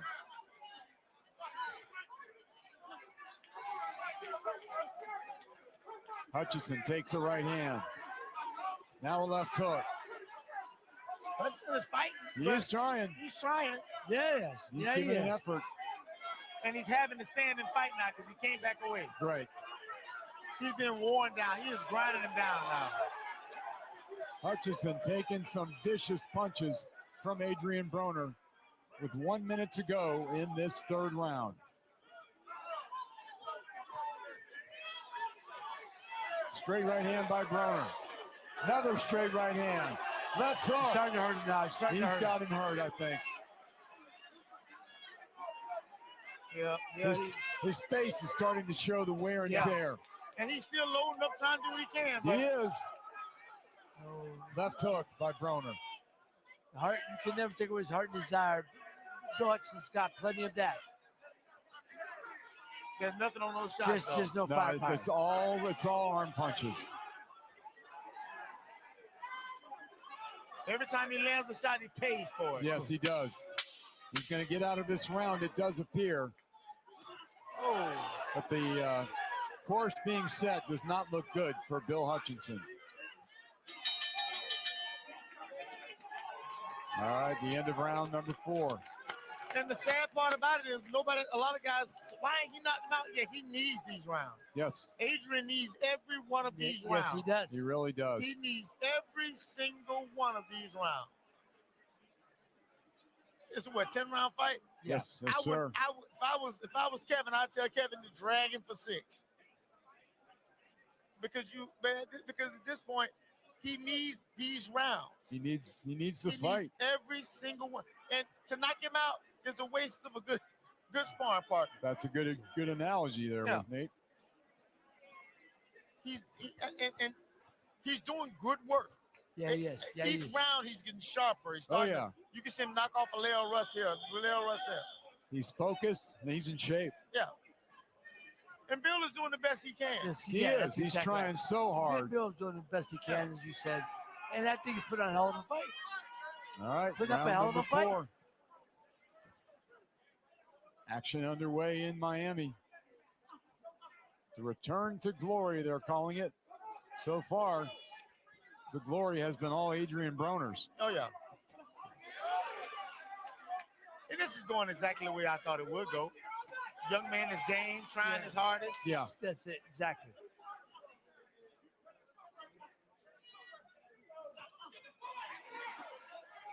Broner just being very patient, using the time.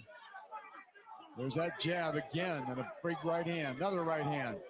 Uppercut just missed. Good body shot. Nothing on him. Hutchinson trying, but he just can't match it. Yeah. But if Adrien Broner is going to fight Ryan Garcia next, whatever, he needs the rounds. He does. Or Regis Of course. Yeah, he needs these rounds. Yeah. If I was him, I'd take my time and just keep doing what I'm doing. Nice left hook that time by Broner. And he can hit this kid when he wants to. Yeah. Bill's dropping a good right hand to the body and he's countering with a left hook. Yeah. He's got to roll. Hit that body and roll underneath. He's going to get hit with an uppercut. Halfway through this 4th round. There's a good body shot again by Adrien Broner. Nice left hook.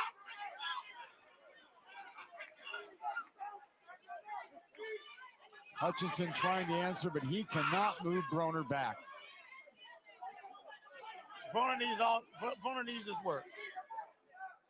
No, if he's going to contend against other fighters, other champions, you're absolutely right, Nate.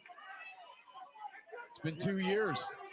That's a long time to be out of the ring. 2 years, 4 months. Right. Oh, good body shot. Made him pick his foot up, put it in his hip pocket. Yep. He get him so good that he reached out and grabbed for everybody. Those body punches add up, no doubt about it. Oh, yeah. See, Hutchinson can't come from way outside with that uppercut. He's throwing it from too far outside. There's Sam Burgos, your referee, telling Bill Hutchinson to watch his head.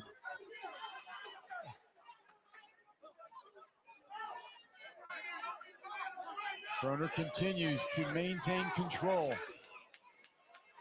Hutchinson is game, but you just can't match. Coming to the end of round number 4, another big round for the former world champion.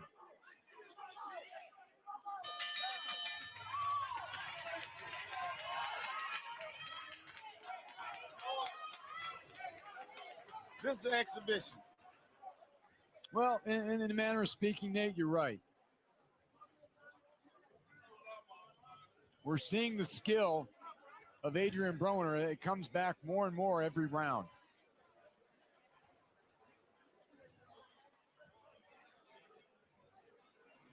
There you see Hutchinson trying his best to get some hooks to the body and jab to the head, but he really is not moving Adrien Broner at all. Oh, yeah. And it's what's expected. Right. It is what's expected. I mean, you you can only get from Billy Hutchinson what you can get. Well, if you're rooting for Hutchinson, you were hoping coming in that he could land something that could hurt Broner, but we just haven't seen it. I didn't see it. I didn't see it by his record. Well, it was a hope. I think it was a hope by a lot of people. Yeah. All right, round number 5. As bad as he wants to be a rainmaker tonight, it ain't gonna happen. Right. Bill Hutchinson. Landed a nice right hand. Got a nice right hand in. Let's see if Broner answers. After, as we go on, is it Broner don't want to stop or doesn't want to try to end it because he needs to work, or is he can't? We don't know at this point. At this point, we don't know. I think he can. Yeah. I know he can. But let's see how longer. Let's see how longer it goes on. I go ahead and get him out of here now. Sometime around now. Be good time. Well, we're just about halfway through the fight. He certainly has proven what he's got to offer. Right, and he's just gonna. And Bill's gonna get a lot better fights, bigger and better fights after this. Yeah. So he's again showed a lot of heart. He's entertaining. He's just in there with a much better fighter.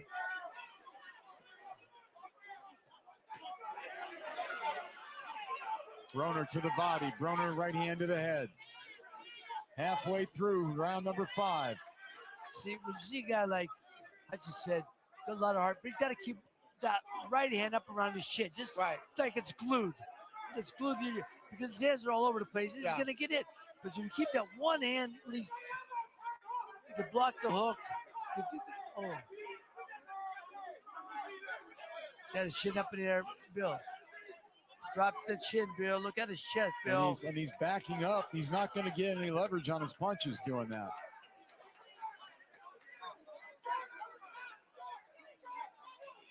Might be a cut over the right eye of Hutchinson. Small one. He's still doing the best he can. I gotta admire him. Yes. I admire him. He didn't come in for no payday, or just a payday, I should say. He came there to give it his best effort and try to win this fight. And make He's a just name for outgunned. himself. He's just outgunned. Yeah.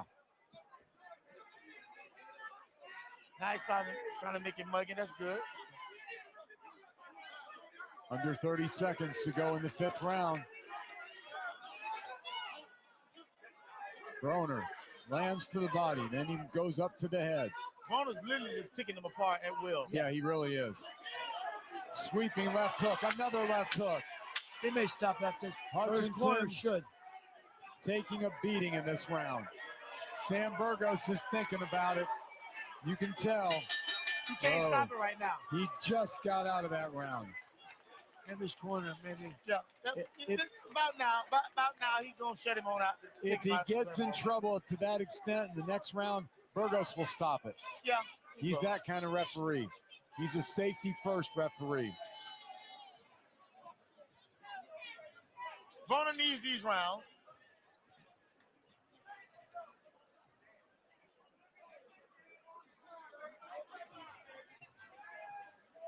This corner's getting brave with this guy.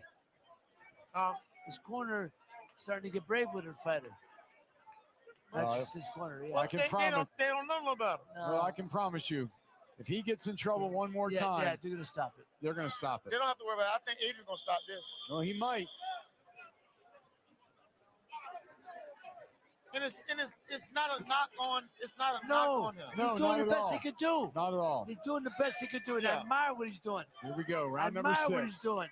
Don't please. I just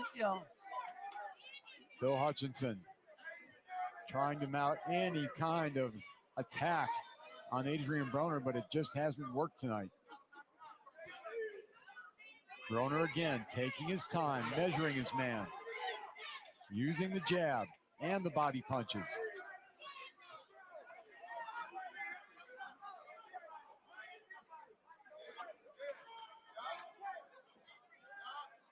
And he hitting them with lead right hands. I think you're right, Nate, at this point. They're straight and they're very fast. Whenever Adrien wants to stop this fight, he can. Yeah. Hutchinson, as we've mentioned, giving it all he's got, trying to make a fight of it here, but he just doesn't have anything to stop Broner's progress.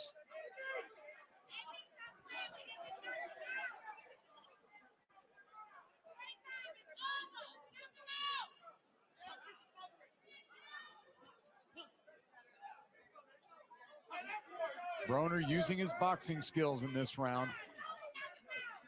And Hutchinson letting his hands go as best he can. Hey, he's actually having a pretty good round. There's a nice He's right actually having a hand. pretty good round. That's probably the best punch he's landed the entire fight. Good body shot. Broner throwing the uppercut. It grazed. Good body shot here. Broner's playing toying with this kid. Now he is, yeah.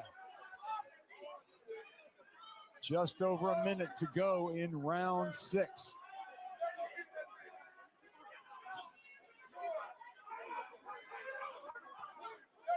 There we go with the inside work. Broner landing serious power punches.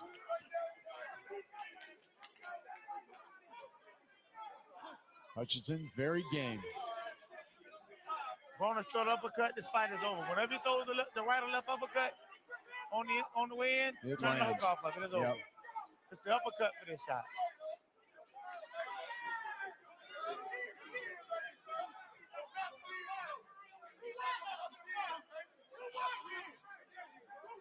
Short little uppercut by Broner there. Nice hook. Nice hook to the body, indeed. Looks like Hutchinson's going to make it out of this round as well.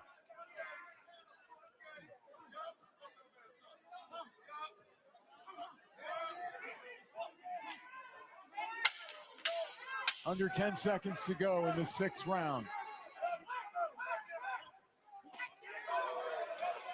Broner had his man hurt again. That's the end of the round. Hudson is a game guy. He is very but brave. I tell you what, it has come to this point where they got to look, his lawyer, he's a lawyer. He needs his brain cells. Well, he needs his health. Yeah, he needs his brain cells. And as game as he has been, he's really taken a beating in there tonight. He ain't won 1 minute. No, he's landed one decent right hand, but Broner shook it off in seconds.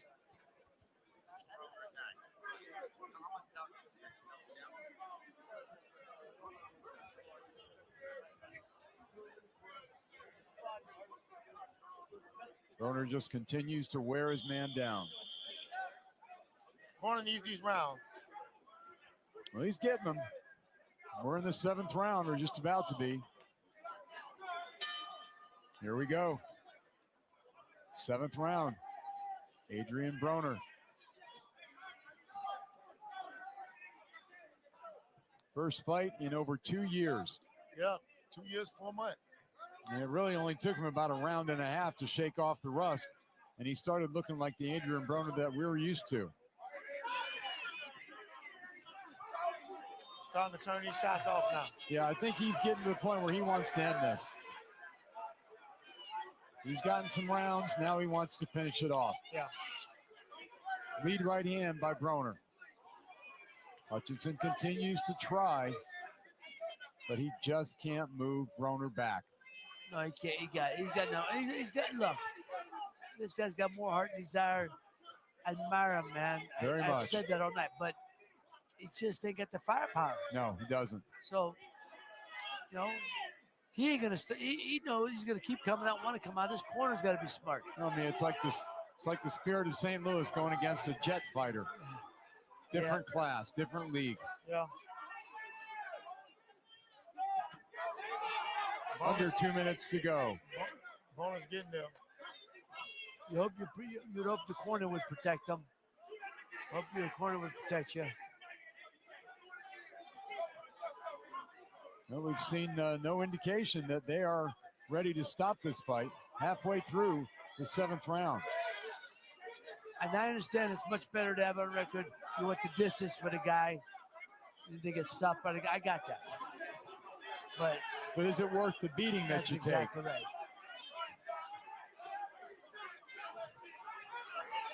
Hutchinson in the corner. That's not a place now, for him. Now he's just starting to be careless, running in. He's going to get caught. The referee's Broner, looking. Broner wants the knockout. He's going for it. Right hand, left hook. He's got Hutchinson hurt on the ropes. Hutchinson, game as he can And be. if his corner's smart and he gets through this round, they'll stop it in the round. I agree, Boom. Between rounds. He made a pact. They don't stop this fight, I'm pretty sure. He's got a bad mouse forming under his left eye. No, that's a rat. That's a rat under his eye, Bob. Well, it's not good, that's for sure. A mouse is a little knot. That's a whole rat. Good body shot. Look at Hutchinson trying to fight back. But then Broner comes back with a right hand. I think Broner gave everything he had in this round to try and get a knockout. No, he didn't.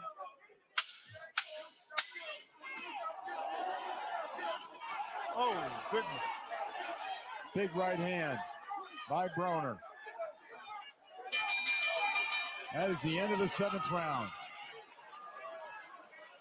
Tough to fight, man. I got to agree with you, Boom. Yeah, I agree with you. Stop the fight. I have a lot of respect for this kid. What a good kid he was, just talking to him. Come on, man. He's getting hurt now. Now he's starting to get hurt. He ain't going to do it. The fighter ain't going to stop his nose looks like it could be broken. The eye is puffing up bad with the red, as Nate mentioned. He's just, he's taking a beating. And I don't advocate for anybody to get stopped or for anybody to quit or anything like that. But I mean, it's up to his corner now. Stop it. Don't let this kid out and get hurt. Well, sometimes fighters are too brave for their own Oh, good. fighters will fight. They're never going to, they want to go out on their back. It's up to the corner to protect you. But the kid's showing no he's no don't mental quit. wear, mental wear. He loves to fight, and he is giving his all. Adrien Broner goes into the 8th round against Bill Hutchinson.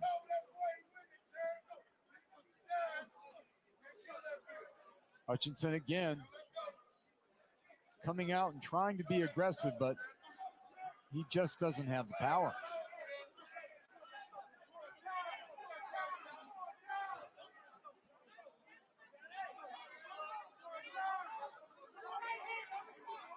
Sam Burgos breaking the two fighters. Oh, nice hook that time. It got hurt. That hurt him. That had to hurt. He got buzzed. Hutchinson tries to fight back, but he's hitting gloves. Oh. Uppercut, left hook. Plenty of time left in round number 2. Broner trying to close the show here. Hutchinson's so game, but the punches are just brutal.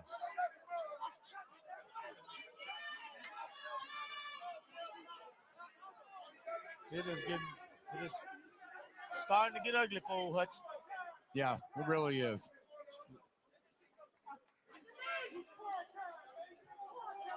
Oh, nice left hook to the body. Ooh, split him up. Straight right hand, right down the pike. Halfway through round number 8. Adrien has been a little bit sadistic.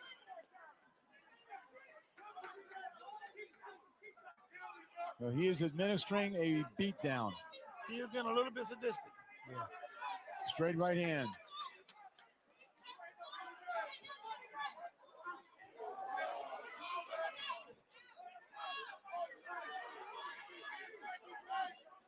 Hutchinson taking everything Broner has to offer. Came up just short on that right hand. He looks dazed again. Big right hand, big left hook. Hutchinson in trouble. Again, Burgos keeping a very close eye on things. He is getting very close to stopping this.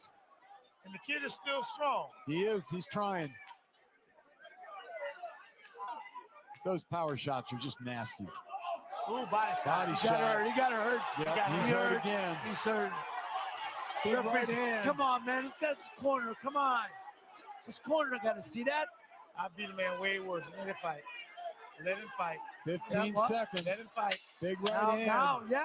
Let him be on his stool.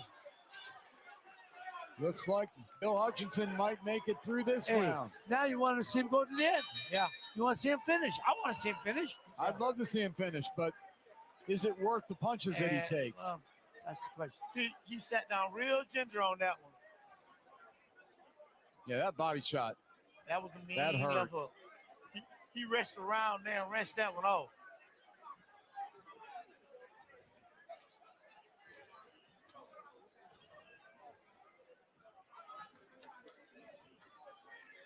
Hit him with a nasty left hook to the left.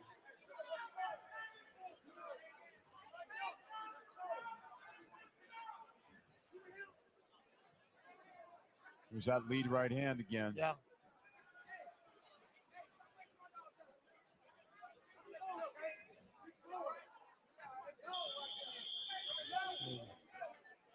Left hook. Now I want to see him finish. Yeah. I want to see him finish on his feet. We'll see. He's I got just didn't want to 6. see him get hurt. You know, take it. He's got And 6 9. minutes. Oh, that's it. Let's see what Broner does. I want to see him finish, man. Is Broner satisfied to go 10 rounds? I didn't want to see him get, see him get hurt too many punches, but now he's in the 10th. Now I want it. He's got to finish.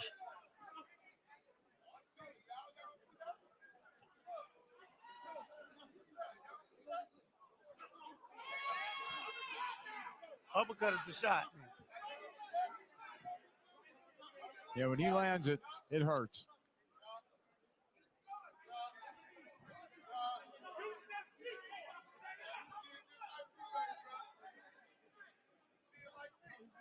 Hutchinson continues to throw leather. And Broner has kind of backed off a little bit, not throwing with the intensity that he was earlier in the fight.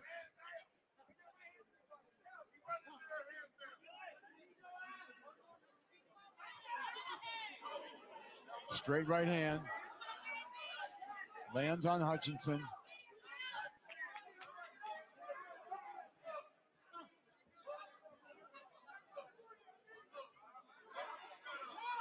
Hutchinson is certainly going to look like he was in a fight by tomorrow morning. Oh, he's going to swell up way. Oh, it's man. way worse than And one. Hutchinson looks like he hasn't been in a fight at all. No marks on his face. Let me just say, man, the admiration I have for Bill Hutchinson. Man. Very much so. I think we all feel that way, Boom. I got a genuine affection for him yesterday when talking to him, see him at the press conference. So, but man, 10 rounds, let him finish, man. Let him finish on his feet. Or go out on his shield. That's it. He deserves come on, this. I hope this referee don't get. Just let out the referee lets him finish on his feet. He deserves that at this point. All He right, deserves it. We'll see. Broner's still throwing some nasty stuff in there. Broner don't want. Broner was trying to stop him. He's been trying to stop for the last couple rounds. Yeah, he has.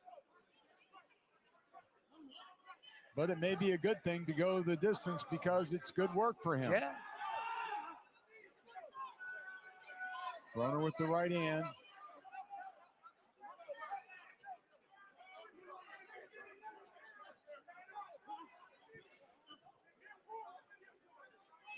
Hutchinson still moving, still trying to throw.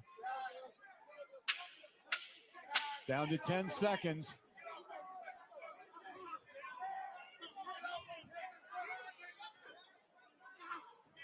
Broner on the attack.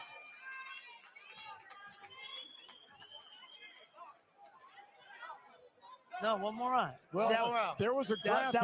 There was an incorrect Yes. graphic in there. That was round 9, which is what I yes. thought it was. Yes, me too. Then I saw 10 and I was like, well, wait a minute. How did I miss a round? Yes. Okay, glad to know I'm not crazy. Yeah. No, you're not.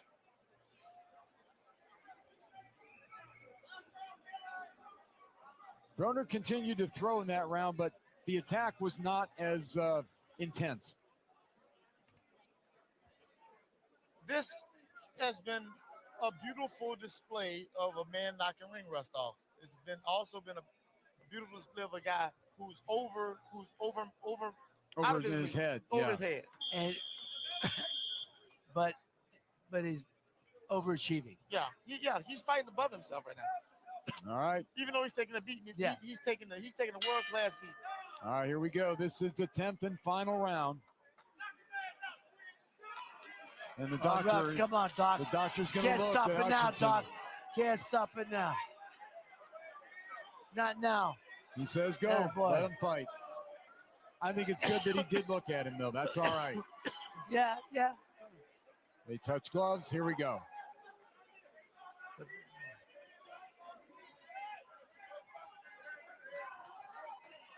Hutchinson may just let it all fly here, knowing he's way behind on the points.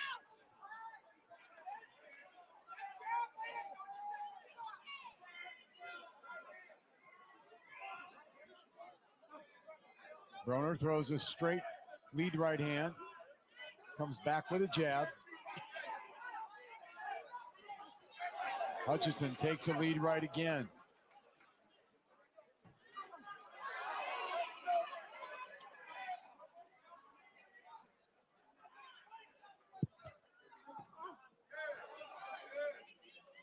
Hutchinson blocking the body shot there.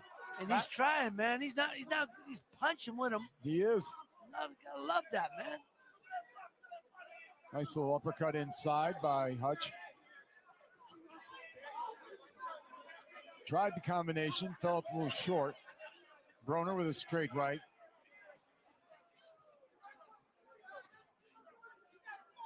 Well, Hutchinson is certainly not running. He's standing right there and throwing.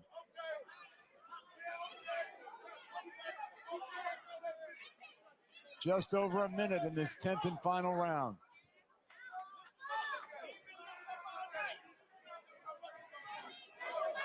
Hutchinson took a right hand. Took a left hook. And a left hook.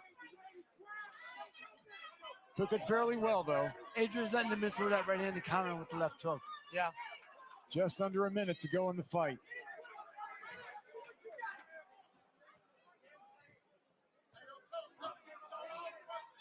Hutchinson looks content, really. Good body shot. Good body shot. But I think Broner looks content to go the 10 rounds.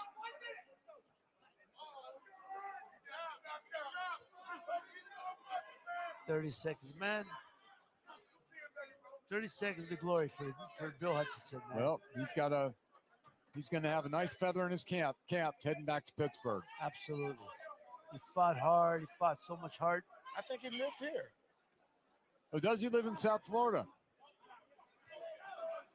Well, either way, he can be proud of his effort.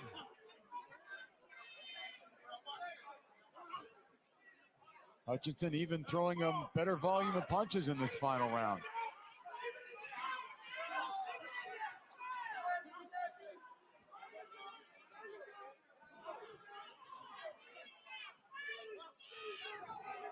Broner with one final assault. Here we go, just under 10 seconds. Broner and Hutchinson look like they're going to go the distance. And we do. That's the bell, 10th and final round. Bill Hutchinson taking the congratulations from the Broner corner for the heart he showed. Bill Hutchinson came in and showed his heart tonight. He sure did. Gave it everything he had. He has nothing to hang his head about. At all. Nothing to be ashamed of. No. He earned every knot he got. He did. And he's going to earn it tomorrow when he wakes up, like we said. What you mean, in about an hour? Yeah, in about an hour, probably. In about 1 hour, it's going to be going down. Yeah, it's going to be rough. But sometimes that's the price you pay for boxing glory. It's good. It's what it is. So Ray Boo Boo Mancini heading into the ring, and he'll be speaking with Adrien Broner.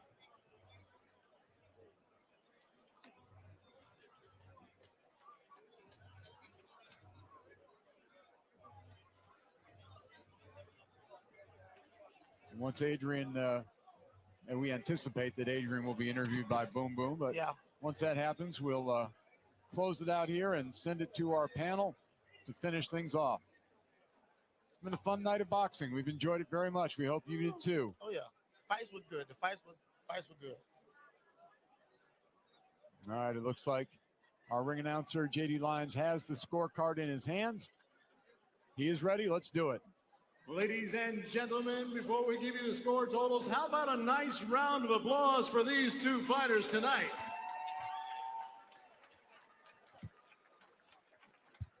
After 10 rounds of boxing, we go to the scorecards.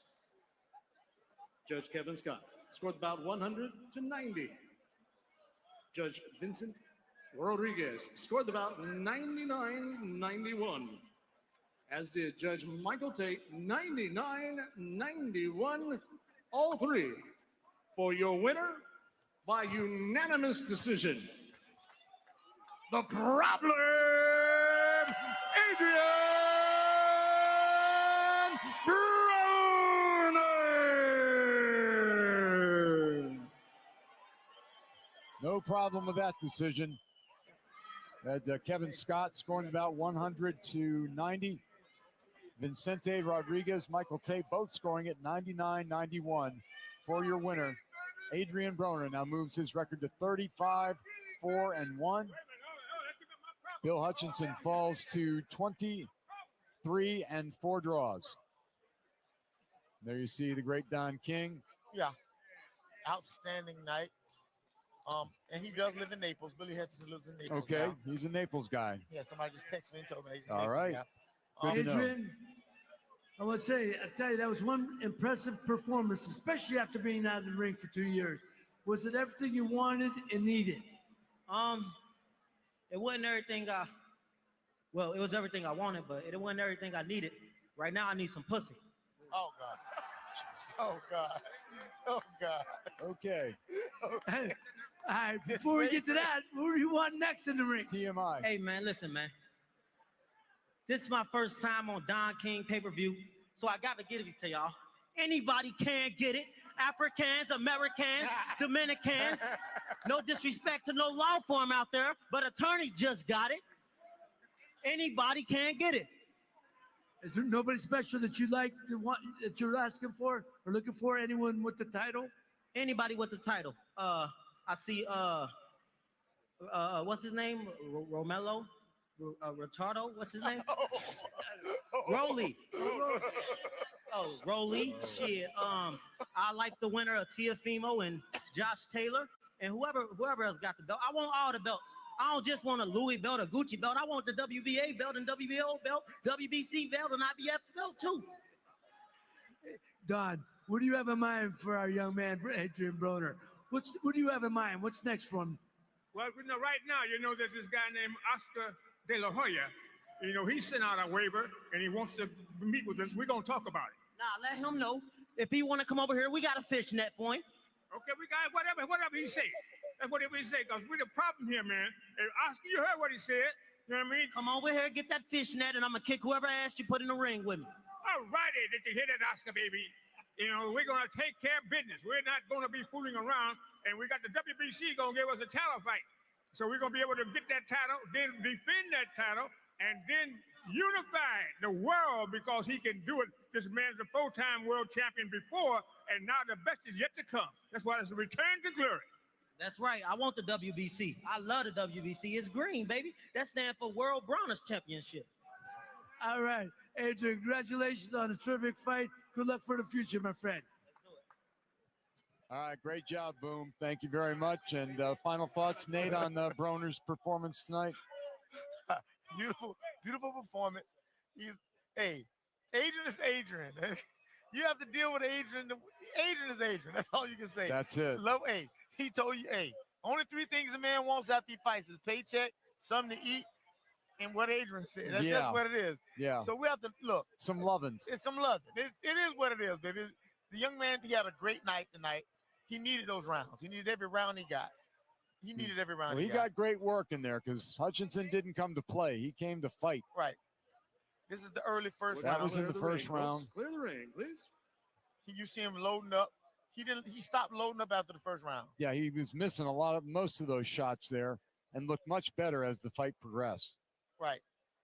There you can see Broner continuing to tee off or try to tee off, but a lot of those shots were missing in the first round. Right. He needed that first round to take his time. Yeah. And you know, but as things went on, yeah, you were going to get hit some. But it is what it is. He fought a very good fight to be out as long as he was. And this guy came to win. See, people think you got to come back with King Kong. He needed this guy. Yes. It was very well matched. I told you it was a well-matched card. You did. And you weren't kidding. You know, now you can see Hutchinson trying to work on the inside, but Broner was just too strong. Too strong. Totally too strong for him. It was one of the few shots that Hutchinson was able to land, a little left hook. We do have a 4-round walkout bout on top. We have a 4-round fight, a walkout bout. Hutchinson trying to mount some kind of attack at this point, but it just wasn't there. Yeah, Broner needed these rounds. I was okay with if he got 5 and stopped him, but I looked at it, I said, no, he really needs these rounds. I agree. He needed the rounds, and then they're going to do him justice in his next fight, I think. Right. Well, fans, we do have one more 4-round fight to go. There you see Broner snapping that jab. Fast and straight, controlling the action. Oh, yeah. Hutchinson doing his best to answer. He just couldn't penetrate the defense. Just didn't have the speed or the power. You know what the thing about it was? Athleticism on Broner's side was way over the top compared to Hutchinson. You're right. But he also, his IQ made a big difference also. You know, when you win 4 world titles, 4 different classes, you tend to learn a thing or two. Oh, yeah. And Adrien Broner wants to return, as we say, the name of the show tonight, Return to Glory. That's what he wants to do. Wants to return and win another belt. Win several belts.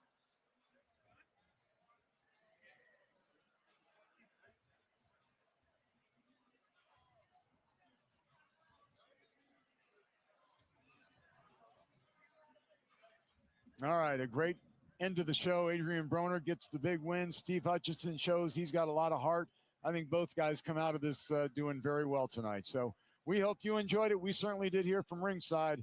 For Ray Boom Boom Mancini and the other champ, Nate Campbell Jr., I'm Bob Alexander. Thank you for joining us. Let's send it back up to our panel, to Mark and Albert. Thanks, Albert. Thanks, Bob. I'm here with Albert. This fight lived up to its billing, and Adrien Broner lived up to its billing. Love him, hate him, 2 things. You love to watch him, and he's always entertaining. And in one way or another, he's entertaining. Albert, give me a grade on his performance. You know what? I want to say that it was. I want to give him an A. You know, you saw the rust in the first round where he was loading up on the shots. He was trying to like knock him out, but he was missing. But then, you know, he took his time. He slowed back down. Took his time. He pop shotted him. He needed to get those rounds to knock that rust off. And you know, and Bill was totally built for him. He was coming for it, and I mean, I think he gave Adrien Broner good work. I mean, so my hat's off to Bill Hutchinson, because he stayed in there for 10 rounds with a great, superior fighter. And it was good for AB to get some work, and I think he's going to be ready for the next fight. And Ray, as you know, some guys just won't fall. Right, and that's the thing. You know, I was saying at ringside, look, man, I don't want to see this kid get hurt. I hope his corner has a little more compassion. Stop it. And then after it got towards the end, after the 8th round, I'm saying, now, hey, let him finish. If he can finish, let him finish. You know, and he showed his worth tonight. You know, it was everything. You know, like you said, it was everything we expected. Adrien Broner looked good, man. He looked good. Just a lot of good fights for him. A lot of good fights in that division for him. So let's hope to see him in a, you know, fight any of those guys.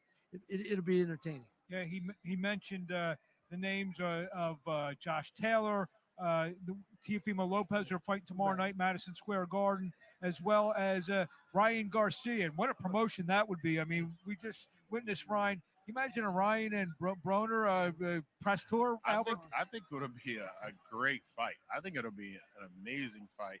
I saw a different Adrien Broner tonight. Like, he took everything that Kevin Cunningham said, and Kevin Cunningham He needs Kevin Cunningham in his corner, and should have had Kevin Cunningham in his corner the entire time.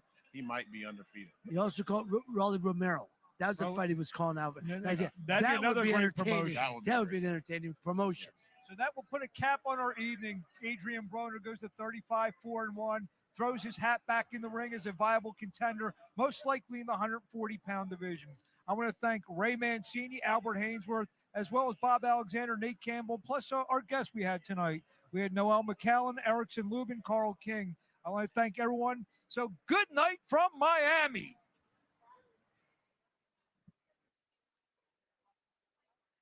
Now, ladies and gentlemen, making his way